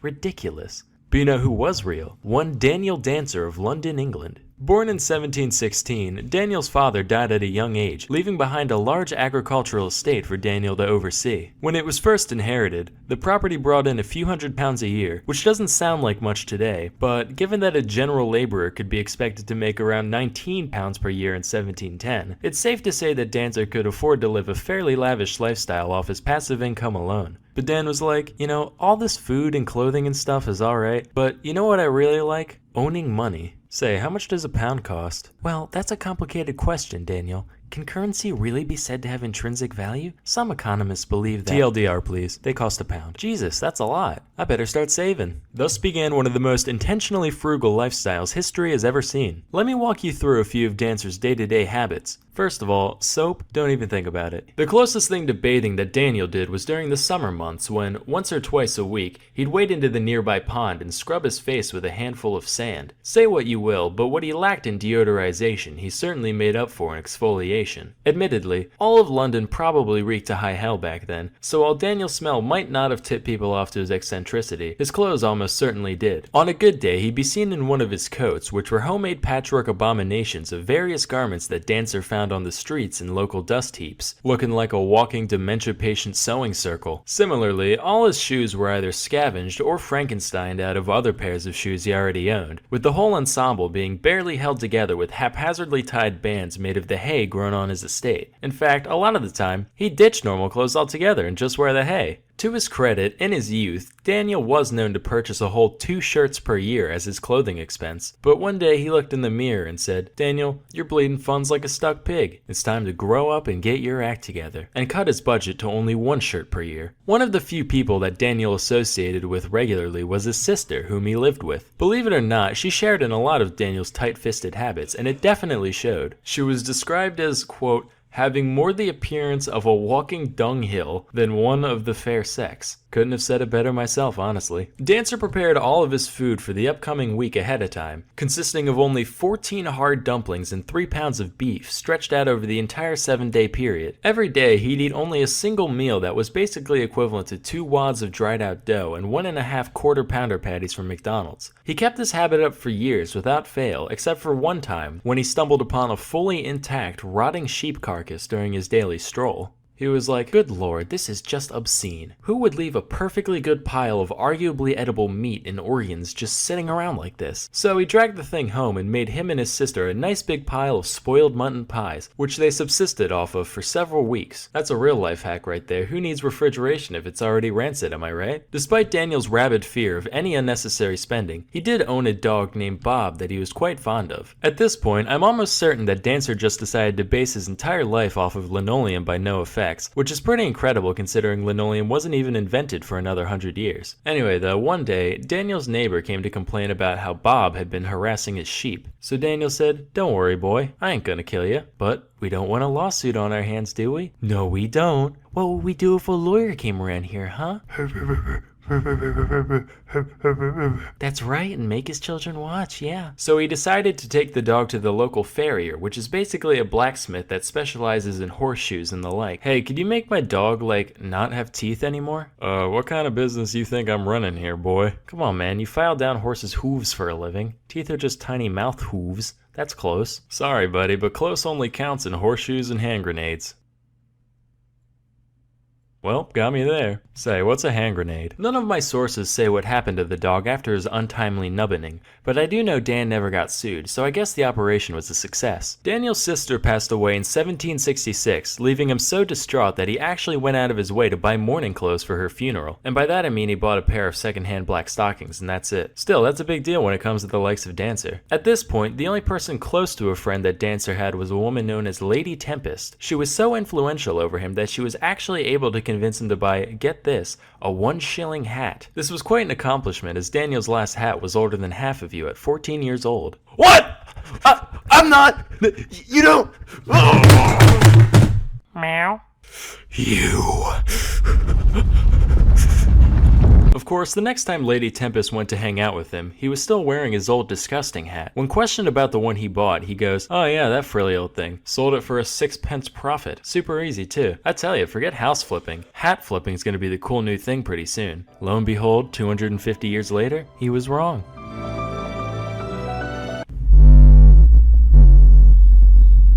Daniel died at the ripe old age of 78, which seems pretty shocking considering the whole not using soap, eating rotten food thing, but I guess his near total isolation from other people made up for that when it came to preventing illness. Though he never ended up shelling out any of the massive hoard of wealth that he accumulated over this time, his efforts weren't completely in vain. By the time he passed away, Daniel's estate was now pulling in about £3,000 in yearly net revenue, 10 times the amount it earned when he first inherited it. So, moral of the story, parsimony has its place. While it's good to save money, don't torture yourself just for the sake of a few bucks. Next time your parent or significant other insists on turning down the thermostat or keeping the windows up to save gas, just say, hey, are we human or are we Dancer?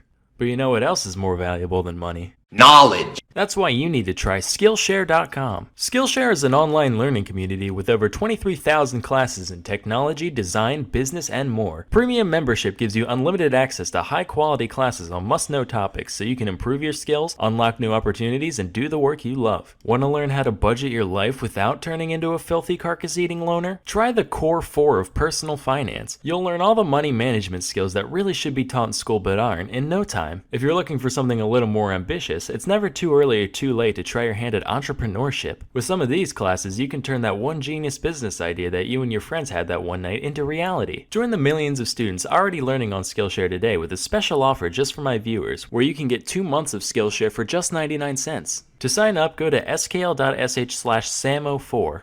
Again, you with the eyebrows, go to skl.sh/sam04 to get 2 months of unlimited access to over 23,000 classes for less than $1 technically. Act now for this special offer and start learning today. Till next time, I'm Sam Nella and thank you for watching.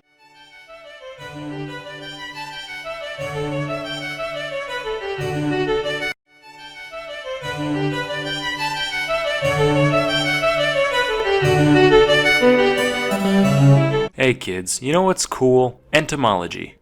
Etymology. There we go. Today we're going to talk about some words, some combinations thereof, and where they come from. First is the phrase white elephant. Now for those out of the loop, a white elephant is a possession which its owner cannot dispose of and whose cost, particularly that of maintenance, is out of proportion to its usefulness. And also a game played during the holidays for people who prefer random garbage over actual personalized presents. According to legend, this saying dates back to the monarchs of Siam. Whenever one of the king's courtiers drew his displeasure through whatever means, he would offer them a gift of a white elephant. It was considered the ultimate insult to refuse a gift from the king, so naturally the elephantee would be forced to accept. Now if you know elephants as well as I do, you would know that they are frickin' gigantic. They can consume around 50 gallons of water and 500 pounds of foliage every day, which would be quite expensive to keep up in modern times, let alone hundreds of years ago. Plus these ones are albino, so you have to hose them down with SPF 30 once an hour or else they'll turn into one big tumor.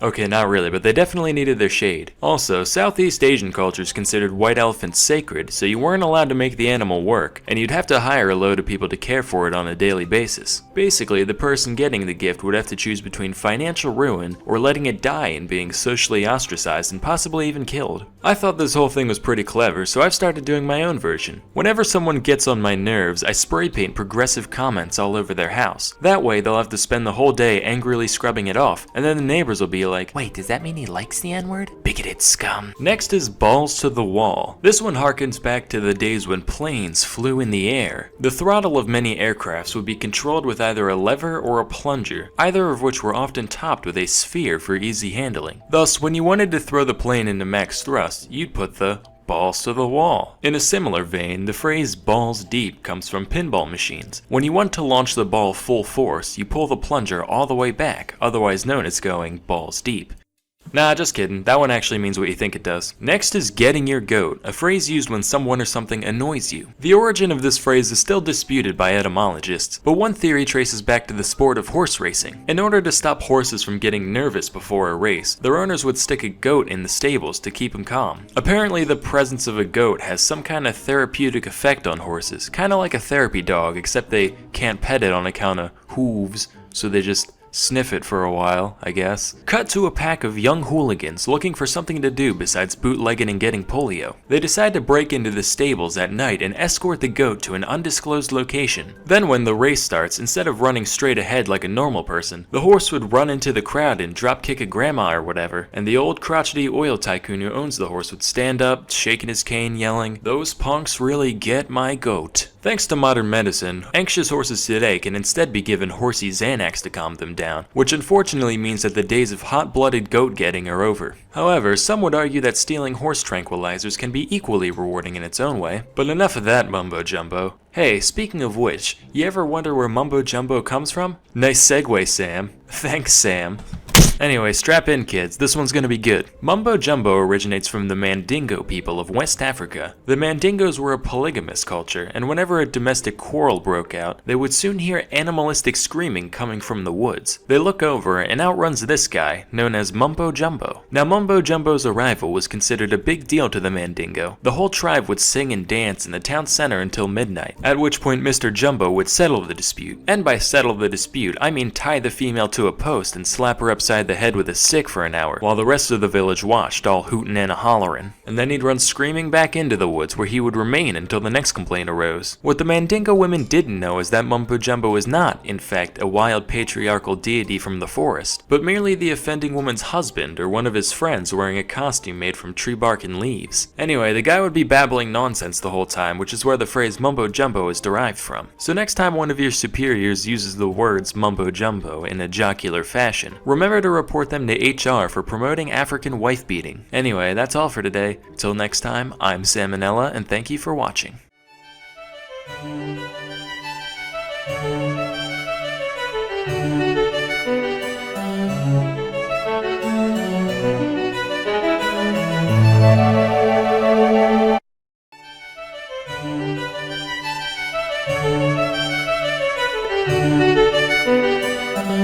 Hey kids, animal test subjects have always been an important facet of science, since they allow us to study physiology in more destructive ways than we could get away with on humans. So it should come as no surprise that, over the years, there's been a lot of creatures haphazardly thrown at the cosmos against their will. Here's a bunch of smelly animals that achieved more in their short lives than you ever will. Quick disclaimer, this is by no means a comprehensive list, not even close, we'd be here all day if it was, more so just a highlight reel of the ones I found the most interesting. So the Great Zoo in the Sky was first founded in 1947 when the US launched a craft containing a bunch of fruit flies 68 miles into the air in order to see what kind of horrible mutants would get made from all the cosmic radiation up there. Unfortunately, they were totally fine, so the Earth was like, hey, living things can go into space and not die instantly, supple. And the next year they decided to send up a rhesus macaque named Albert, which it seems kind of like jumping the gun to go from barely alive specks to basically a person in one step. If it were me, I would have thrown like a frog or a gerbil in between there, but whatever, I'm no cosmopolitan.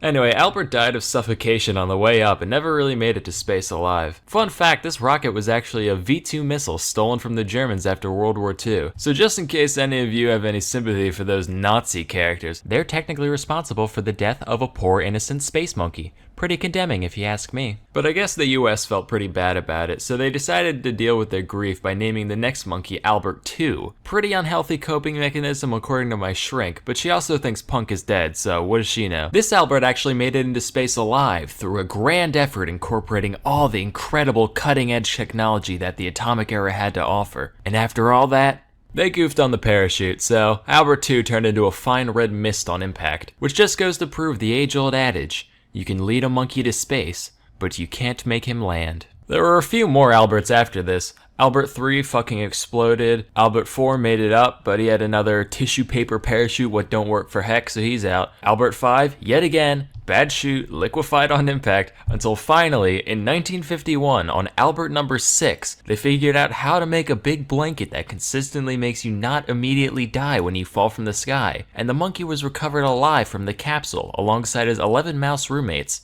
Of course, he died 2 hours later, but hey, still counts. Earlier that same year, Russia launched 2 little pupniks named Tsigan and Dzik, both of whom came back unharmed. These 2 were the first vertebrates to ever leave Earth and come back alive. Then in 57, the Reds snagged another achievement by putting the first living thing into orbit, besides the bacteria clinging to Sputnik 1, but they're losers, we don't talk about them. Specifically, they launched one brave and daring dog from the streets of Moscow, probably the most famous animal to ever go into space. You know its name well. That dog is, of course, Airbud. Unlike those other guys we talked about, Laika was never planned to be recovered intact, since we barely knew how to put something into orbit by this time, let alone bring it back. But they still wanted to make sure she stayed alive long enough to at least reach space. So before the mission, they put her through the most rigorous canine space camp that Russia had to offer, throwing her in a centrifuge for a while to get her used to G-force, making her cage progressively smaller to get her used to cramped spaces, which made her just not shit anymore at all, but that's a different story. They also switched her diet to a special high nutrition gel that she would have eaten after takeoff, had her brain not crapped out from overheating within the first few hours. In 59, the US strapped 2 monkeys to the nose cone of a Jupiter missile and actually got them back alive afterwards, which is crazy mostly because these things withstood 38 Gs of acceleration. For context, that's the force that makes even trained pilots lose consciousness times 4, or this thing times 12, or roughly the same forced experience when you realize that's not a normal speed bump, but one of those evil tiny ones that ruin your life, you know the ones. Well, that's what you get for doing 25 near a hospital, Sam. Well, hey, good thing I'm already here considering the ballistics test that just went down between the roof of my car and my frickin' skull.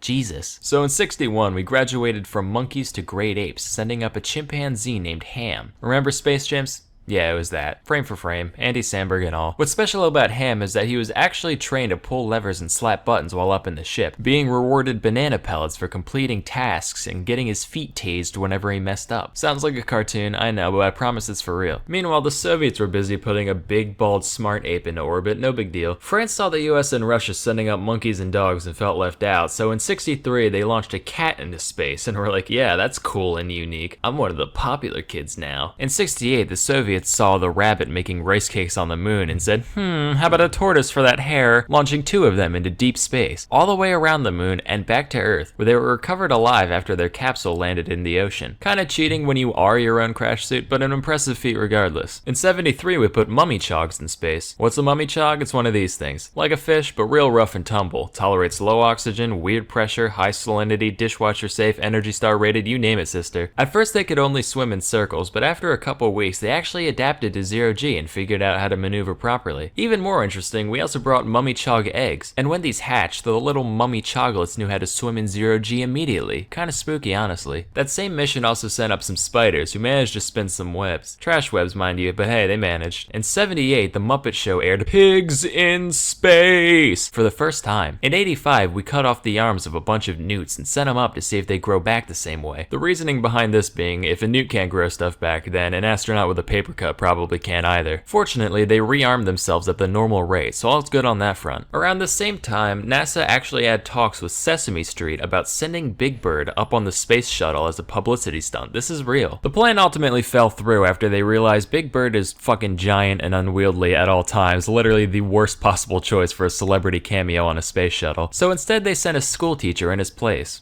And then the Challenger fucking exploded. Let me reiterate.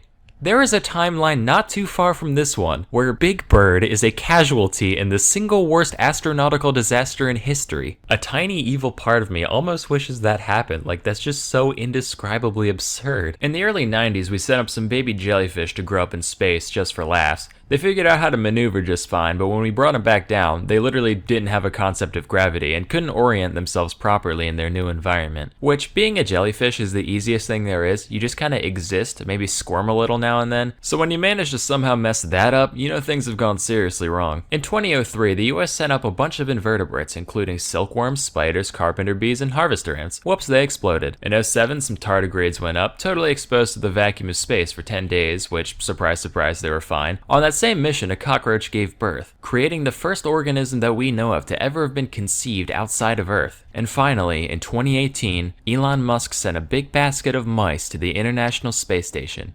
Just, you know, 'cause he can. So those are just a handful of God's creatures who got to experience the majesty of not knowing up from down. If you're like me, you're probably a little jealous. Why does an ugly ape get to go into space, but I don't? I wish to bear witness to the music of the spheres firsthand, in a way that a lower creature could never appreciate. You know why you feel like that? Because you're a nerd. And what better way to fill that space-shaped space in your shriveled nerd heart than a vast collection of high-quality documentaries? That's why you need to try CuriosityStream. CuriosityStream was founded by the dude behind the Discovery Channel, and it's an absolute treasure trove if you're someone like me who feeds off useless knowledge like a loach sucking algae off a fish tank. And with over 2,400 titles, a lot of which are CuriosityStream exclusives, it'd be hard not to find something that interests you. I personally recommend Deep Ocean, The Lost World of the Pacific. There's some freaky things down there, like basically aliens. The whole thing's just one massive trip. You can get unlimited access to their full library for just $2.99 a month. I know it's a cliche, but that's literally less than a cup of Starbucks coffee a month. Also, you can get your first 30 days completely free if you sign up at curiositystream.com/salmonella and use promo code salmonella during the sign up process. Anyway, that's all for today. Till next time, I'm Salmonella, and I still don't know what ligma is.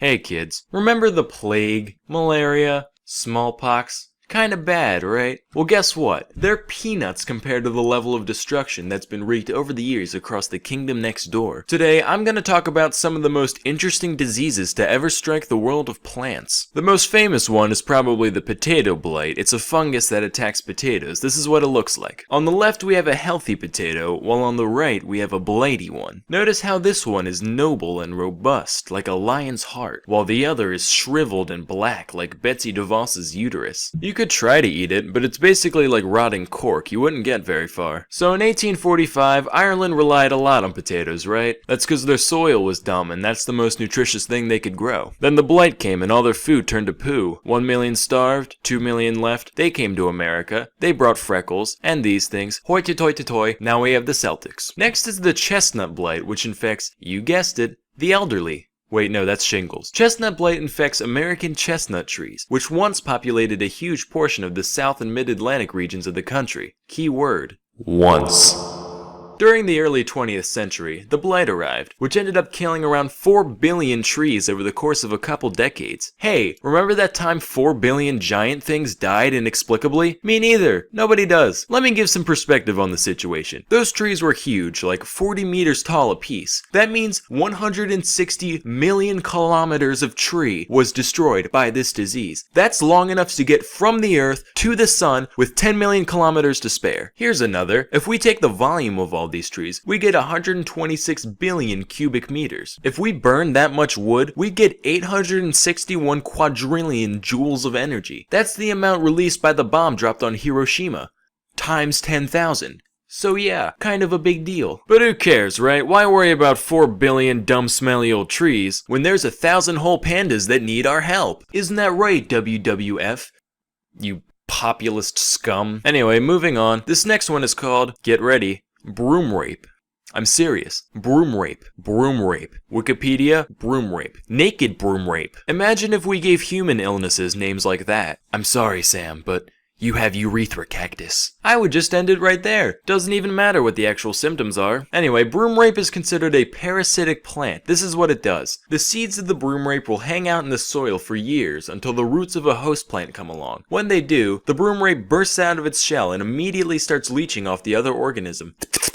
Eventually, once they grow enough, they'll breach the surface with these little flowers. Notice, no leaves, no green. Who needs chlorophyll when you're a filthy freeloader, right? These flowers get fertilized and the whole thing starts over. Just one of these guys isn't a big deal to the host. But once you get enough, they have the potential to suck an entire farm dry, causing sweeping crop failure. Pun definitely intended. Next is this one. There's a few different ways you can pronounce it depending on your social standing, ranging from ergit to elgo. Being the disheveled pauper I am, I prefer ergot, rolls off the tongue, you know. Ergot is a fungus that mainly infects grains like wheat, barley, and especially rye. And it's capable of producing a whole soup of compounds called alkaloids, which can have a variety of effects on the human body. Most of them not fun, mostly spasms and diarrhea, that kind of thing. However, one particular alkaloid called ergotamine structurally resembles LSD and has a similar function when it enters the body. So a medieval peasant would be sitting there, eating a nice loaf of rye bread, just minding his own business. Then all of a sudden, holy shit, I'm blasting out of both ends! My heart's a seizing, my lungs a wheezing, the fucking walls are melting, I can hear Satan's voice, he's telling me to invest in Apple? What does that mean? Why does he want me to buy apples? This would go on for like a day, sometimes their fingers and toes would fall off, but then they'd be alright. Unless they weren't. Moral of the story, kids, don't eat strange bread. You could trip balls and die. One more thing before we end today's video, I've decided to launch a second channel for all the dumb stuff I think of that doesn't fit the Academy format. It's called Salmonella Vlog. Go check it out. It's in the description. I wrote a slam poem. It's there. Go look. Anyway, that's all for today. Till next time, I'm Salmonella, and thank you for watching.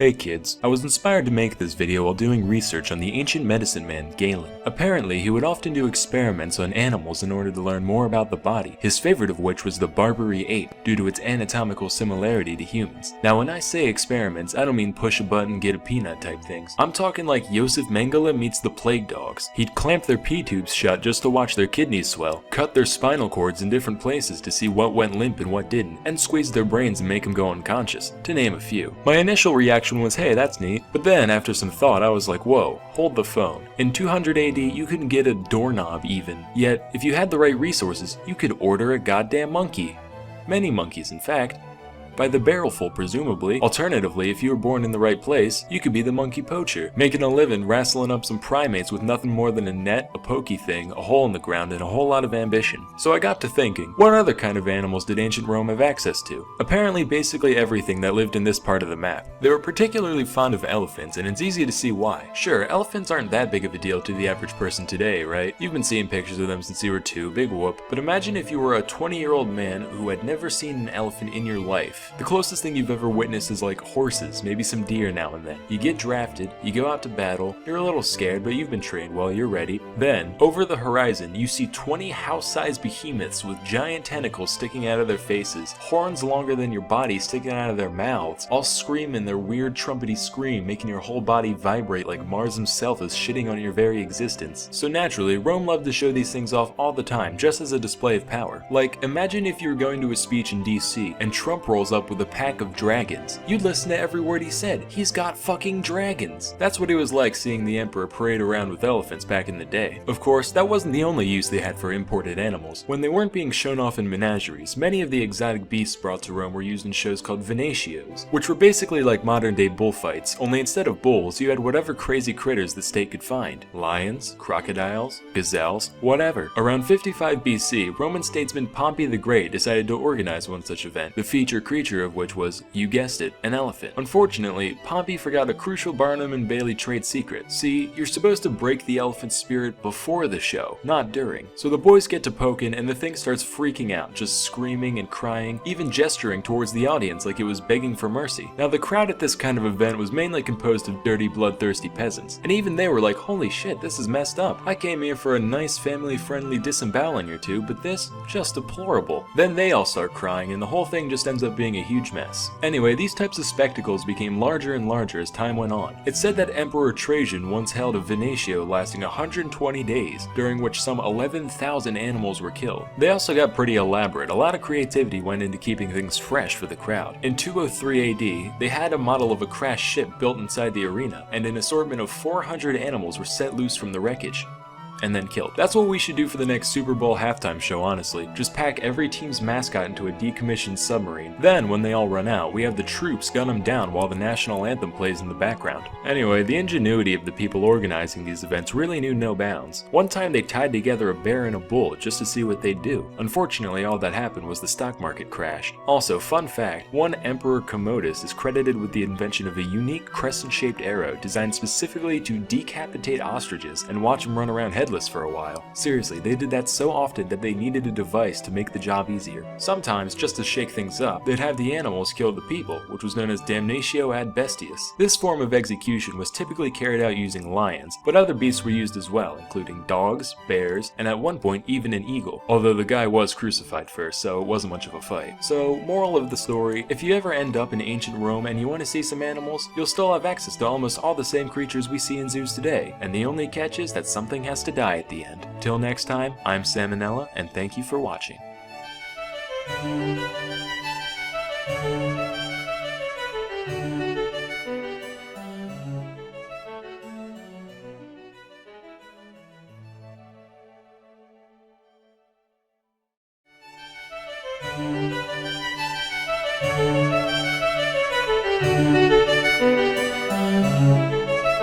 Hey kids, can I tell you a secret? Come here. Closer. Nuclear energy? It's not a bad thing. Sure, 30 years ago, things like Chernobyl and 3 Mile Island were certainly something to worry about. Today, however, it's a different story. Let me tell you kids about thorium. Thorium is uranium's neighbor, just 2 houses down. He's a lot like uranium, just he's a lot more chill. Uranium's the type to do a half-assed job during the day and spend every night doing Jaeger bombs and blasting Kendrick Lamar, you know the type. Thorium, on the other hand, is more career-oriented, and at the end of the day, he's cool with just watching Netflix, eating Ben & Jerry's. Let me walk you through all the steps of nuclear power, and you'll see why thorium is so great. Let's start with mining. So when somebody doesn't feel like getting out of bed, they'll, whine and moan and roll over. Likewise, when uranium doesn't want to get out of bed, he releases deadly cancer-inducing radon gas. This means workers have to put up expensive ventilation systems just to, not die. Thorium's chill. You go to wake him up, he understands he's got a job to do. Goes without a fuss. And even when you do get uranium up, like the lazy bastard he is, he has much less concentration in his ore compared to thorium, so more work has to be done just to get the same amount of material. The Earth's crust also has much more thorium in total than uranium, about 3 times as much. So you got your ore, and you've extracted it. Ready for work, right? Wrong. You see, natural uranium mainly consists of 2 different isotopes, uranium-235 and uranium-238. 238 kinda sucks at life, so uranium has to undergo enrichment to up its concentration of 235. Uranium's kinda like that kid with ADHD, right? You got him in the building, but you still gotta give him his own little room and a couple Ritalin before he starts doing anything productive. That's expensive. Thorium, on the other hand, look at him. He's got his sneakers laced, glasses on. He's ready to go. No enrichment needed. Finally, you're ready to make some power. This part's important, kids. Pay attention. So this is where the biggest difference between uranium and thorium comes in. You see, uranium is fissile, whereas thorium is fertile. This means uranium can do his job all by himself, just doing his thing all on his own, whereas thorium's kind of a cripple. He needs a little bit of someone else just to give him the push he needs to start releasing energy. This might sound like a bad thing, but if you think about it, it's a lot safer. If you've got your power production process started, and shit suddenly hits the fan, uranium's just going to keep going. You can try to move him around, cool him down or whatever, but at the end of the day, this man's going to be swinging, and it's not going to be a good day for anyone. Thorium, he's only got 1 leg. Piss him off, he takes a swing at you. Just push him over, you're good. Please note, Sam and Nella Academy does not condone pushing cripples. And that's what thorium reactors do. They allow the barely radioactive liquid thorium to drain away from its helper in the event of an accident, so there's no way for things to escalate. Much safer. But while the process for thorium is better, most of the time people care more about the results, Well, it just so happens thorium is pimpin' in that regard as well. CERN estimates that 1 ton of thorium is capable of producing as much energy as 200 tons of uranium. That's a lot. To compare, that's also equivalent to 3.5 million tons of coal. But let's talk about byproducts. Thorium, being as pure as it is compared even to enriched uranium, produces about 100 times less nuclear waste.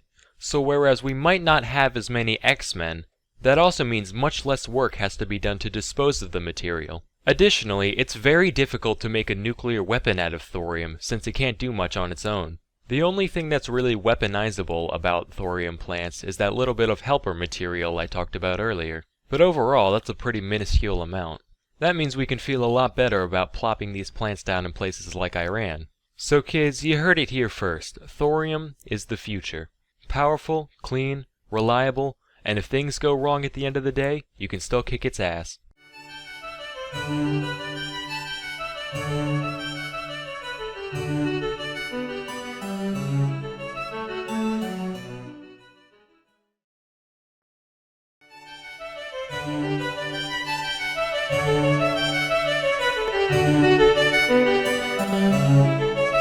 Hey kids, let's talk about babies for a second. Now I think we can all agree, generally, babies suck at most things, either literally or figuratively. They have almost no life skills whatsoever. However, as it turns out, babies do actually have some traits that make them superior to adults in certain isolated aspects. In this video, I'm going to tell you guys about a few. First is the baby's non-drowning reflex. If babies under the age of 6 months are put underwater, they'll instinctively hold their breath. Additionally, their heartbeat begins to slow down as soon as they're submerged, which allows them to use much less oxygen and, as a result, stay alive much longer than the average person. As we all know, babies get themselves into bad situations all the time. Soon as your back is turned, they're off trying to lick another socket or whatever. So this reflex probably evolved from back in the day, right? Mom's off picking berries, baby wanders off, ends up in the middle of a lake, and somehow this whole reflex thing gives the village more time to, go get a raft and fish them out. Next is a baby's grip. They're able to support their entire body weight with just one hand, which is more than a lot of adults can do. Of course, it's kind of cheating because they only weigh as much as a baby, but it's still kind of impressive. This trait is shared by apes, whose babies instinctively cling on to the backs of their mothers. So that way, if she gets a little courageous swinging from branch to branch, the baby doesn't just go flying. Anyway, because of this, it's speculated that babies actually got their firm grasp from our ape ancestors millions of years ago. And it's only a bit later in life when your genetics go, oh yeah, legs neat, and ditch the whole grabby thing. Next, babies are also very seductive. Not in the sense of like strutting around in thigh highs, making dudes' eyes bulge, not that seductive, but just in the sense of, hey, I like looking at this thing. We should keep it alive for a while. Here's an example. If people saw a 5-year-old on the streets rolling around in a pile of its own shit, they'd be like, ugh, what a scumbag. But if an infant did it, people would still be like, oh man, little guy, I want to take you home, clean you up, put you in little hats. Yeah, it has to do with a baby's facial features, like their large forehead and eyes, which set off a bunch of baby caring instincts in our brains, causing us to perceive cuteness. It's only when they hit like 2 or 3 when that all goes down the shitter. Lastly, babies have a surprisingly good concept of morality. According to a study by Yale University's Infant Cognition Center, babies are born with an innate sense of right and wrong. Here's how the study went, right? So first they put on a puppet show for the baby, with these 2 rabbit dolls, and they made one of them act nice and the other one act like a dick. Then at the end of the show, the babies were offered either puppet, and in almost every case, the babies took the nice one. And you might say a strong grip on morality doesn't qualify as a superpower. Personally, I disagree. People are terrible at keeping their basic sense of right and wrong unless their society maintains it for them. Let me give an example. A few days ago in the Philippines, the president of the entire country basically said, hey, we should just start murdering every drug addict alive. Right now. And this isn't seen as insane over there. No, millions of Filipinos are now on board with this. It is fucked. You see, babies lack the mental capacity to justify atrocities with shit like it's about the greater good, They have no prejudice. They just see people as people. And honestly, I think we could all learn a thing or two from that. Not to get all George Carlin-y on you guys or anything. Anyway, that's all for today. Till next time, I'm Sam and Nella, and thank you for watching.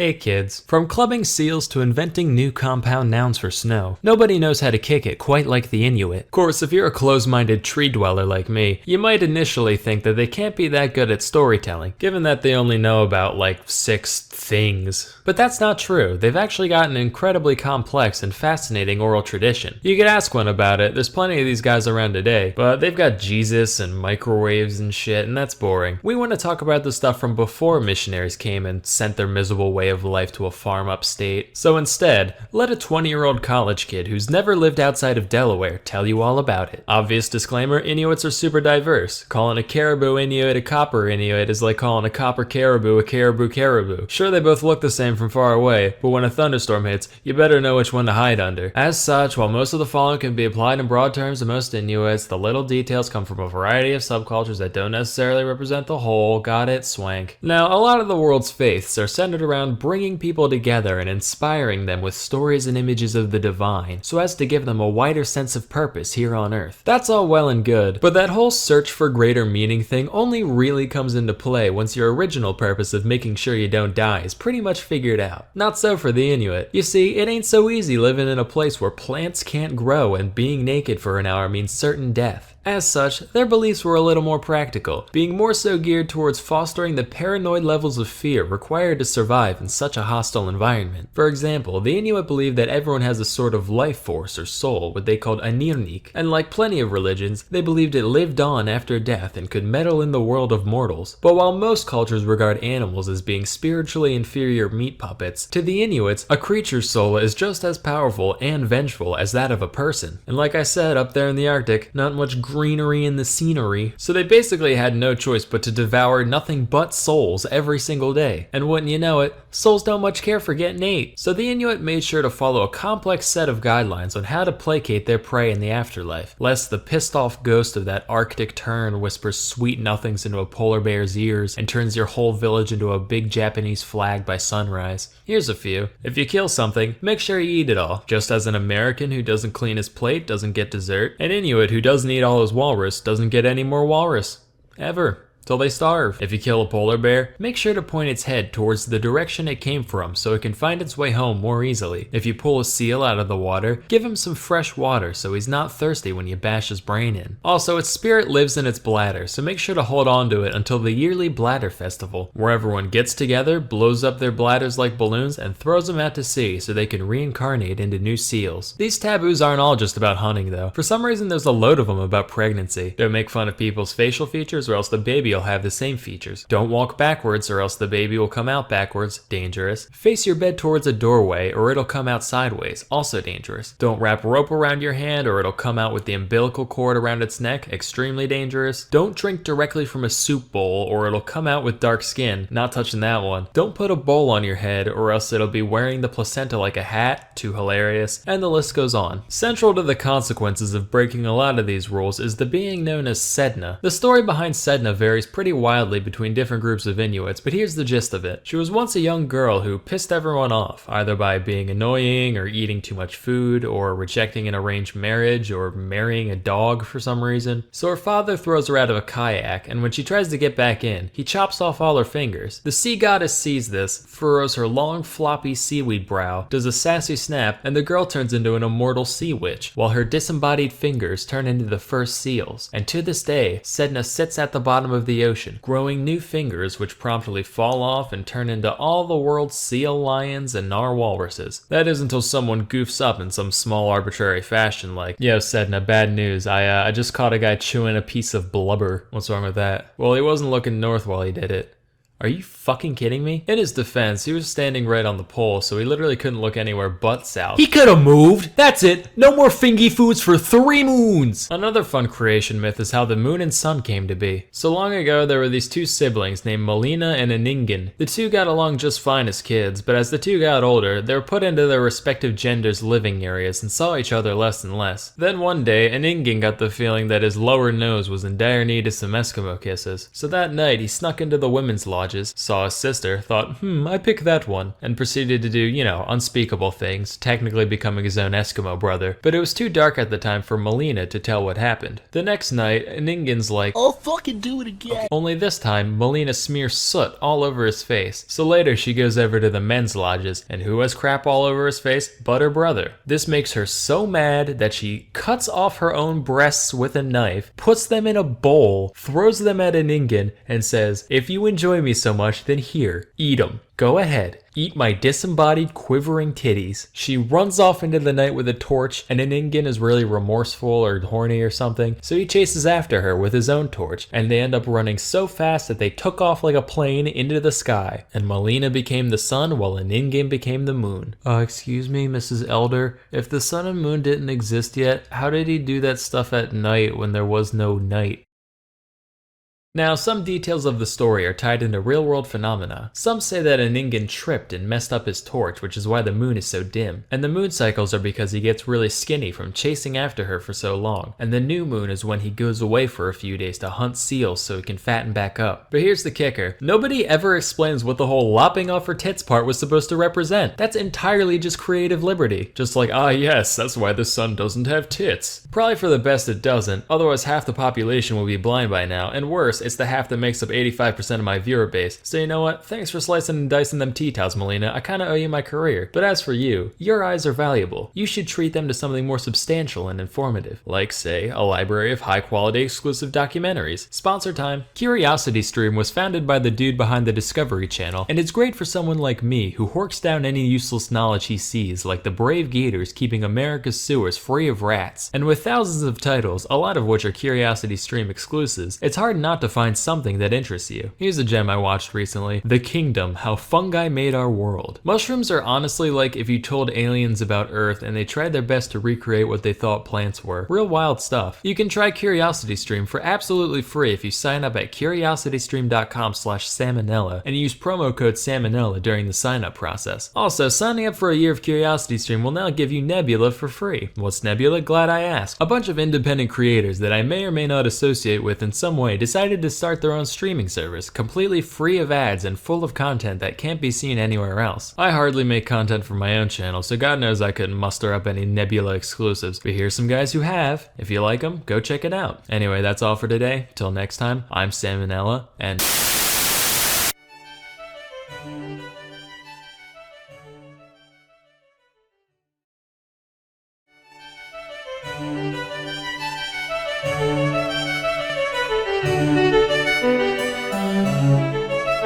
Hey kids, let me tell you about Swiss Miss Instant Hot Chocolate and why their packaging is bullshit. So it comes in a box shaped like this, right? And within the box there are individual bags of hot chocolate arranged like this. Already you can see some of this company's incompetence shining through. There is no reason for their box to be double wide. It is a waste of cardboard. Let me prove it. Here's a top-down view, right? Let's say this side is 8 inches, this side is 2 inches. That adds up to 20 inches of cardboard.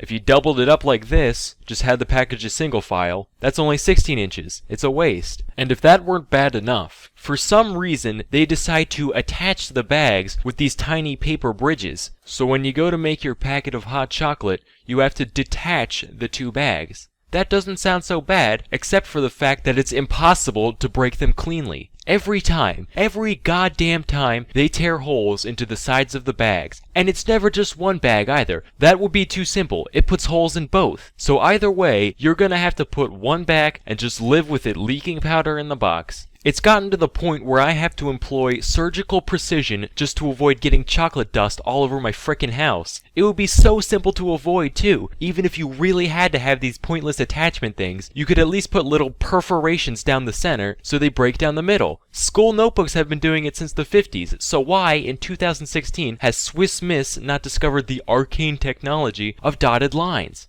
So there's powder everywhere. The cat's looking at you funny because it knows you're pissed off, but at least it's time to enjoy some hot chocolate. You pour your bag into the mug, pour in the hot water, take a sip, and it tastes like piss. Swiss Miss Instant Piss. So you go back to check the box, thinking maybe you did something wrong. The cat starts shaking because it knows what's coming, and that's when you see it. Serving size, 6 ounces.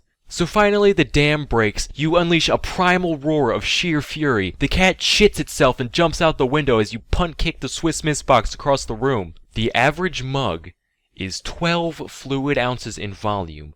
Who in God's name only drinks 6 ounces of liquid? So finally, you reach into the box and pull out the desecrated corpse of that other bag from earlier, and you pour it in. Only then can you enjoy your subpar hot beverage properly. This whole system, right? This charade that Swiss Miss puts you through. It's kinda like telling a guy to just jizz with one ball instead of both of them. They're in the same container, and separating them would be difficult. And even if I were to figure out how to do that, 2 does the job better than 1 anyway, so it's pointless. Nowadays, I just fold the packet in half and rip along the seams of both. And maybe that was their intention, but if so, why would you give me the illusion of separability in the first place? It's like Siamese twins. They're joined for no reason and hard as fuck to separate, so I guess I'm just gonna have to live with both. I don't know which is worse, the fact this minor inconvenience was my biggest dilemma all day, or that this inconvenience even exists in the first place. But anyway, I'm Salmonella, and thank you for watching.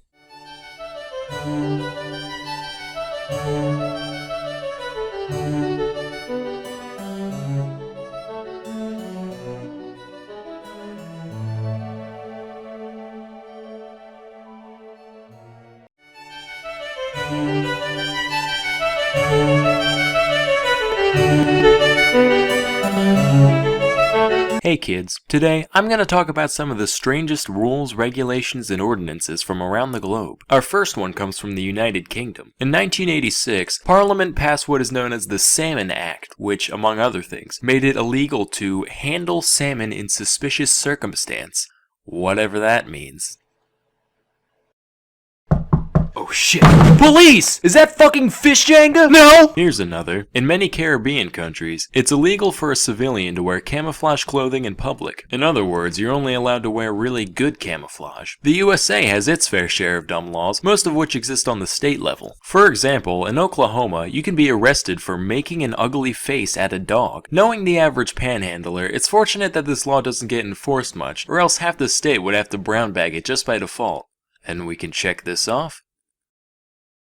Looking good. Moving on. In the state of Florida, and I don't really know why they'd have to enforce this one, it's considered unlawful to have sex with a porcupine. Police! Hey, guys, it's cool. I'm actually a hedgehog. Oh. Carry on. Another good Florida law, this one really cakes the cake. It's illegal for an unmarried female to go skydiving on Sunday. This is how I imagine that law coming into being, right? We need to ban skydiving. Why is that? The sky is God's domain. Us mortals have no right playing in it. I'm pretty sure God doesn't care about people jumping out of planes for fun. Okay, but how about we just ban people God doesn't like from skydiving, like unwed women? That is the most ridiculous thing I have ever heard. What if it's also the Lord's Day? Okay, that's fair. This next one comes from Russia, where homophobia is fairly commonplace. As one can imagine, gay marriage is a big no-no over there. But in 2013, Vladimir Putin took things a step further, and made it illegal to even tell children that gay people exist. Bolshevik привет, бабушка. Balaklava Soviet Cossack, Kremlin Boyar, Gulag Rasputin, Rubel Anesthesia, Tetris Borscht, Red October. Dostoevsky. Stalingrad Kalishnikov Vodka Adidas Track Pant. Suka Bliat. Apparently though, that's not the weirdest rule to come out of a former red state. In China, it's actually illegal to reincarnate without the government's permission. Like a lot of Chinese policies, this law was mostly just put in place to piss off Tibet. Still though, I can see there being a lot of unforeseen consequences here. Come in. Sir, we found this cat in one of the local temples. We suspect it might have been a Buddhist in a past life. Huh. Better execute it just to be safe. By your orders, Captain. Mao. Wait a minute, did you hear that? Mao. There it is again. He said Mao. Oh my god. That must be Chairman Mao reincarnated. Sorry, sir, but the orders have already been given. No! Jesus Christ, you just killed our glorious leader. Oh god, you're right. What have I done? Come in. Sir, we found another cat. Meow. Holy shit, that was fast. Anyway, that's all for today. Till next time, I'm Salmonella, and thank you for watching. Also, I have a Twitter now. Check the description.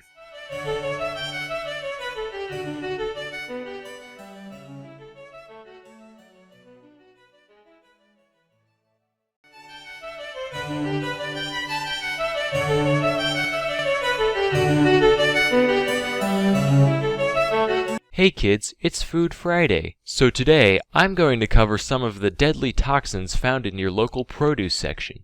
Our first item is rhubarb. Now, the part of the rhubarb that you normally eat, the delicious red stalk, is virtually toxin-free, so no worries there. It's the greenery of the plant that's a cause for concern. The leaves of the rhubarb plant contain small amounts of oxalic acid, which is toxic to humans. And it's not a fun poison either, not one of those drift off to dreamland types. It will mess your day up, particularly in the digestive and renal areas. Some symptoms include breathing difficulty, burning of the mouth and throat, eye pain, bloody urine, abdominal pain, nausea, vomiting, diarrhea, convulsions, coma, and only then will you finally receive the sweet release of death. Of course, you'd need like a shitload of leaves to actually reach the lethality point, about 11 pounds for a 150-pound person. To put that into perspective, the average person eats around 4 pounds of food a day total, so to eat that weight of anything would be very difficult. Next up are almonds. So you know how they say cyanide reeks of almonds? Turns out it's actually the other way around. Sweet almonds, the type people normally eat, contain a bit of the toxin, just enough to get a whiff. After eating about a pound of them, you may experience some of the more mild symptoms which, while they're not exactly fun, aren't quite as bad as oxalic acid. In order for the poison to actually be deadly, you would have to eat around 4 pounds of almonds in the course of a couple hours. Considering that's the total food intake daily for an average person, and that you would be vomiting, cramping, and hyperventilating the whole time, it'd be hard to pull off. Next are apple seeds. Most of you are probably familiar with this one. Apple seeds contain cyanogenic glycosides, which are materials that produce cyanide once they enter the digestive system. These chemicals also have a significant presence in a whole menagerie of other produce items, but out of all of these, apple seeds will give you the most bang for your buck as far as potency goes. You would only need around 3.5 ounces of the seeds to do yourself in, which is a lot easier to pull off than the last two. Of course, the whole point of seeds in fruit is so that things will eat them and crap them out elsewhere to spread the plant around, which would be pretty hard to do if the thing carrying your babies keels over and dies. For this reason, the glycosides are only accessible when one crushes the seeds open. Whole seeds are relatively safe. But if you really wanted to off yourself, you could toss 18 apple cores in a blender and drink the whole thing. The most virulent thing you'll find in your entire produce section, however, is none other than the kidney bean. Yes, this innocent-looking legume holds some sinister secrets. Kidney beans contain a toxin known as phytohemagglutinin, and as little as 4 raw beans worth is enough to trigger symptoms. The main sign of kidney bean poisoning is known scientifically as two-tip tummy terrorism. Boiling the beans deactivates the toxin, which is why we can eat them normally, but heating the beans below the boiling point, as in a slow cooker, actually increases the toxin's potency, to the point where a single heated bean is enough to get you blasting out of both ends. I couldn't actually find any reports on deaths caused by the toxin, probably because everyone who ingests it ends up propelling it away from them at high velocities a few hours later. But it'll certainly make you want to die at least. There are a bunch of other minor sources of poison present in your produce section, of course. I just decided to highlight a few. Anyway, I'm Sam Nella, and thank you for watching.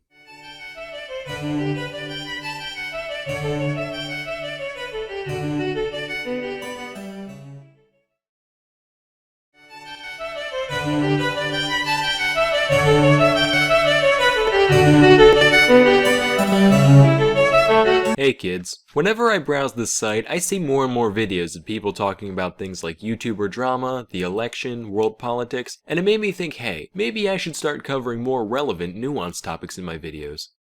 Anyway, let's talk about chickens. So the story of the chicken begins a long time ago in Southeast Asia. Now, this area had a ton of bamboo growing all over the place. And the thing about bamboo is it follows a very specific life cycle, where once every 50 years or so, every bamboo plant in a given region will blossom at the exact same time. Then, shortly after, they litter the whole area with these little seeds known as bamboo rice, or as I call them, bambinos. These pellets get planted, the current bamboo dies out, and the cycle starts over. Now, enter the ancestor of the domesticated chicken, known as the red jungle fowl. The jungle fowl lived in the same area as the bamboo, and, as you can imagine, they got a lot of benefit out of being literally knee-deep in food once every half-century. So much so that evolution basically said, alright, when food supplies go up, I want you to just start pumping out babies like there's no tomorrow. That way, we can take as much advantage of each bloom as possible. As a result, the chicken population became synchronized with the bamboo, shooting up during blooms and dwindling in between. mean. Then humans showed up and they saw this pattern, and they said, wow, how bamboozling.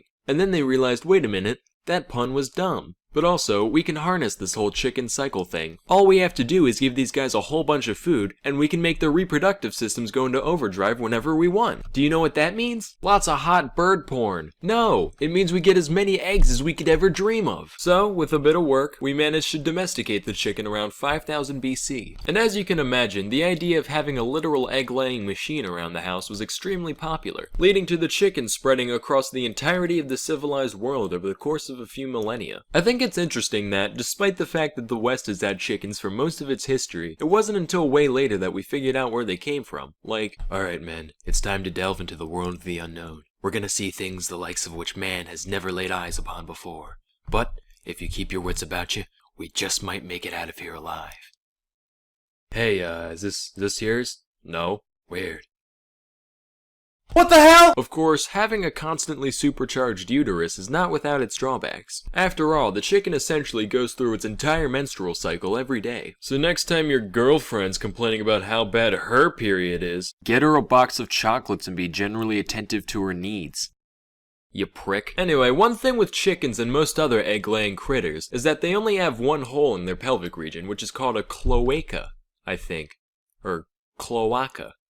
Cloaca? So the Croatia basically acts like a funnel, taking all the eggs and waste and sending it down the same chute. And while this might sound convenient at first, there is one fatal disadvantage that affects chickens in particular. Sometimes the egg can get stuck on its way out, leading to a condition known as egg binding. And since this means nothing can exit the clamato anymore, the egg-bound chicken ends up dying of constipation over the course of a couple days. Hey Jerry, how you doing? Not good, Sean. Not good. Oh man, what's wrong? It's just, ever since Jenny got egg-bound, things have been so stressful. Her funeral expenses are through the roof, and her memory means so much to me, but if the bills keep coming in like this, I'm not sure my family will be able to handle it. Well, hey man, you know what they say, don't put all your eggs in one casket. Let's just hope she doesn't get egg-zoomed. I'm sorry. Don't ever contact me or my kids ever again. I understand. Anyway, that's all for today. Till next time, I'm Sam and Nella, and thank you for watching.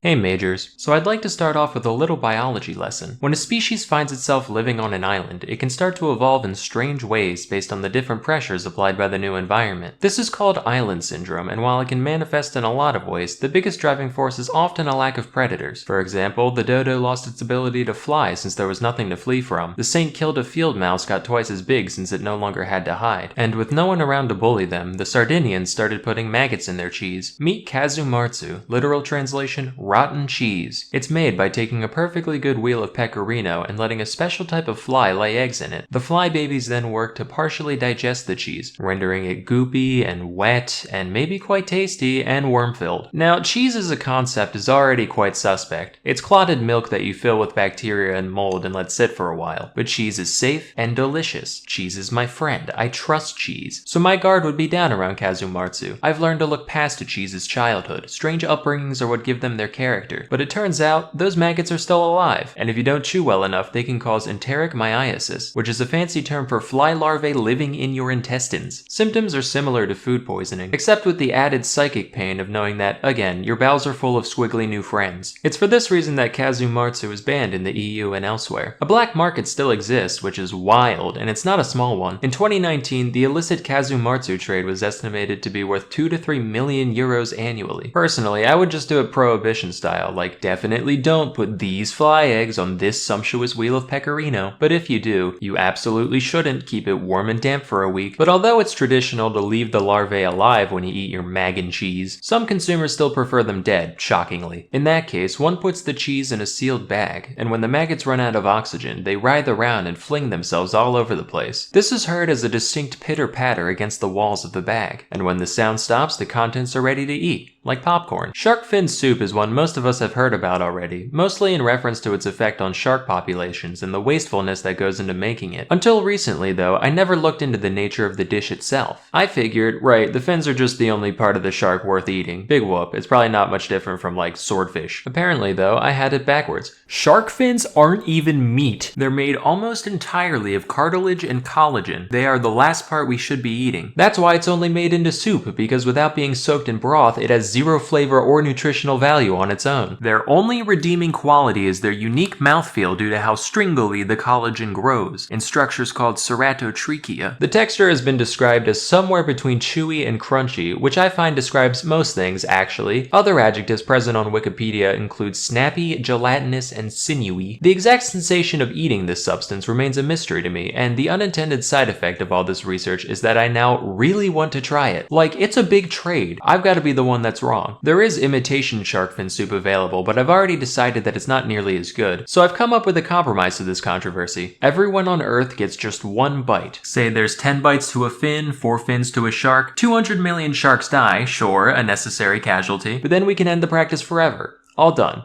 You can finally rest, Mr. Ming. Come here, baby. Aww. Aki. What? Aki. Where? Aki. The aki is a fruit originally from West Africa, which is most commonly associated with Jamaican cuisine, where it appears in such dishes as aki and saltfish. These alien kidneys here are called the arils, and they're the only part of the fruit that's actually eaten. Their flavor is on the savory side, being described as kinda nutty or bean-like. What makes the aki controversial, though, is the effects it can cause when prepared improperly. If the arils are allowed to completely ripen, they're harmless, but if you eat them too early, or don't thoroughly clean off all the non-aril stuff, they can cause Jamaican vomiting sickness. This disease doesn't sound real, it sounds like it belongs next to Eastern sweats and Tangerian bone grindings, but that's actually an official term, and as for symptoms, it does what it says on the tin. Plus maybe death. While aki-based products aren't outright illegal in the United States, they are very tightly regulated, and the raw fruit itself cannot be imported. So if you're American and want to try it, your options are fully cooked canned aki or going to Florida where a few people grow it domestically. Next we have bird's nest soup. This is another one that I've vaguely heard of, and for years I just assumed the name was a playful metaphor like ants on a log or shit on a shingle. Turns out, nope, this dish contains an actual bird nest. Not like a pile of twigs like I was picturing, but rather a specific type of nest only made by certain species of swiftlets. These nests are mostly made out of mucins, which are a set of proteins that, among other things, serve to thicken all those wonderful secretions our bodies make. There's a little bit in human saliva, a little bit more in mucus, and in swiftlet saliva, look out, pal. So all the swiftlet does is it finds a nice wall, starts laying out fat strings of slobber, which dry, and eventually she's got a nice place to roost. That is, right up until some gourmand says, Today I crave bird spit. You can keep the eggs though. And they then reconstitute it back into its original gelatinous texture. Unfortunately, these nests can't enter the US since, believe it or not, eating bird saliva is a great way to catch bird flu. And now the time has come to speak of the ortolan. The ortolan is a kind of bunting, which is a sort of passerine, which is a type of bird. They're birds. Like many animals, they have a long history of being eaten by the French, but what separates the ortolan from your average squab or pheasant is the unique way in which it is prepared and eaten. They're typically caught with nets and kept in the dark, which causes them to overeat for some reason. Once it's about twice as fat, the entire bird is then thrown into a container of brandy, alive, and sealed in. While this serves to marinate the creature, it also drowns in the process, thereby killing one bird with no stones. The ortolan is then roasted, plucked, and presented whole to the consumer, who inserts the carcass into their mouth feet first. As they chew, one hand continues holding the bird's head, while the other picks out the larger bones. This whole ritual is usually performed with a towel or large napkin over one's head. There's a few explanations for the purpose of the towel. Some say it's just there to keep the aromas in, while others say it's there to, quote, shield from God's eyes the shame of such a decadent and disgraceful act. Yeah, this one I'm okay with not trying, actually. Notable fans of this dish include, not joking, Bill Cosby and the guy who invented the lobotomy. To be part of that social club. Our mission is to eat birds whole and then make people not remember things. Killing ortolans was banned across the EU in 2007, not for any ethical reason, but because French people did this so much that the entire ortolan population was threatened. Thankfully, as of 2018, their conservation status is under least concern, so hopefully the French can get back to it soon. Anyway, that's all I have for today. Till next time, I'm Sam and Nella, and thank you for watching.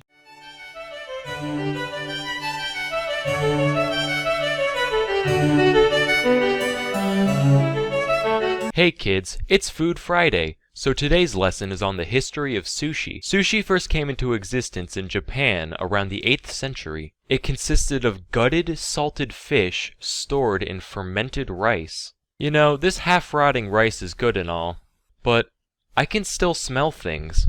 Yeah, and I'm not having nearly as much diarrhea as I would like to be. What should we do? Raw fish. Raw fish, I was thinking exactly the same thing. God, we are so in sync. Nah, but actually, the rice wasn't meant to be eaten. It was only used as a means of preservation. You see, the fermenty juices of the rice would soak into the fish and prevent it from spoiling. However, as semi-rancid food often does, it would also impart a sour taste on the fish. That's where the name sushi comes from, an antiquated Japanese term for sour tasting. Also, it smelled like death. The odor is described as an extremely pungent cross between blue cheese, fish, and vinegar. Man, I'm mad. Why's that? I smelled something down the road. Thought a new sushi vendor was in town.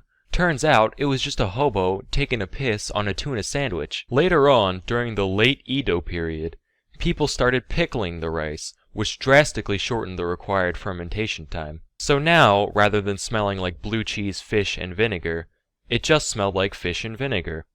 Go figure. People found this rice to be much more palatable, so it began to be eaten alongside the fish. Sheet seaweed was also invented around 1750, which allowed the contemporary sushi roll to take form around this time. Toss in a couple vegetables, and you've got something much more resemblant to today's sushi. During the late 19th century, many Japanese emigrated to America to escape the imperial takeover of Japan, which was known as the Meiji Restoration. It just so happens that they brought the concept of sushi with them, which enjoyed brief popularity among the upper class during the turn of the 20th century. However, coinciding with the imperial takeover was the fact that Japan started being kind of a dick. Hey, freedom is gay. What did you just say? Yeah, your way of life is for pussies. Oh yeah? Guess we'll just stop eating your dumb fucking fish roll things then. Hey, fuck you, you cheeseburger slut. I'll nuke your bitch ass. Wait, what is nuke? 40 years, you'll see. And thus, sushi lost its place in the West.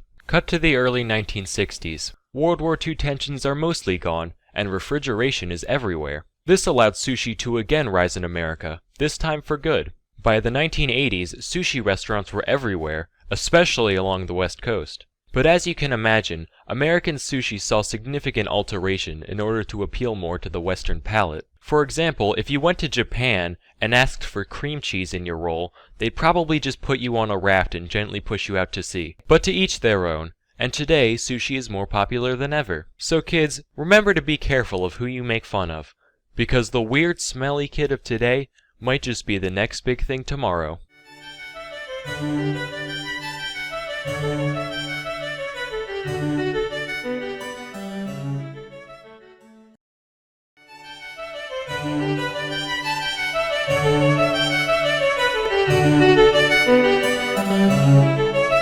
Hey kids, today I'm going to talk about the different kinds of straws. So first you got straw. This was the first kind of straw to be used by humans. Many of this straw is still called straw because it was discovered before plural nouns were invented. Good for roofing, good for feeding livestock, and it can also be used to make straw men, which are good for holding back society. Straw rating, 6 out of 10. Then there's classic straws, a beverage conduit incredibly simple in form, yet highly effective in function. In fact, these devices have caused me to create a new philosophical principle. I call it Nella's straw. It's totally identical in every way to Occam's razor, except for the fact that it only applies to straws. Anyway, straw rating, 10 out of 10. Next on the food chain are bendy straws. These are proof that just bending something a little can make it that much better. Bend a breadstick, you got a pretzel. Bend a sword, you got a scimitar. Bend the rules, you got a badass. Bend the truth, you got a nomination.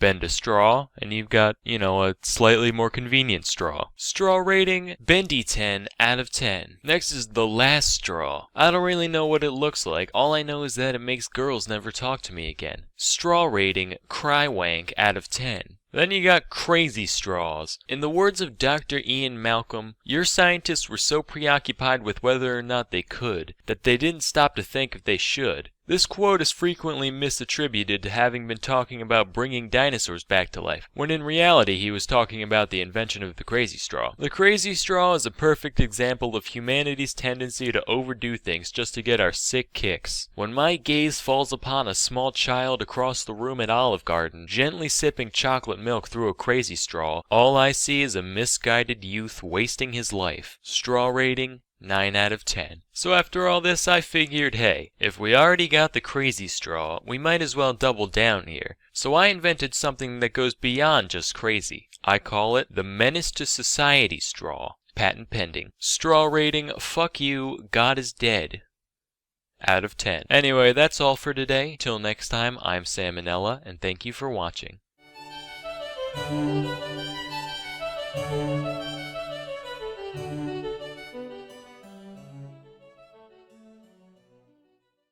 This video is sponsored by Wix.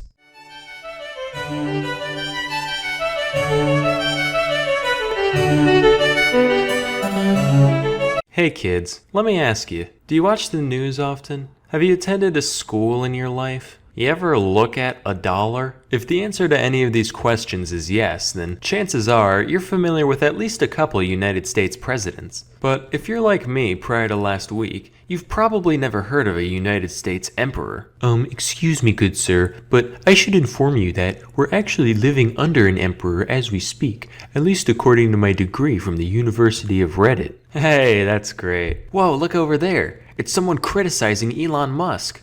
And he's making typos.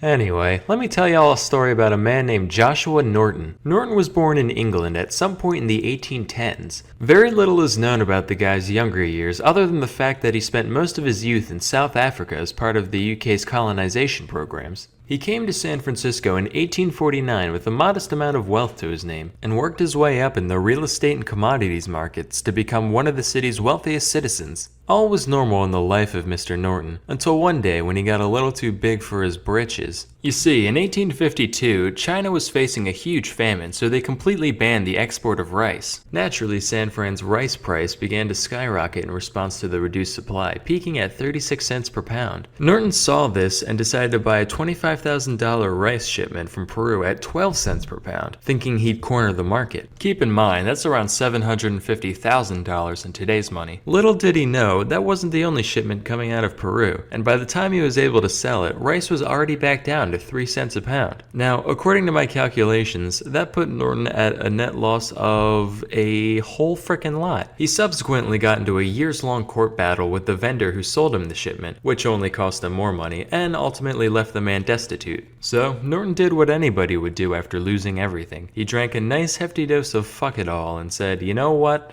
The courts can eat my shorts, the house can eat my blouse, Peru can eat my shoe. I declare myself emperor of these United States. And I'm telling every newspaper in the city about it. And then he did. Now, the papers could have just been like, what a lunatic, and that would have been the end of it. But instead they said, you know what, this guy's kind of a meme. Let's publish his declaration, just for gits and shiggles. People across the city had their laughs, and Norton's rise to power began. From here, he issued several more commands to the media, and unlike nowadays, people loved having regular Norton updates shoved in their face. Among these announcements was a decree in 1859 to formally abolish the United States Congress. He also gave out a mandate to both the Protestant and Roman Catholic churches to formally ordain him as emperor. Although these edicts were ultimately ignored by the powers they were addressed to, they still served to build Norton's reputation around the city, and before long he was a fully fledged local celebrity. He was easily recognized by passerby, typically sporting a blue naval uniform and a beaver hat with a peacock feather in it. Pretty soon, Norton could expect to receive the royal treatment wherever he went. People started to address him formally on the streets, he got to ride public transport for free, and he even got occasional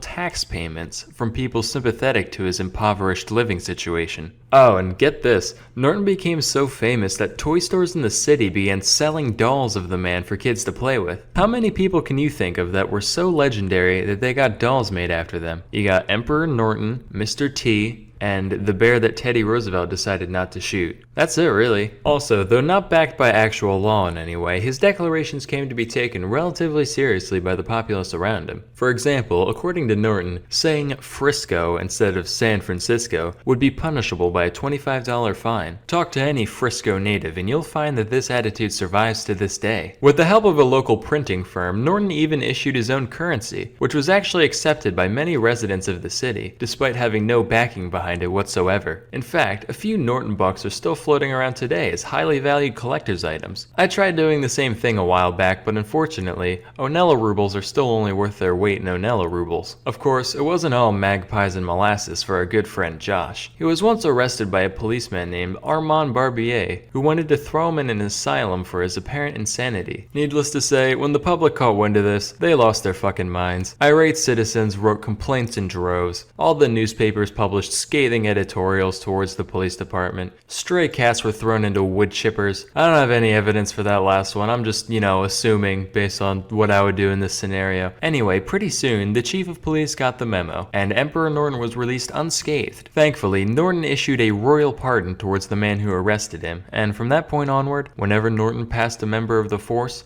they would stop and salute him. So, although in many ways he appeared godlike, Norton was but a mortal. And, as mortals sometimes do, Emperor Norton decided to drop dead on a street corner on January 8th of 1880. However, he left behind a legacy the likes of which most of us could only dream of. Beyond just the comedic value of his many exploits, Norton definitely had his prophetic moments, with some of his orders actually coming true decades after they were given. On multiple occasions, he ordered a bridge to be built between San Francisco and the Oakland Bay Area, which was eventually constructed in the 1930s. He also told people to form a League of Nations to uphold international interests. Unfortunately, a man yelling in California wasn't quite enough to convince the leaders of the world that such a thing was necessary. But who knows? Maybe the little Nordo could have stopped World War I if he had been just a bit louder. I hope this tale has inspired some of you young impressionable kids out there, not because I expect any of you to succeed in the same way Norton did, but just because it's my personal belief that the world could always use more oddball vagrants.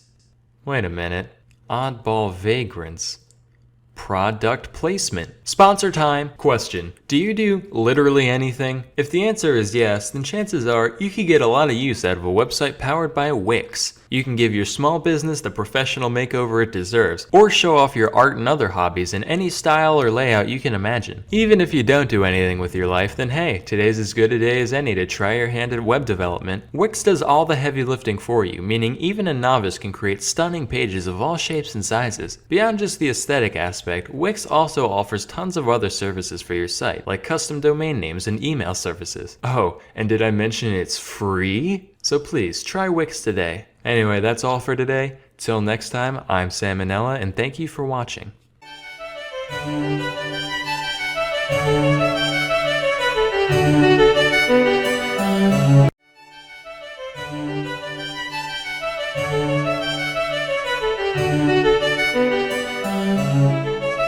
Hey kids, it's That Happened Thursday. So today, I'll discuss where different religious symbols come from. First up is Christianity. As most of you know, Jesus of Nazareth was crucified despite being supposedly sinless, so the cross is representative of his martyrdom. Personally, I always thought choosing the cross of all things to signify the whole religion was at least a little silly. Right, my prophet? He was a great dude, spread peace and love all along the land, performed many bountiful miracles, and then right at the end, he fell face first into a fucking bear trap and died. So that's our symbol, whole religion bear trap.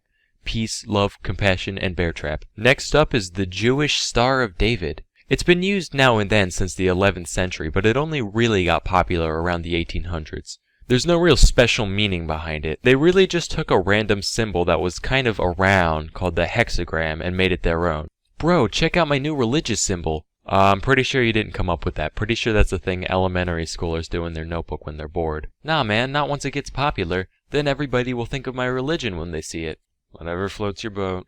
Jimmy, what is this in your notebook? Oh, it's just a little doodle. Jimmy, listen to me. We are Catholics. Now get over here and erase this blasphemy. But Mom, Now! Next is Islam. So, the star and crescent actually used to represent the Ottoman Empire, which ruled over most of the Islamic world during the 1800s. However, the empire dissolved after World War I, and its symbol was later adopted to represent Islam as a whole around the 1970s. Hey Rob, guess what? I'm starting a new baseball team. Isn't that the Chicago Cubs logo?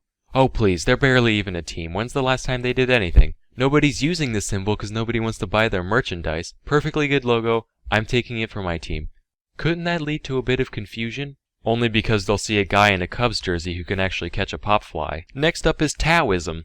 Alright, so the yin-yang, or as they call it, the Taijitu, actually applies to a lot of Asian religions. Just the Taoists use it as their primary symbol today. It originated in China, dating back to the 11th century AD. Although it's had a lot of different looks over the years, it's always represented the same idea of balance between contrasting forces in the world. Okay, Carl, balance of good and evil. Let's see your design. Not bad, not bad. Alright, what about you, Steve? What the hell is that? Oh, well, you said balance between good and bad in the world, so I drew a grilled cheese sandwich shaking hands with a razor blade covered dildo. What? Okay, all other questions aside, why is a grilled cheese the best thing you could think of? Have you ever had a grilled cheese?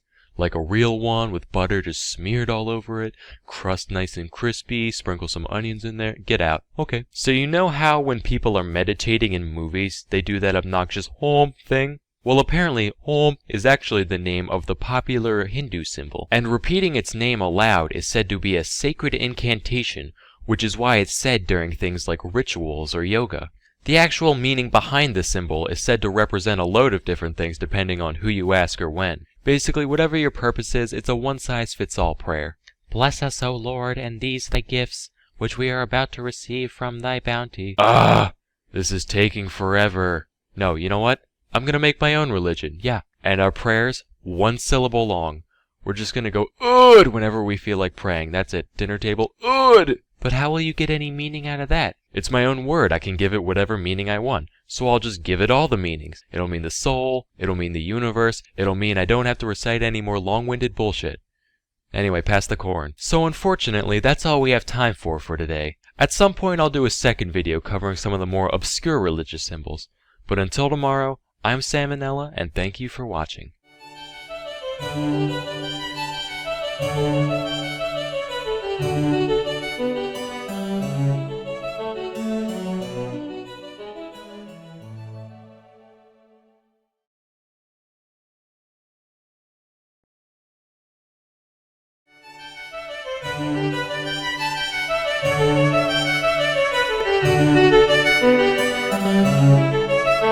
Hey kids, today I'm going to talk about the Great Emu War. So here's what happened, right? Our story begins in Australia, home of the upside down whopper. The year is 1932. A very large chunk of the country's population lives on homesteads, just putting seeds in the ground and waiting for food to show up, you know. But their lives are hard. Firstly, Australian soil kind of blows. It's pretty terrible for farming. Like on a scale from Margaret Thatcher's corpse to Octomom, Australia's soil is a solid Hillary Clinton in fertility. Secondly, the whole Great Depression thing's going on, which automatically makes everything suck worse. And third, and possibly most important, is the emu infestation. These gangly dill holes were all over the place, just walking on crops and crapping on crops and crapping on walks and cropping on craps and crabbing on docks and captain on the rocks. You get the idea. So the government evaluated the situation. They were like, well, let's see, let's weigh our options here. As a government, we could start spending even more money to secure the welfare of our citizens through this socioeconomic crisis, money that we barely even have. Or alternatively, we could just start fucking slaughtering emus so at least it looks like we're helping. So that's what they did. Major G.P.W. Meredith of the Australian military was put in command of the operation, and he had a total of 2 soldiers at his disposal, each of which had a light machine gun. Additionally, the pair was given a total of 10,000 rounds of ammunition to be spent on taking out emus. So on paper that sounds like a piece of cake. They're basically just big turkeys on stilts, so how hard could it be?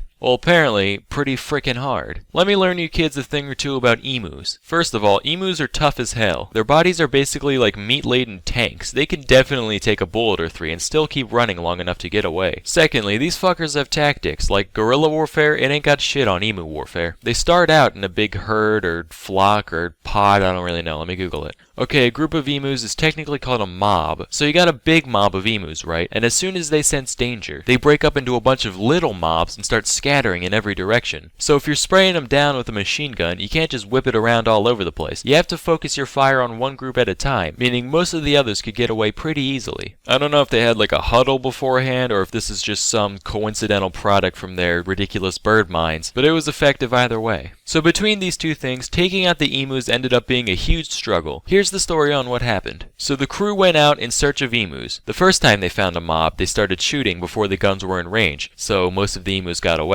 The second time, they waited until the emus were closer, but then the gun jammed, so most of the emus got away. And this sort of pattern went on for a while. At one point, they tried getting on the back of a truck first so they could chase down the mob, but the truck wasn't fast enough to catch up, and the ride was so bumpy that they couldn't aim properly, so most of the emus got away. By the time they got a fourth of the way through their ammo, after 2,500 shots, only 300 or so had been killed, which is tiny compared to the 20,000 birds said to be roaming the outback. At this point, they were like, alright, if I have to look at one more of these Jimmy-legged big bird wannabes, I'm gonna start screaming, so you know what? Fuck it. Let the farmers handle it. Then the farmers were like, hey jackholes, we're still starving out here. You still haven't given us those subsidies you promised. We had to feed the kids fucking dingo meat, which, you know, it's a nice change of pace to have the kids eating the dingoes for once, but that's beside the point. Could you dicks keep at least trying to help us? Thanks. The guys were like, alright, don't get your bogans in a bundle. We'll keep going if only to prove a point. So they kept going, just finding mobs, thinning them out slightly, rinse and repeat, until finally they only had like 100 bullets left. In total, the unit only had 986 confirmed kills. Some emus might have also died from their wounds after the fact, but still, a very large portion of the hordes was still alive. So the military was forced to surrender for real this time. Yes, that's right, kids. The emus won the war. Of course, their victory didn't last too long, because after the failed operation, the government put out a bounty on the emus. And that worked pretty well. Something like 50,000 bounties ended up being cashed out over 6 months in 1934. So the lesson here, kids, is that if you want to commit mass murder, don't crowdfund, crowdsource. Anyway, till next time, I'm Sam and Nella, and thank you for watching.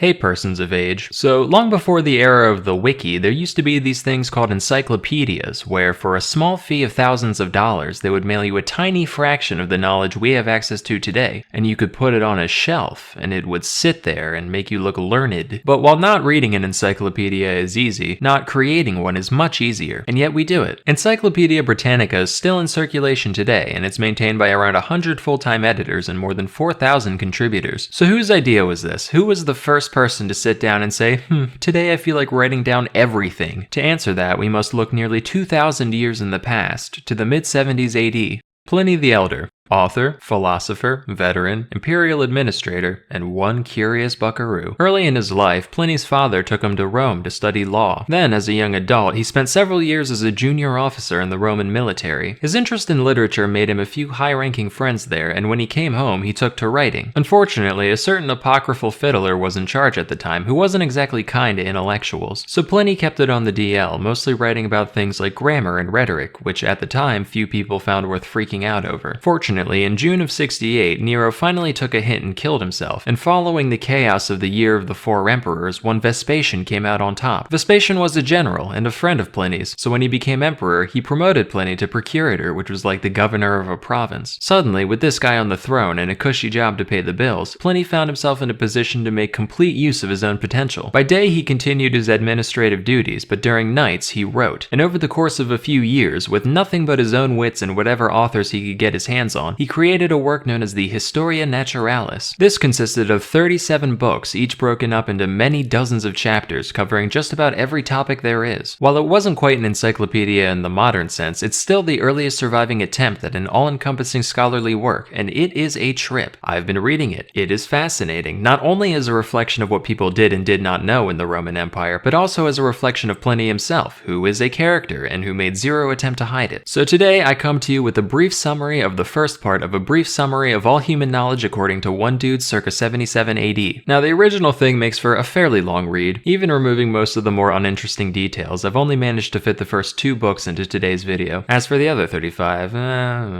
we'll see. I'm gonna let Pliny do the narration himself using my voice. He gets a lot of things shockingly right and a lot shockingly wrong. Rather than constantly chiming in with fact checks, I'm just gonna throw chess.com analysis icons in the corner for every claim he makes. I'll also provide relevant snippets of the actual text I'm paraphrasing just for reference. If you're one of the people who likes to pause the video just to see the funny ha-has I snuck into the freeze frame, rest assured there will be none today. You can just let it play. One last warning, while there is a loose overall structure to this thing, it also seems like Pliny just kind of wrote whatever was in his head for a given chapter. He has a habit of jumping back and forth between completely disparate topics and going on weird personal tangents in between. I am presenting this thing in the exact order it's written, so if it at any point seems utterly scatterbrained, it's his fault, not mine. Anyway, take it away.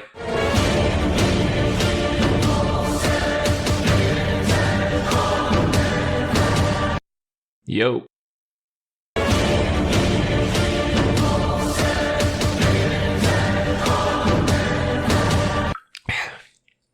Right, let me get right ahead of things. These books are strictly about this world and the things we can see around it. If you're one of those madmen who think there are other worlds beyond this one, give it a rest, alright? That's psychotic. You can't know these things, and you can't grasp infinity. Stop trying, you'll hurt yourself. So the heavens are a perfect sphere, and they spin around us perfectly. It takes 24 hours for them to do one spin, which is actually really fast because the universe is huge. In fact, massive objects all whooshing around us this fast should be incredibly loud at all times. Why isn't this the case? The whole shebang is composed of 4 elements, right, which sort themselves by weight. Earth is heaviest, so it falls to the middle of everything, into a sphere, and it stays still. It's the only still thing. On top of that is water, then air, and fire's the lightest, which is why the sun and stars are made of it. The sun kicks ass, easily the best of the 7 things up there. Basically a god. Not literally. Don't try to answer questions about God's nature, by the way. You'll just confuse yourself. There's at most one God, and he's everything, and he doesn't do weird human shit like getting jealous or banging other gods. I swear, people just make up new gods every time they want something specific. Let me tell you, there was a temple on Palatine Hill dedicated, through my tax dollars by the way, to fever. Like, the illness. You understand that's batshit, right? Things like that are why we've got more gods than people at this point. Folks in other countries worship animals and obscene things like stinking meats. There are gods of theft and other crimes. It's all folly. You want to be godly? Just help others. That's the way of the old Roman nobles, and that's the way of the noblest noble of all, Emperor Vespasian Augustus, who may or may not be my best buddy. But anyway, if there is a god, he doesn't care about what you do. People put crazy emphasis on the religion, avoiding foods, worrying themselves sick about all kinds of sacred rules. Look, I hang around the Capitol. There's a lot of rat bastards in politics, real scumbags, and they are thriving. You don't need to torture yourself. Have a bacon, nobody gives a shit. Back to the stars, which by the way also don't give a shit about you specifically. For big history-changing stuff, yeah, they'll act up, but you reader do not need to worry. Anyway, most of them are fixed in a sphere really high up there. We'll call this the heavens. Between the heavens and the earth, there are 7 other bodies to talk about. Highest up there, we got Saturn, then there's Jupiter, Mars, the Sun, Venus, Mercury, Moon. The heavens spin to the right, all these guys spin to the left. Saturn is cold, Mars is hot, but Jupiter's just right. The sun's orbit is made up of 360 degrees, 1 degree per day, except not quite. We have to add 5 1/4 days or else our sundials break. Down to Venus and Mercury, these guys are weird because they like to hang around the sun. Fun fact, Venus is actually bright enough to help out the sun and moon sometimes. When it's helping the sun, we call it Lucifer, the light bringer. And when it's helping the moon, we call it Vesper, the sleepy time guy. Mercury tries to do the same thing, but he's much more lame and cringe, so he can't. The moon's got phases, as you know, and she gets closer and farther away at different times. And Daimion figured out lots of cool info about the moon's orbit, and you assholes bullied him for it. Yeah. This man unraveled the secrets of the universe, and in return, everyone goes, ho ho ho, he's in love with the moon. That's because humans are sick in the head. They'd rather read stories about bloodshed and massacres like that matters more than the fabric of reality. Get a clue. Anyway, the moon has phases because of the way it borrows light from the sun, which might be what these other guys do too, we don't know yet. All those spots on it are actually puddles because it likes to draw up moisture from the earth, which is where we get the tides. And every now and then, it casts its shadow on Earth. We call these eclipses, and they are freaking wicked. Eclipses can happen the other way around too, and the way these happen prove that the moon is bigger than the Earth and the sun's way bigger than both of them. Oh, and just so we're clear, eclipses are a natural thing. It's not the apocalypse or God's wrath. They follow rules. Even the Greeks could predict them. Settle down. Back to the planets, they're all kind of in the same belt up there, and they all get farther and closer to us at different points because their orbits are complicated. They mostly follow the same rules as each other, but there's some goofiness, like the ones further than the sun move the slowest when they're the farthest away from us, but the closer ones move the quickest then. We can chalk this up to the sun emitting vapors that must push them around in weird ways. Thunderbolts come from Jupiter, and we don't know why. One theory is that it's because Saturn is very moist and Mars is very fiery, and when they meet in the middle, we get celestial fire thrown down at us. Same reason a wet log crackles and throws off embers in a fire. There is a type of star that moves around and vanishes. We call these comets, and they come in all kinds of flavors. These might actually be omens. I mean, there have been some weird coincidences. Some people think comets are permanent and we only see them when they swing by the right way, while others say they're just flare-ups of celestial vapor that dissipate on their own. Now to talk about some real anomalies, things we've only rarely seen. The sun goes dim sometimes, like when Caesar got killed. Matter of fact, during the Civil War with Mark Antony, it stayed dim for like a year. Multiple suns have been seen at the same time on several occasions, but no more than 3. 3's the record. Same with moons. One time a burning shield darted across the sky, throwing sparks as it went. Another time someone saw a shooting star fly towards us until it was as big as the moon, and then it turned around and went back to being a normal comet. Side note, even the translator was like, I don't know what the fuck he's talking about. Finally, there are the stars Castor and Pollux. If you see both of them, it's good luck, but be advised, if one's alone, he turns into a little bastard. He can and will come down and set your boat on fire. That's the celestial sphere taken care of. Now let's move down a peg to the air. The air ends way before the moon, and it mixes with water vapor to create the weather. The sun dries up water on the earth, it goes up and turns into clouds, and then it's pushed back down again by the star forces that keep stuff on earth. We get rain and hail and such, and it keeps going round and round like some kind of water cycle. The seasons go around once a year, and we don't know exactly why, but it definitely has to do with the motion of the stars. Like some are wet or dry, hot or cold, and that influences the climate when they move. Especially Saturn, he always soaks the place going by. He's a freak, like actually. Oh, I almost forgot the dog star. This guy's nuts. It kindles the sun's vapors, and when it rises, the ocean gets upset, wine ferments, and stagnant waters are set in motion. And there's a creature called the oryx in Egypt, and when the dog star goes up, they look at it and they sneeze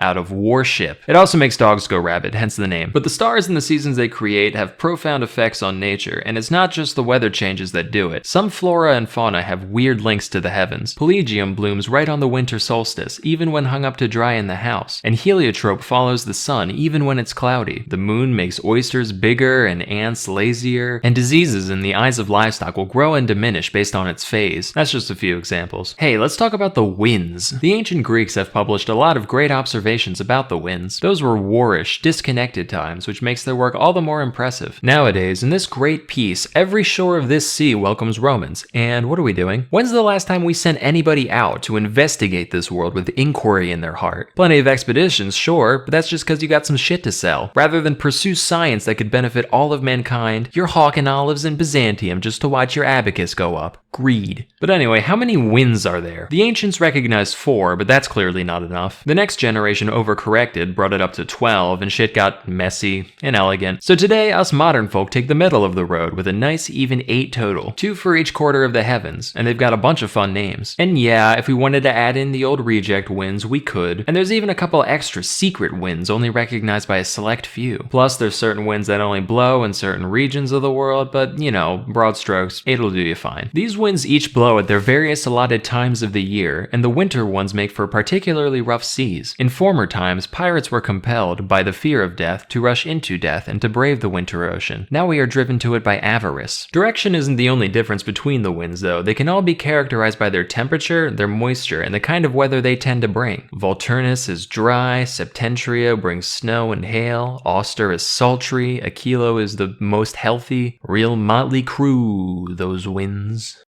But while those guys are generally pretty calm, we must also consider the sudden, violent gusts we call storms. Storms are self-contained events that come in a few flavors themselves, like eknephius, which brings thunder and lightning, or typhon, which doesn't. Certain storms also give rise to whirlwinds, which are these giant, loud pillars of wind and moisture that destroy everything in their path. They are so dense that they can actually support themselves on the ground, and if they happen over the sea, they suck up the water as they go. Thunderstorms produce lightning, and lightning is crazy. It has this unique property where it can damage things on the inside while leaving the outside unharmed. It can empty casks of their wine without breaking the vessel itself, and it can melt gold and silver without burning the bag they're in. One time, a noblewoman named Marcia was struck by lightning while pregnant, and while the baby got fried, she herself survived without injury. Many people believe that when lightning strikes a man, it can be used to predict his future, with terms and conditions, of course. Some historians also state that man is capable of invoking lightning. The author El Piso said that the ancient king Numa did it all the time. Then his successor, Tullus Hostilius, tried to imitate him, but he didn't do the ceremonies right, so he just got electrocuted. Is any of this true? Maybe. At the very least, I buy the fortune-telling thing. Now, we all know that we see lightning before we hear thunder. That's nothing special. It's just because light has a greater velocity than sound. It's the same event, thunder's just the sound that lightning makes. Fun fact, man is the only animal that isn't always killed by lightning. Any other creature, instant death every time, but we're special. Lightning can strike just about anything, except for laurels, seals, and eagles. They're all safe. It also never descends more than 5 feet into the ground, so if you're someone who's scared of lightning, your best bets are deep caves or a tent made out of seal skin. Besides all this normal weather, we do have records of some real weird stuff falling from the sky. It has rained milk and blood on many occasions. One time it rained flesh, and the fallen meat that wasn't eaten by birds just didn't rot. You know, your casual immortal meat storm. One time it rained wool, another time there was a shower of baked tiles. What a country, huh? Stones have been known to fall from the sky now and then. The Greeks like to brag about how the philosopher Anaxagoras correctly predicted such an event, but I find that dubious. We know a stone fell, it was like a wagon load big, but I think Anaxagoras just got lucky. I mean, the guy said it would fall out of the sun. What are you on about? The sun can't do a rock, it doesn't have rocks. Finally, rainbows are nothing special. We get them all the time. They don't predict the weather or anything else, they're just something that happens. Rays of sunlight hit a hollow cloud and they get refracted. And the colors are due to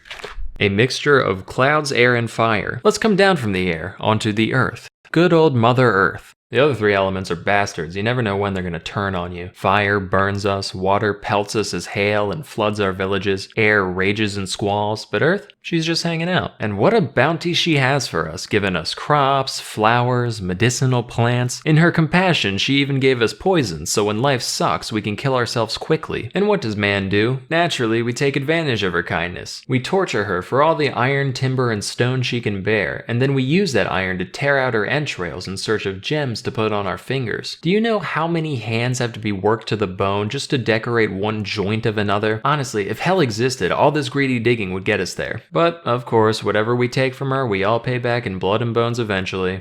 World keeps turning. Just wish y'all weren't such ingrates about it. Anyway, as we said, the Earth is a perfect sphere, except for, mountains and valleys, but close enough. There's a question we get all the time when people first learn about this, particularly from the commoners. They'll go, right, if Earth's a ball, why don't people on the other side fall off? To that I say, why doesn't the whole thing fall down? Where would it go if it did? Up into the other sky? That doesn't make sense. No, the Earth is right where it belongs. Then they'll say, alright, fine, but why is the ocean flat then? Guess what? It's not. Here, take a glass of water, fill it to the brim, then drop a little something in there. See that slight, subtle curve? That's the ocean. You can see it when a ship goes out to sea. The bottom bit will disappear over the horizon before the mast does, and so it goes all the way around. One time, some Indians got blown off course by a storm and ended up in Germany. Side note, this was not the first nor the last time the translator started his annotation with this exact 11-syllable sigh of frustration. The ocean they must have crossed had to be massive, like half the globe. Real quick, let's think about how much of the world is even inhabitable. We got one hemisphere over here, which is divided into 5 zones, right? On the top and bottom, miserable, nothing but cold and darkness. In the middle, sun's too close, burns everything, miserable. So already we only got a fifth of the place to ourselves. Then take into account all the seas and mountains and wilderness and other crap in the way, there's barely anything left. And this is what every war in history has been over, this tiny portion of what amounts to a speck in the universe. Even if you conquered the world, you'd have barely started. And how much of it can you bring with you to the grave, huh? So the Earth is in the middle of the universe, and we know this because of the equinoxes, day and night, perfectly balanced on these two dates. We're right in the middle. It just makes sense. There's plenty of other proof that we live on a globe. Certain stars can only be seen from different parts of the world, and that's because the Earth's in the way. Just ask a sailor, they'll see new stars squink their way out of the horizon as they go. Also, eclipses show that the time of day depends on your east-west position. A few years back, the same eclipse of the sun, same exact event, was seen at 8 in Campania, but at noon in Armenia. Try splaining that one, planists. Here's another. One time, a courier named Philonides ran from Sicyon to Elis, which is a distance of 1,200 stadia. The way there took him 9 hours, but then the return trip took him 15. And it's not because he was tired or took a break somewhere. Brother, he ran against the sun. Likewise, the length of shadows on a given day depends on your latitude. In Egypt, on the summer solstice at noon, their sundials cast a shadow half the length of the pointy bit, whereas in Venice, at the very same hour, the shadow's as long as the pointy bit. If you keep going south, eventually you'll reach a point where the sun's straight up at the solstice. We dug a well in a town called Syene just to check, and sure enough, it's light all the way down. If you go even further south, you'll notice the sun do that twice a year at equal distances from the solstice. There's also a place in India where there just aren't shadows, ever, and as a consequence, the people there don't know what hours are. But because of the way the sun moves, you'll notice that the longest day of the year is longer the further north you go. In Alexandria, on the summer solstice, they get 14 hours of daylight. In Italy, it's 15, and in Britain, it's 17. Following this pattern, we believe that at the very North Pole, it's 24, meaning they get 6 months of daylight at a time, with 6 months of night on the other side. The difference in climate based on latitude is clearly reflected in the nations that live there. For one, the Ethiopians. Let's talk about earthquakes. The Babylonians used to blame these on the movements of the stars. One guy is even said to have predicted an earthquake through astrological means. Is that true? I'll let you be the judge. I, for one, believe that earthquakes are caused by the winds. Think about it. Before an earthquake, it's always very calm. The seas are tranquil. There's not a single bird in the sky. Why? No wind. They can't fly. Where'd the wind go? Underground. It gets stuck down there and it builds up until finally hell literally breaks loose. It starts off with a horrible noise like cows mooing or people fighting in the distance. Then everything shakes, hard. Whole city walls get knocked down and sometimes the earth opens up and swallows them entirely. The shaking is even noticed by people on ships who get hit by waves without any wind. Earthquakes also make well water turn cloudy and smelly. So the obvious question is, what the hell can we do about it? Well, places with a lot of natural caverns or man-made sewers tend to get fewer earthquakes. That's because the underground air has an easy way to escape. Buildings that are arched or that lean against each other also tend to fare better in the event of an earthquake. Barring all else, at least things are usually over with quickly. Although some earthquakes have been known to last days, months, even 1 or 2 years straight. As for related anomalies, about a century and a half ago, 2 mountains slammed together and collapsed, and fire and smoke came from the ground where they stood. More recently, under Nero, there was a knight named Vectius Marcellus who woke up to find that his fields and olive grounds swapped places with each other. No mayhem or destruction, just, oh, this is over here now, okay? But just as Earth swallows up land in one place, she spits it back out elsewhere. As such, islands sometimes rise up spontaneously out of open sea. We have tons of records of these events across the Mediterranean. They're often accompanied by a giant fiery explosion and loads of dead fish floating everywhere. It's said that one time some people ate these fish, and then they too immediately died. But enough of tragedies. Let's turn back to the wonders of the Earth, such as there are many caverns filled with gas that instantly kills things. Some kill only birds, others kill everything but people, and still more kill everything and people. In a few caves, those who breathe the gas instead become intoxicated and start predicting the future, as is the case with the famous oracle at Delphi. We can ascribe these effects to the divine power of nature. I mean, what else could it be? How the hell do you explain that rationally? But while most islands are attached to the earth at the bottom, there are a few that float. The Calaminae Islands are not only moved by the wind, but the people on them can actually push them around with long poles to go wherever they want. There's another group of floating islands known as the Dancers, so called because they move to the beat of drums played on their surface. I've got a few more miscellaneous wonders here, let me just rattle them off. In Harpassa, there's a giant rock that can be moved by one finger, but not by the force of the whole body. In Paracini, there's a type of dirt that heals all wounds. In Troas, there's a stone that makes dead bodies dissolve. Near the Indus River, there's 2 mountains, one of which attracts iron and the other repels it. So if you had iron nails in your shoes, you couldn't step on the one or off the other. In Argyropa, the grania plant doesn't grow, and in Crustuminium, the hay springs up already rotten. Let's turn now to the tides. We know these are caused by the moon, and to a lesser degree the sun. Moon overhead, they go up, moon on the other side, they go down. A large open ocean is needed to manifest this power of the planet, which is why neither lakes nor rivers have tides. In Britain, the tide rises 120 feet. The tides do a full cycle twice a day, except in Euboea where they do it 7 times. Aristotle said that animals only die when the tide is ebbing, but really that's only true of people. Watch.